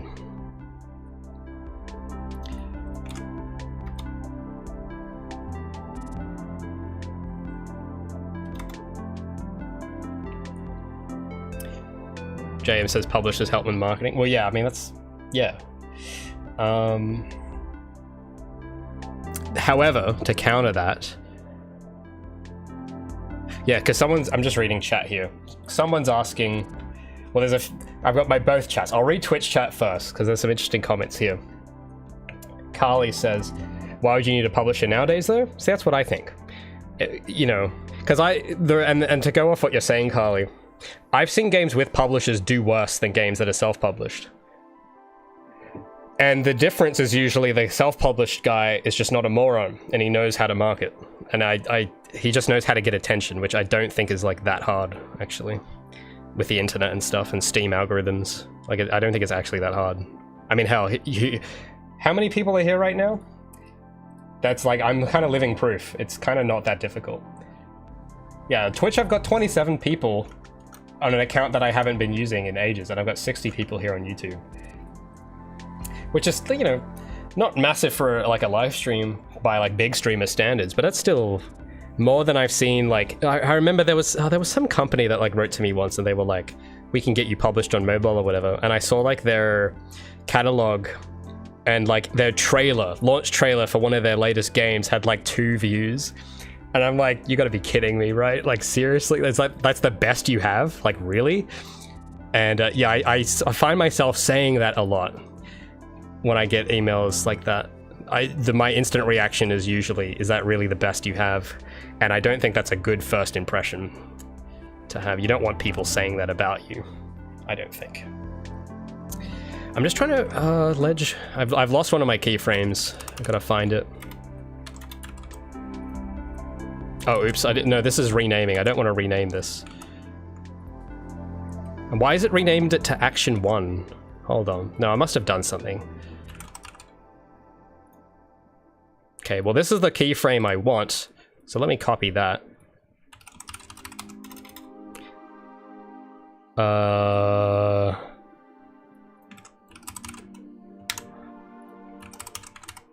Okay, it's renamed it to Action 1 for some reason.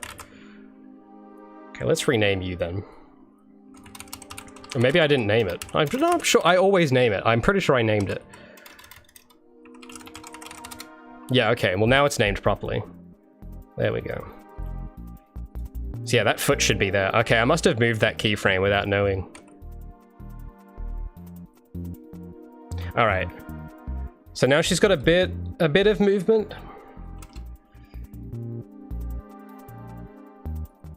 Hopefully Ninja will be happy seeing a bit more movement.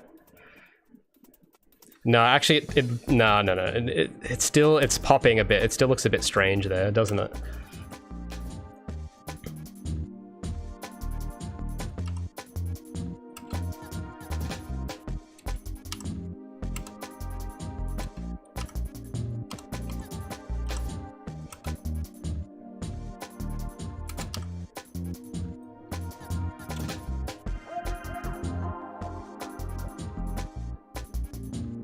Jake says the best marketing is to publish your suffering on YouTube. It's true. It's true, folks. Entertaining and convenient to watch format. Source indie game. Oh, hey, that's my video you're sourcing. Yeah. Yeah, it's crazy. Well, yeah, because that, you know, even just that one video has gotten like more views than most of the launch trailers for games that I've seen from publishers, which is like, yeah, it makes me like raise my eyebrows. And I'm like, wait, seriously? So, yeah. But it's true.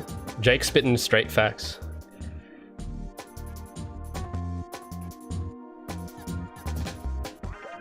Pick static. That's a pretty based take. I would say I'm kind of like in agreement. Who says, you have to keep in mind that they want money more than they want you to have money. Well, yeah, that's why they take such a large cut. Yeah, I think I do remember, I think someone last week said that they hope the right company finds me, and I just kind of went like, oh, no, I don't know, man. Maybe there is a right company out there, but I have severe doubt. Very severe doubt. I think, and then I remember when I made that video about Screen Australia, I remember I got a lot of comments suggesting I look at Big Mode, which is some new YouTuber publishing. Some YouTuber is, what was his name? Donkey, I think, started his own publishing company, and everyone kept going, Ray, you got to sign with Donkey. That he's funny, so he's a great publisher, and it's like, because there was I remember watching his launch announcement video about the brand, and I don't know if this is the case now. I haven't really paid attention to it since it was announced, but I got really weird vibes from the video, because something that I think people don't notice is that they have zero experience in publishing, because making YouTube videos and publishing, like real proper publishing, is kind of not the same. And I mean, yeah, there's marketing and stuff, and sure, he's got a leg up there in YouTube marketing because he has an audience, but there are more factors to it than just having a big subscriber number. Firstly, the question you got to ask yourself is, do you want Donkey's audience on your game? And if you're making an anime game, the answer to that might be no, because they don't like anime games. It's a big audience, but are they the right audience? So a fallacy I would see a lot is people saying it's great because he just has a big audience, and it's like, that isn't really enough. You can't just have a big audience, because if it's a big audience that does not want your game, then that's basically worthless. Like, it doesn't mean anything. If it's 9 however many millions, if it's like 9 million people that hate anime games, then it doesn't matter. Like, that's not going to do anything for you or for me. And then there was something else where he was extremely vague on the details, which kind of it didn't sit right with me either, because they had this very kind of I don't want to say smug, but it was this very self-assured, jokey type video of like, trust me, we know what we're doing, which is not, I don't know, I don't think that's the angle you want to go when you're like publishing debut. Like, it didn't seem like the right move. And I think it wasn't just me. I remember seeing some people also kind of pointing that out and saying, you know, he's awfully confident for someone who's never actually published anything. And that kind of threw me off a bit, because there was a lot of little detail. It was the fact that he was adamant that he had no help, and it was just him and his wife. And that made me very, like, hesitant, because neither of them know anything about at least from what I know, like obviously no one in the audience is going to know them personally, but based on their own experience, this is their first venture into doing it. And sure, they might have spent all the time in the world preparing. And I remember thinking, like, giving them the benefit of the doubt that they had, like, legal help. And then they had an FAQ page. I remember seeing this. It was on the FAQ. It's like, do you guys have, like, a team helping you? And they said, nope. It's just us. And we're just going to do it. And it's all going to work. And it's like,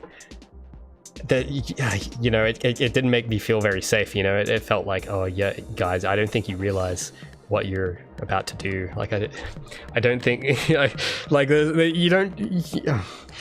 And there was another little detail with the video where they kept using footage of other popular games, which I didn't think it's a small detail, but it's like they had like Sonic Mania gameplay, and they had a little footage of them putting like a sticker on like the box of a Sonic Mania, acting like, and it's like, are you trying to give the impression that you published that and were responsible for it?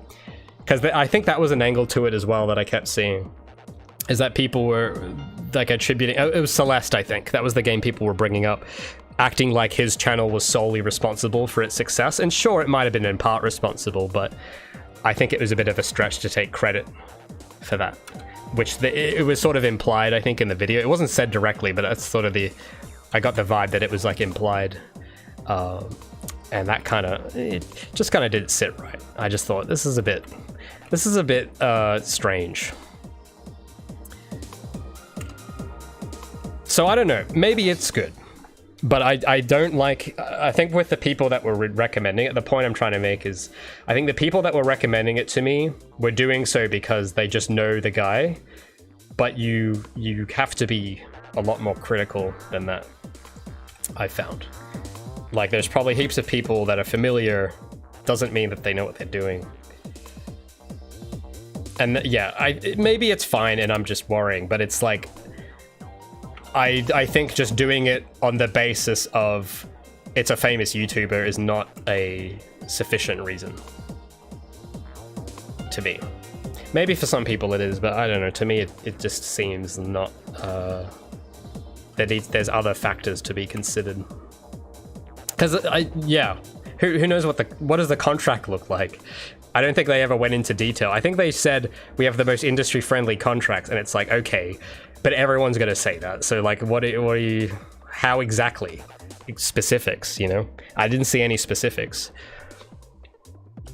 And I mean, I guess maybe that's not normal for publishers to do that sort of thing. That's probably a behind the closed doors type deal.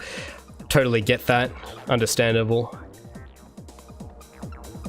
But the optics of it was a bit weird to say we have the best contracts even though we've never actually published a game. It just seemed a bit strange. That's all I'm saying. Maybe it's fine. Delphix says, I never trust people that are too confident. Yeah, that's fair.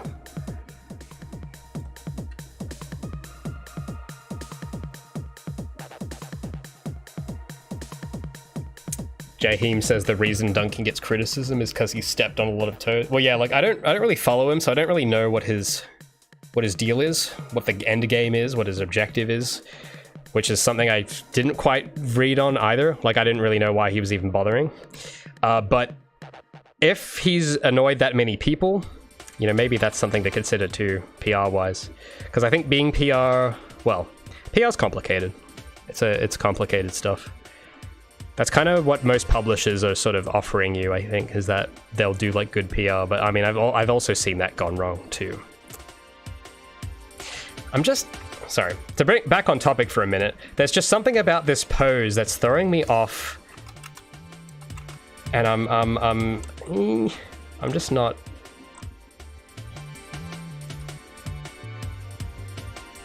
There's just something about when she swings back. It's just something, I don't know if I even want to keep that frame in. It's really bothering me. What we'll do, I'll have to just, I'm gonna go crazy if I keep looking at this. So let's just export this out, because I think I've had enough of this one.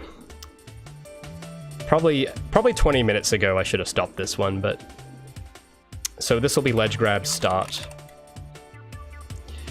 Yeah, I've looked at this too long. I can't see it anymore. Let's import it in, and I don't... Do we have I don't know if I have that programmed in for this one to play.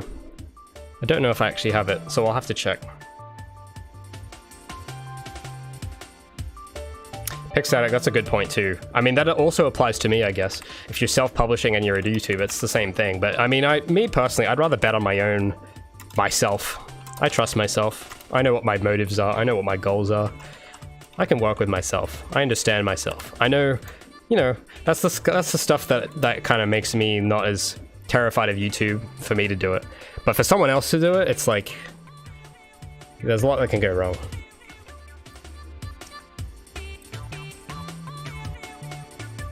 I think the thing with companies, though, the reason why it's kind of safer is that they act like companies. Like they act like a faceless brand, which is kind of the safe move. Like that's kind of pretty safe if you don't do anything like mildly out of off-brand, you know. That's kind of why that's usually safe, because I think most single people probably aren't in the headspace to act like a robot, which is fair. So I think what that kind of protection will get you if you sign with someone like that, like a company that's very brandy and very very corporate.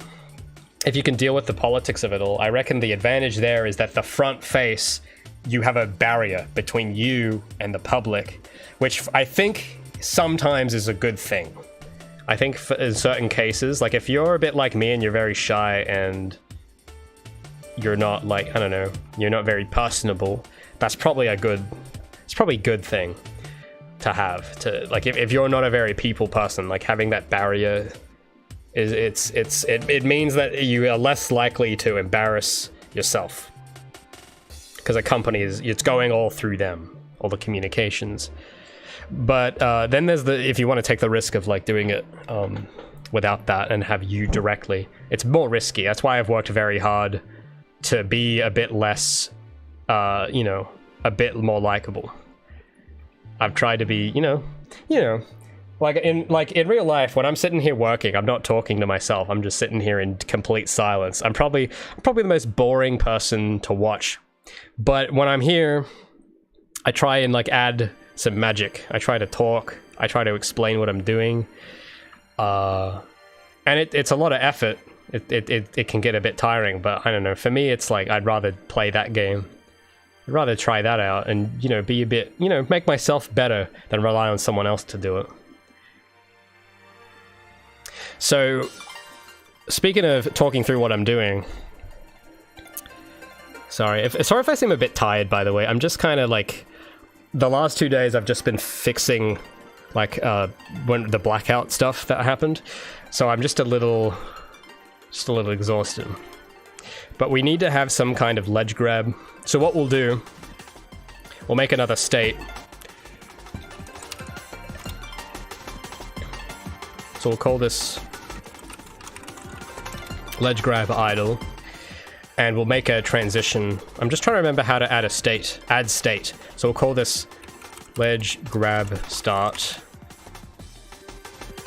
I don't know if can I like reconnect? Can I reconnect this? I don't think so, but I'll have to copy that transition. So this is grabbing ledge. This is the variable I've set up already. Wow, it's getting really hot in here. Oh yeah, the sun's coming up now. Yeah, it's just been, the weather's been kind of crazy. It's been very humid and wet and rainy, and now the sun is up, so it's very hot. So, Australia do be like that. Says the guy who's streaming 3 days. Shut up, okay? Look, it's a lot of... It's a lot of work, okay? It's hard, alright? Maybe I'm not that terrible. Maybe I don't realize that I'm actually not terrible. I don't know. I mean, I don't know. You guys, I can't tell. You'll have to tell. You'll have to judge for yourselves whether I do a good job at that stuff. I don't know. All I know is that I'm just kind of just trying to just do stuff, Yeah, wow, very specific. Very specific. I'm just trying to do stuff. But you know what I mean. I'm just out there putting my... Actually, you know what? You know why? It's because when I was... a little story. I'll tell you a little story. I just need to first figure out where this needs to go. So this has to go here, and this has to go here. I'll tell a little story about why, because I'm a bit of a weird contradiction in that case, because I don't see myself as very personable. I think I'm probably not very pleasant.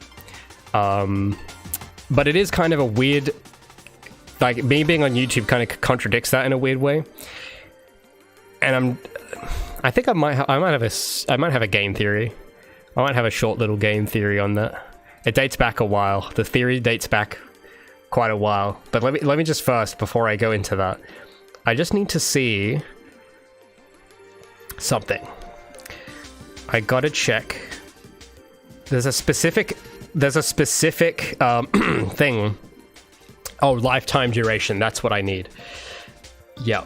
So this wait a minute. This needs some kind of animation, I think. Oh yeah, it needs a pose output. That's right. So this is ledge start. I'm gonna plug that in, and then I can use the time remaining on this. Get time remaining. And it's one of these two. I think it's this. Get relevant. Oh, maybe it isn't that. That doesn't seem right. Time remaining ratio. That's what it's meant to be. Oh. Is it ratio? Sure, we'll do ratio. So if that is less than... do 0.1, then it transitions automatically to the next animation. Time remaining ratio, Gabi ledge grab start, and then this will go to ledge grab idle. Okay, let's have a go. So it should play the animation in order now. Should, keyword, should. I actually don't know. We'll see. Please, please. Okay, no, still not quite. So we've got something wrong. Oh, it's this. Gotta get rid of view. Now it should work. Watch this. Watch this, guys. You ready? You ready? Oh, wait. Hold up. Hold up. Wait a minute. Oh, it's playing the wrong one. I plugged in the wrong one. No, it's over. Wait. No, that's the right one. No. That's the right one. I know it's the right one. I know it's the right one. This is it. Yeah, it's this one. Ledge grab start. Why is it doing this to me? Why do you have to do this? It's playing the wrong animation. Why? Why you gotta do this to me? Ledge grab idle. Yeah, this is all set up to do the thing.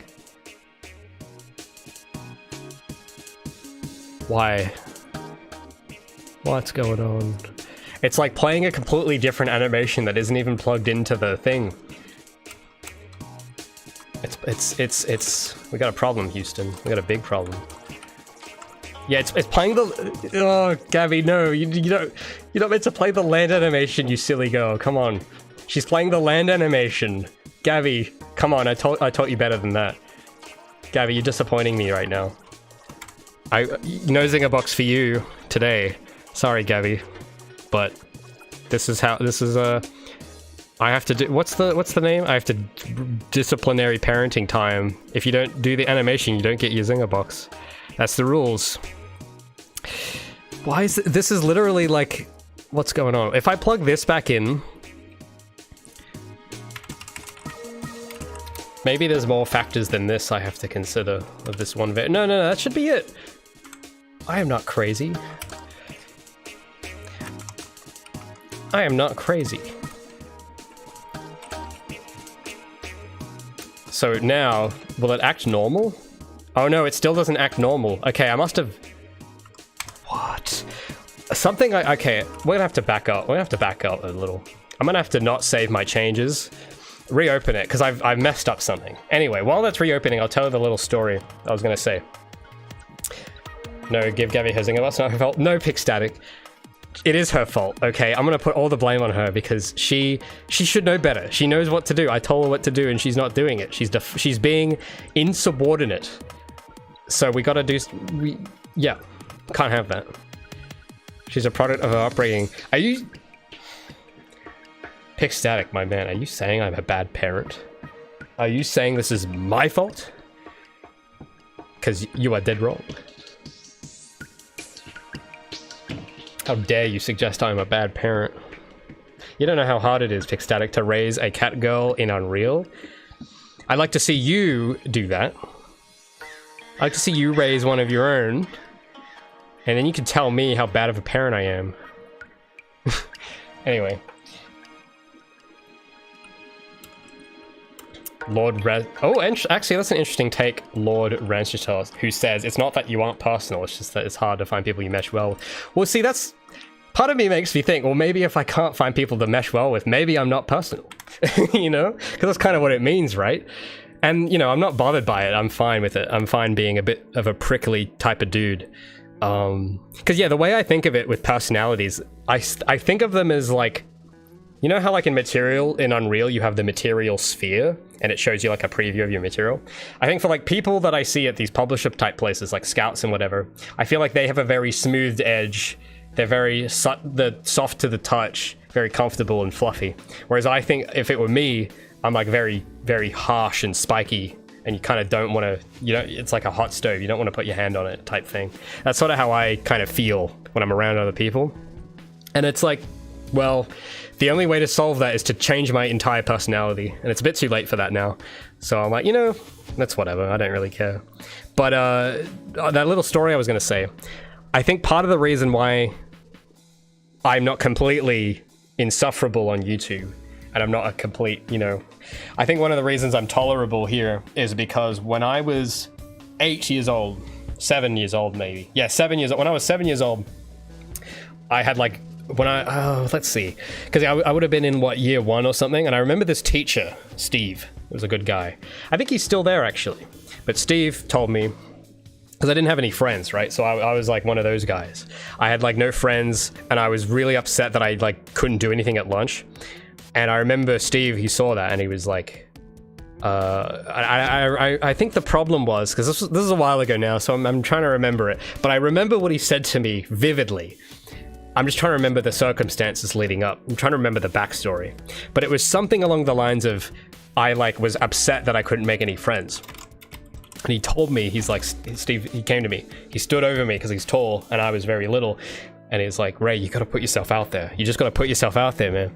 And I think that looking at my behavior for the last 4 years, I think part of me must have deeply internalized that somehow, because that's kind of what I ended up doing with the channel without realizing. So I owe it to my year 1 teacher, Steve, because I really, I think if he hadn't said that, I don't think I would have ever done YouTube. Honest, for real. Real talk, as the kids say. No capping. So if I make this state again, because this is identical as I left it, and now it's acting normally. Maybe I'm trying to figure out what the issue would be here. Let's try this again. If I do this a second time, it'll work. It's always the second time, it always works. So yeah, Steve's a real one. Gabi hit her rebellious stage. No, she hit her rebellious stage already last year. She should be over this by now. We had a talk, okay? She's grown up, okay? She knows better than this now, but she's still defying me all the time. And it's, you know, it breaks my heart. I thought I did her better than that. I thought I raised her better. But no. Yeah. We're gonna have to have a talk after the stream, Gabi.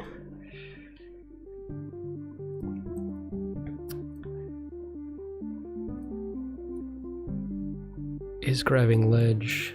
Oh yeah, we need the thing. Oh yeah, I gotta plug in the ledge start.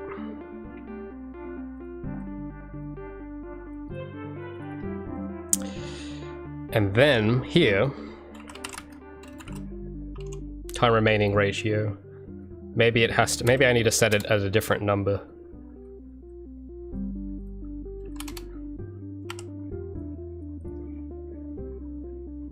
and then we'll get rid of you. Now, Gabi, please, for the love of God, please behave.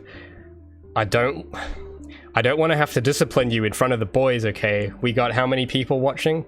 You don't want to do this, Gabi. You don't want to embarrass yourself in front of these people. So you're gonna behave now, okay? Or else I'm gonna have to take you out. We're gonna have to. See, you're doing it again, Gabi. You're playing the wrong animation again, Gabi. You think I can't see that? I'm gonna have to send you to the naughty corner now. It's over for you. Come on, Gabi. We gotta cooperate. See, even Gabi doesn't like working with me, okay? This is what I mean. This is why I think I'm not personable, because even Gabi doesn't want to listen to me. She's not cooperating, okay? She's, come on, Gabi. Why you gotta do this? What does bidirectional mean? Okay, I don't want that turned on. Why are you doing this, Gabi? What have I done to deserve this? Because it's like skipping ahead to the land.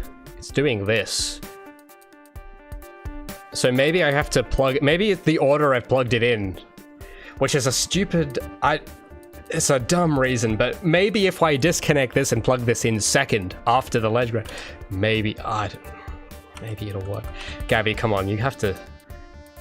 Okay, maybe I need some kind of positive reinforcement. Maybe instead of giving her a bad time, maybe I need to. Okay, Gabi, if you do this, I'll have to make you a promise. I'll promise to.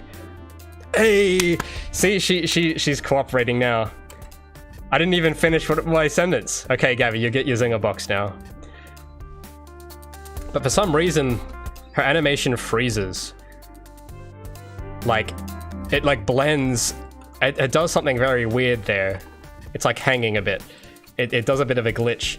Okay, Gabi, that's better. But if you start behaving and not glitch out like that, I'll get you large chips. Okay, Gabi, does that sound good? See, you know, maybe positive. What does Gustavo Fring say? I don't think fear is an effective motivator. So I'm pulling a page out of Gustavo Fring's book here. All I gotta do is be encouraging and nice, and Gabi will do what I want. This is still kind of funny. But, no, there's still a problem. Gabi, I see what you're doing. You're still not playing the animation, Gabi. When you climb like this, Gabi, you think I can't see what you're doing? Okay, that's it. I'm not getting you the zinger box, Gabi. You're just getting a combo this time. See, yeah, when she climbs, she skips. It skips, Maybe there's another place this connects that I'm not seeing. There has to be. And no, this isn't my fault. This is Gabi's fault. Okay, don't take her side here. She's the one misbehaving.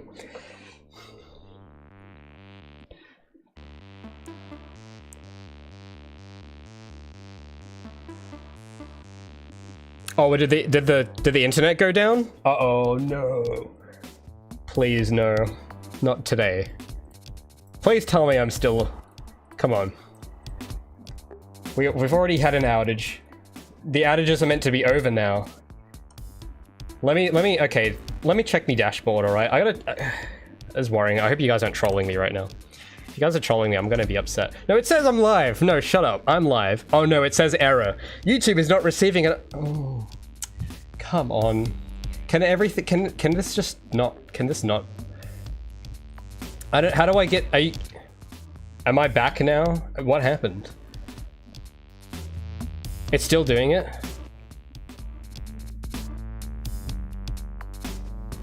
Is it alright now? Please tell me, because there's no point in continuing. Hey Rich Games, it looks like we're having network problems. I don't know if it's happening on Twitch, but the YouTube boys are telling me that I've disapparated from existence. So that's not so good. And we're also trying to get my character to behave in Unreal. She's not behaving. So we're working with her, okay? We're putting her through therapy right now to allow her to be a bit more respective of authority and do what I want. So at the moment, we've got this ledge grab animation that's meant to play, and it's working now. But if we do this from a climb, it doesn't work. She doesn't do that swivel thing. She's meant to do this, and she's not doing it when she's climbing. So we're working on it. Am I back, YouTube folks? I do know. No, I don't. Yeah, I do know. I see you saying that he doesn't know. I do know. Okay, I know that there's an issue.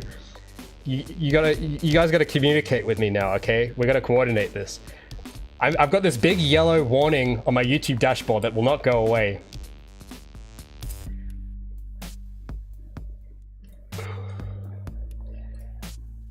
Oh yeah, sorry, I didn't have my monitor up. So that's what the animation, that's what the animations for the Twitch guy just joining. So sorry, I didn't have my desktop on because I'm trying to look at my YouTube dashboard at the same time. So she has this swivel animation, but it doesn't always play, and we're trying to get that to work. But I'm also trying to get I think my internet's just completely yoinked itself. So let me check me dashboard, mateys. Guys, you're not saying anything. It's all frozen.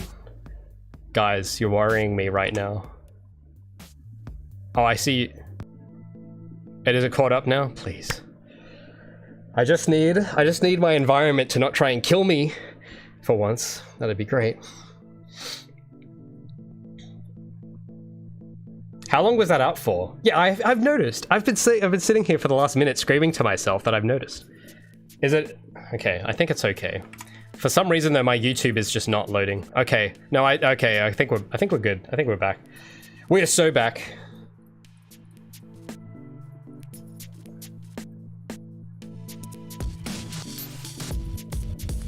She doesn't deserve this. She's just silly. I did not raise a silly girl. Okay, I raised a hardened. What else? What other adjectives? I raised a battle-hardened,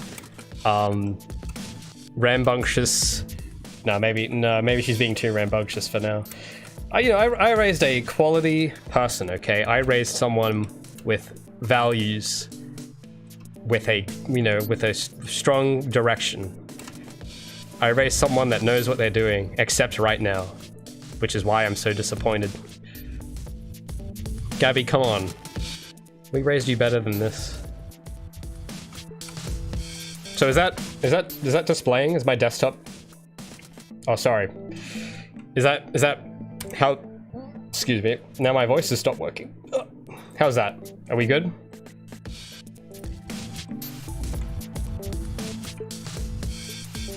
Please be working. All right. Well, I'm just gonna keep going. I don't know what's gonna happen with YouTube. I don't know if YouTube's gonna decide to keep trying to stop me from talking to you guys. But I need to look at her brain again. It's fine now? Fantastic. That's great. That's scrumptious news. Sensors are showing a temporal anomaly. God damn, how do you say that word? Sensors are showing a temporal anomaly, Captain. See, I can pronounce words. They indeed are. But I think we're up to full power. My network's giving her all she's got. But Gabi's not giving all she's got. I know, Gabi. I'm gonna keep bullying you until you work, okay? So, there should be another animation that's plugging in. Something else has to... I think it's the wall ride. This is meant to have a transition. So we'll copy this. This has to transition. No, wait. No. This is still not right. It's meant to go. It's meant because when this is the climb state. It goes through here, and it's meant to transition to here and then to here, and it's not.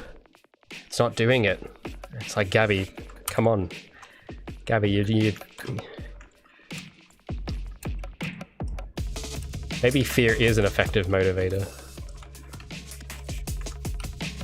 Yeah, see here.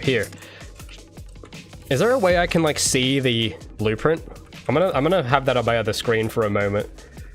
I need to see if it actually shows me the blueprint. Okay, it does show me. Oh no, it doesn't actually. No, it doesn't actually update. Gabi.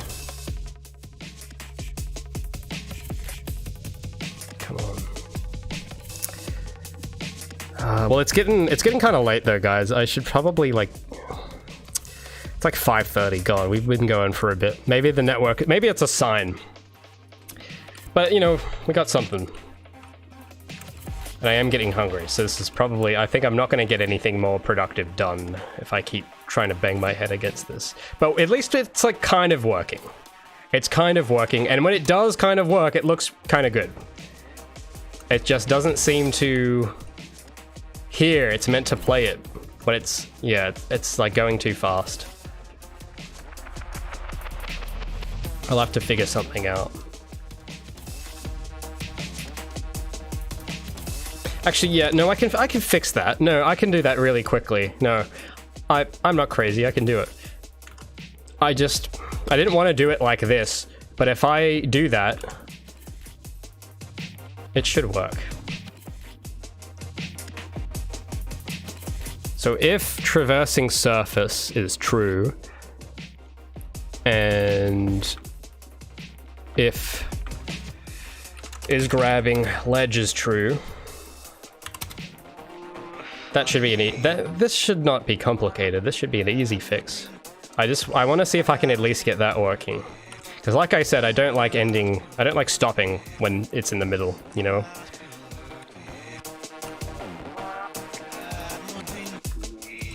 It's the start of my villain arc against Gabi. Oh, man, the villain arc. Maybe that's been going on longer than you know. Maybe Gabi and I haven't been getting on for a bit now. Okay, now it works. There we go. Okay, Gabi, I'm not your villain after all, okay? You're doing great, Gabi. You'll get your Zinger box. That's what I want. See, I knew we could do it. Gabi, I always knew. I knew I raised you well enough. See, I was right. You are capable. See, and now I just have to keep affirming her all the time. And she'll never break again. Ever. That's the idea. So I need to see it a few times. We don't have the ledge. We didn't get to the ledge grab, like pull up today, so we'll have to do that tomorrow. But yeah, look at it. It was actually kind of cool. You know, maybe it's fun. It's just a little bit at the end. Maybe I'll just get rid of that frame at the end because it's kind of irritating. So let me like make a save, and I'm just gonna get rid of these 2 frames. I think I might know what's going on actually with that. The frame started end time is not right. So I need to go, let's re-export it and re-import it, and this should fix it. See, now that Gabi's been positively reaffirmed, we're now solving problems quicker than ever. And I'll bring those back just in case. So I'm going to export it without those 2 frames, and I'll bring them back just in case I want to keep them. And then we'll go to her ledge grab and re-import it. And now it shouldn't freeze. I don't freeze. That's what should happen.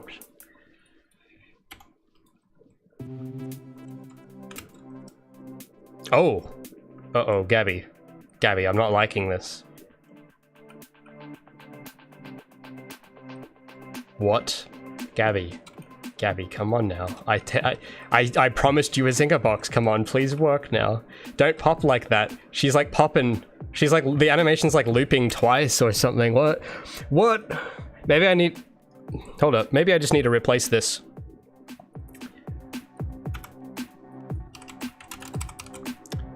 Because it seems like it's looping it. And then here, I gotta replace...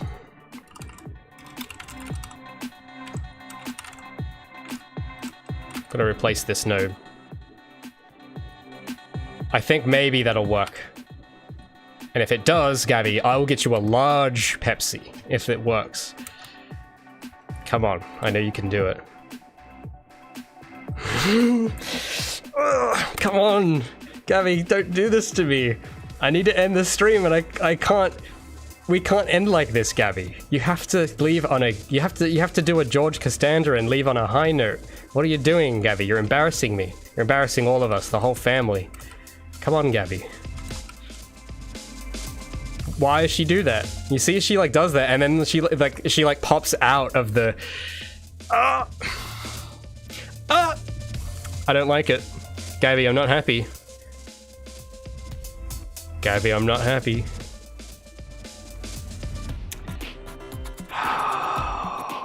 Maybe game theory time. No, this should work. This should work. I'm not crazy. It should work. Gabi, come on. Maybe it's maybe it's this one. No, no, no. No, I shouldn't have to replace that. No, it should just work. Why is it popping out? Yeah, it's Gabi, I'm not happy. Gabi, this isn't funny. No, no, it's not looping. It's like it's playing that, and then it's trying to lerp between the fall pose. Gabi, you're doing the fall pose again. Gabi, we didn't put the fall pose in the blueprint. Where are you getting that pose from? Gabi, we don't have your fall pose in here. Gabi, what are you doing? Maybe I have to remake this for some stupid oh god. No, not that one. This one. I have to reattach this. Maybe that's what I have to do, because that worked last time for whatever reason. Come on, Gabi, I believe in you. Yeah, it's exporting. I'm pretty sure it's exporting the correct length. I just re-exported it a moment ago. But she's like playing it, and then it lerps to the full. Well, let me look at that slowly. Yeah, it's lerping to something else. Oh. Let me try one more time. We'll re-export it one more time. But Gabi, this isn't funny, okay? Gabi, this isn't cool. This is cringe, Gabi. Gabi, you don't want to be cringe. Come on. Yeah, the rest of the stream is just going to be me abusing Gabi for the next half hour. Gabi, come on. All right, let's re-import it again, shall we? Re-import. Let's go. Yeah, that's the same.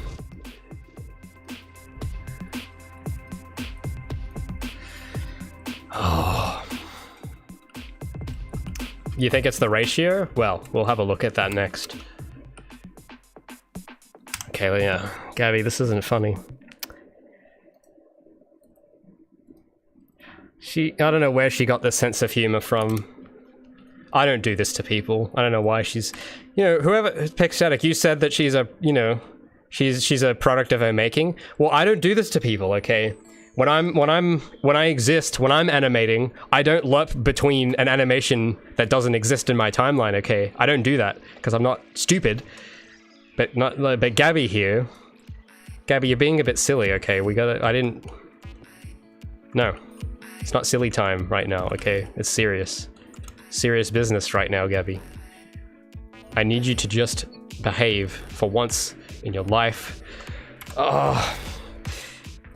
Because this thing usually... Maybe I have to, like, I've already tried disconnecting and reconnecting it, because that sometimes makes a difference. And this is the same for all the others. Oh, no, wait a minute.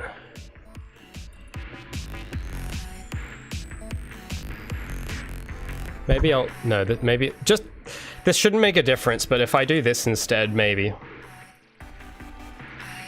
Shouldn't make a difference, though. But if it does, I'm gonna be so angry.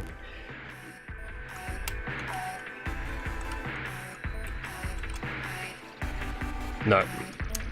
Gabi, come on now. Everyone's watching you. Oh, the world is watching, Gabi. Okay, well, I mean... I guess we got rid of some superfluous nodes. But, yeah. Maybe if I extend this to, like, longer, I don't know. I don't know if that'll make a difference, honestly.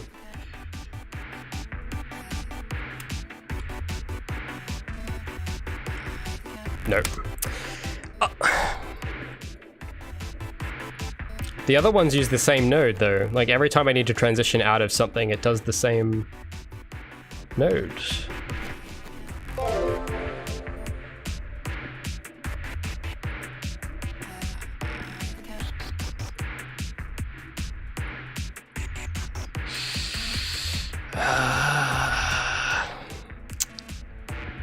What if I just remove this? What'll let's see what it does. Let's see what it tries to do, because it looks like it's trying to lerp to this full animation, which I swear I have not even imported in here. Okay, well this will just keep looping if I don't. But that's not exactly what was happening before. Let's try and redraw this again. Maybe it's this.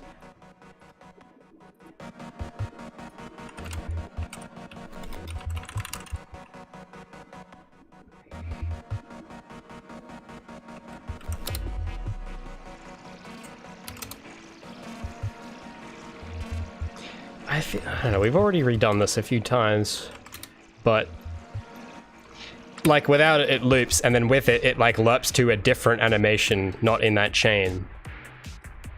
Yeah, it does, because that isn't, or I don't know, is that what it's doing?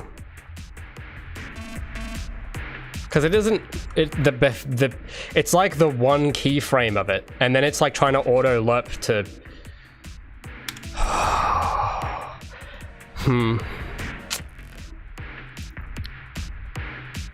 Maybe the settings are...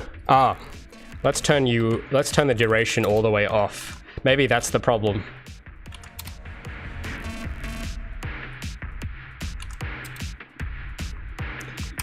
Please let this be it. Please let this be it. Please let this be it.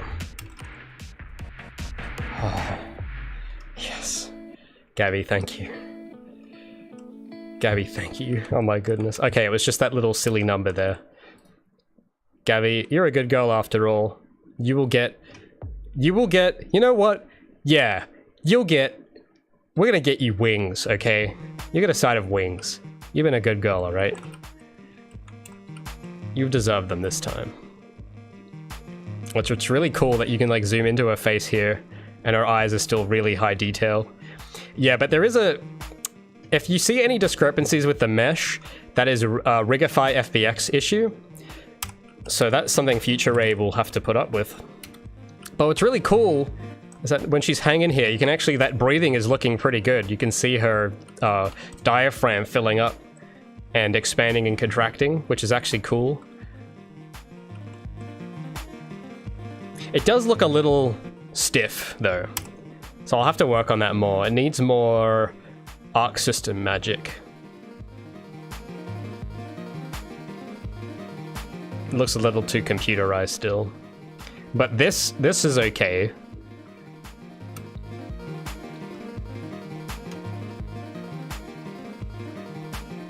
Trying to think if there's any other places with lots of ledges.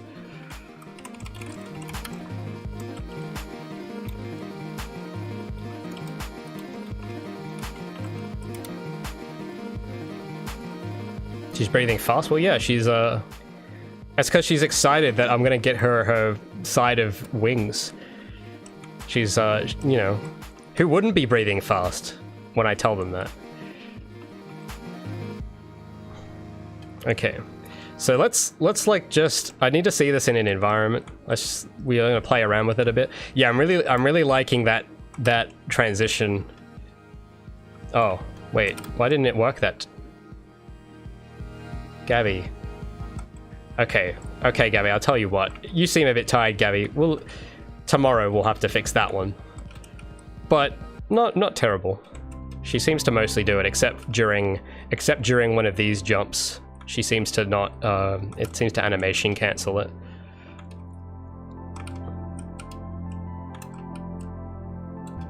But yeah, that's pretty cool actually.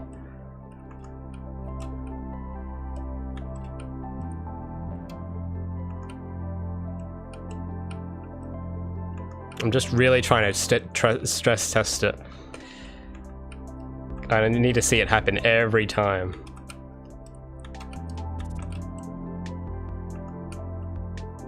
Not bad. Oh, the material's just loaded in. Cool.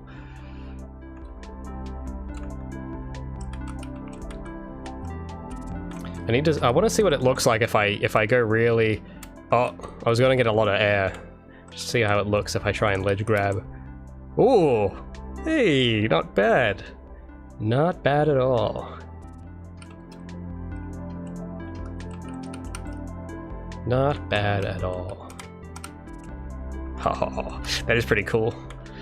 Feels so much better than it used to. Because yeah, it was literally, it was a static pose before. Now we actually have an animation. Actual keyframes.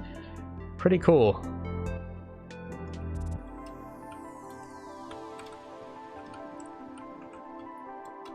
Okay, I'm getting hungry. Gabi's getting hungry. We're all getting hungry.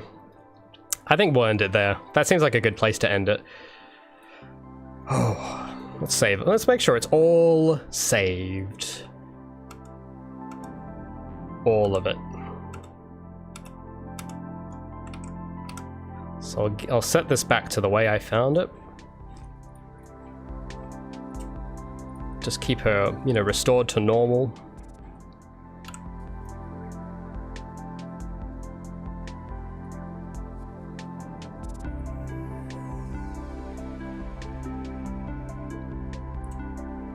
All right, I'm gonna put you to bed now, Gabi. Everyone say goodnight. Say goodnight to Gabi, everyone. We're gonna close her down. Bye-bye. I'm gonna say, get out of here, old Gabi. And then we'll close that blueprint. Okay. At least we got that working. KFC time. Well, not for me, but for Gabi. I promised her I'll model her up some wings and a large... what else did I promise? I promised her a large chips and wings.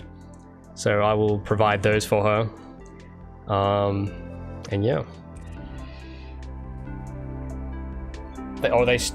They reduced the size of KFC burgers? Oh no. See, it's been a while since I went there, but last I heard, they apparently changed the Zinger box too. Now I don't know if this exists in America. In Australia, we had the Zinger box, which is like the quintessential meal, like for KFC. If you get anything besides the Zinger box, you're not really a serious person. And it's not a thing now. They got rid of it. I don't know how recent that was. Maybe it's, I don't know, it might have been a year? I don't know. But it's not there anymore. You have to like specifically ask for a different meal and then switch. They got some different thing now and you have to like customize it to get the original Zinger box back. Which, it's more steps and I don't like more steps. I just want one Zinger box, please. That's what I want to do. I just want to say that. I don't want to have to like go, oh, whatever the new, I don't even know the name of the new one. Whatever the new one is, and I have to like ask for a specific, because I know they don't like it either. If it were me at the register, I wouldn't want someone giving me this customized specialty item. It'd be annoying. And I don't want to annoy them, but they've given me no choice because the thing I want is locked behind these obscure custom options now. They don't just have it on the menu. So that's why I haven't been to KFC ever since then, in protest. But for Gabi, I promised her, so I'll get some for Gabi, but I refuse. I cannot, until they bring that back as a regular item, I'm not doing it out of protest. They can't do that. But I know they did it, but they can't, and I'm gonna prove to them that they can't do it. Red Rooster's better for box meals. Well, I mean, that'd be great, but I live on the wrong side of the Red Rooster line. That's a thing, by the way. I don't know if people know this, but we do have the Red Rooster line, where there's like a specific geographic line after which there are all the Red Roosters. And then below that line, I think it's like below it, there's like no... I think we had one at one point, like 15 years ago. It's gone. Completely gone now. So maybe, I don't know, maybe that's where I have to migrate to past the Red Rooster line and have that be my new option. I might have to do that. But anyway, I guess I'll start trekking to the Red Rooster line. I'll see you guys tomorrow. What are we going to work on tomorrow? We're going to work on... you know what? We'll do some idle stuff tomorrow, because I asked you guys for suggestions for idols, and that'll be an exciting place to start. So we'll do her doing like an arm stretch type thing tomorrow. We'll start with that and then go back to the some ledge grab stuff, because there's still more to do. But I'll check in with you guys tomorrow, fellas. I'll see you then.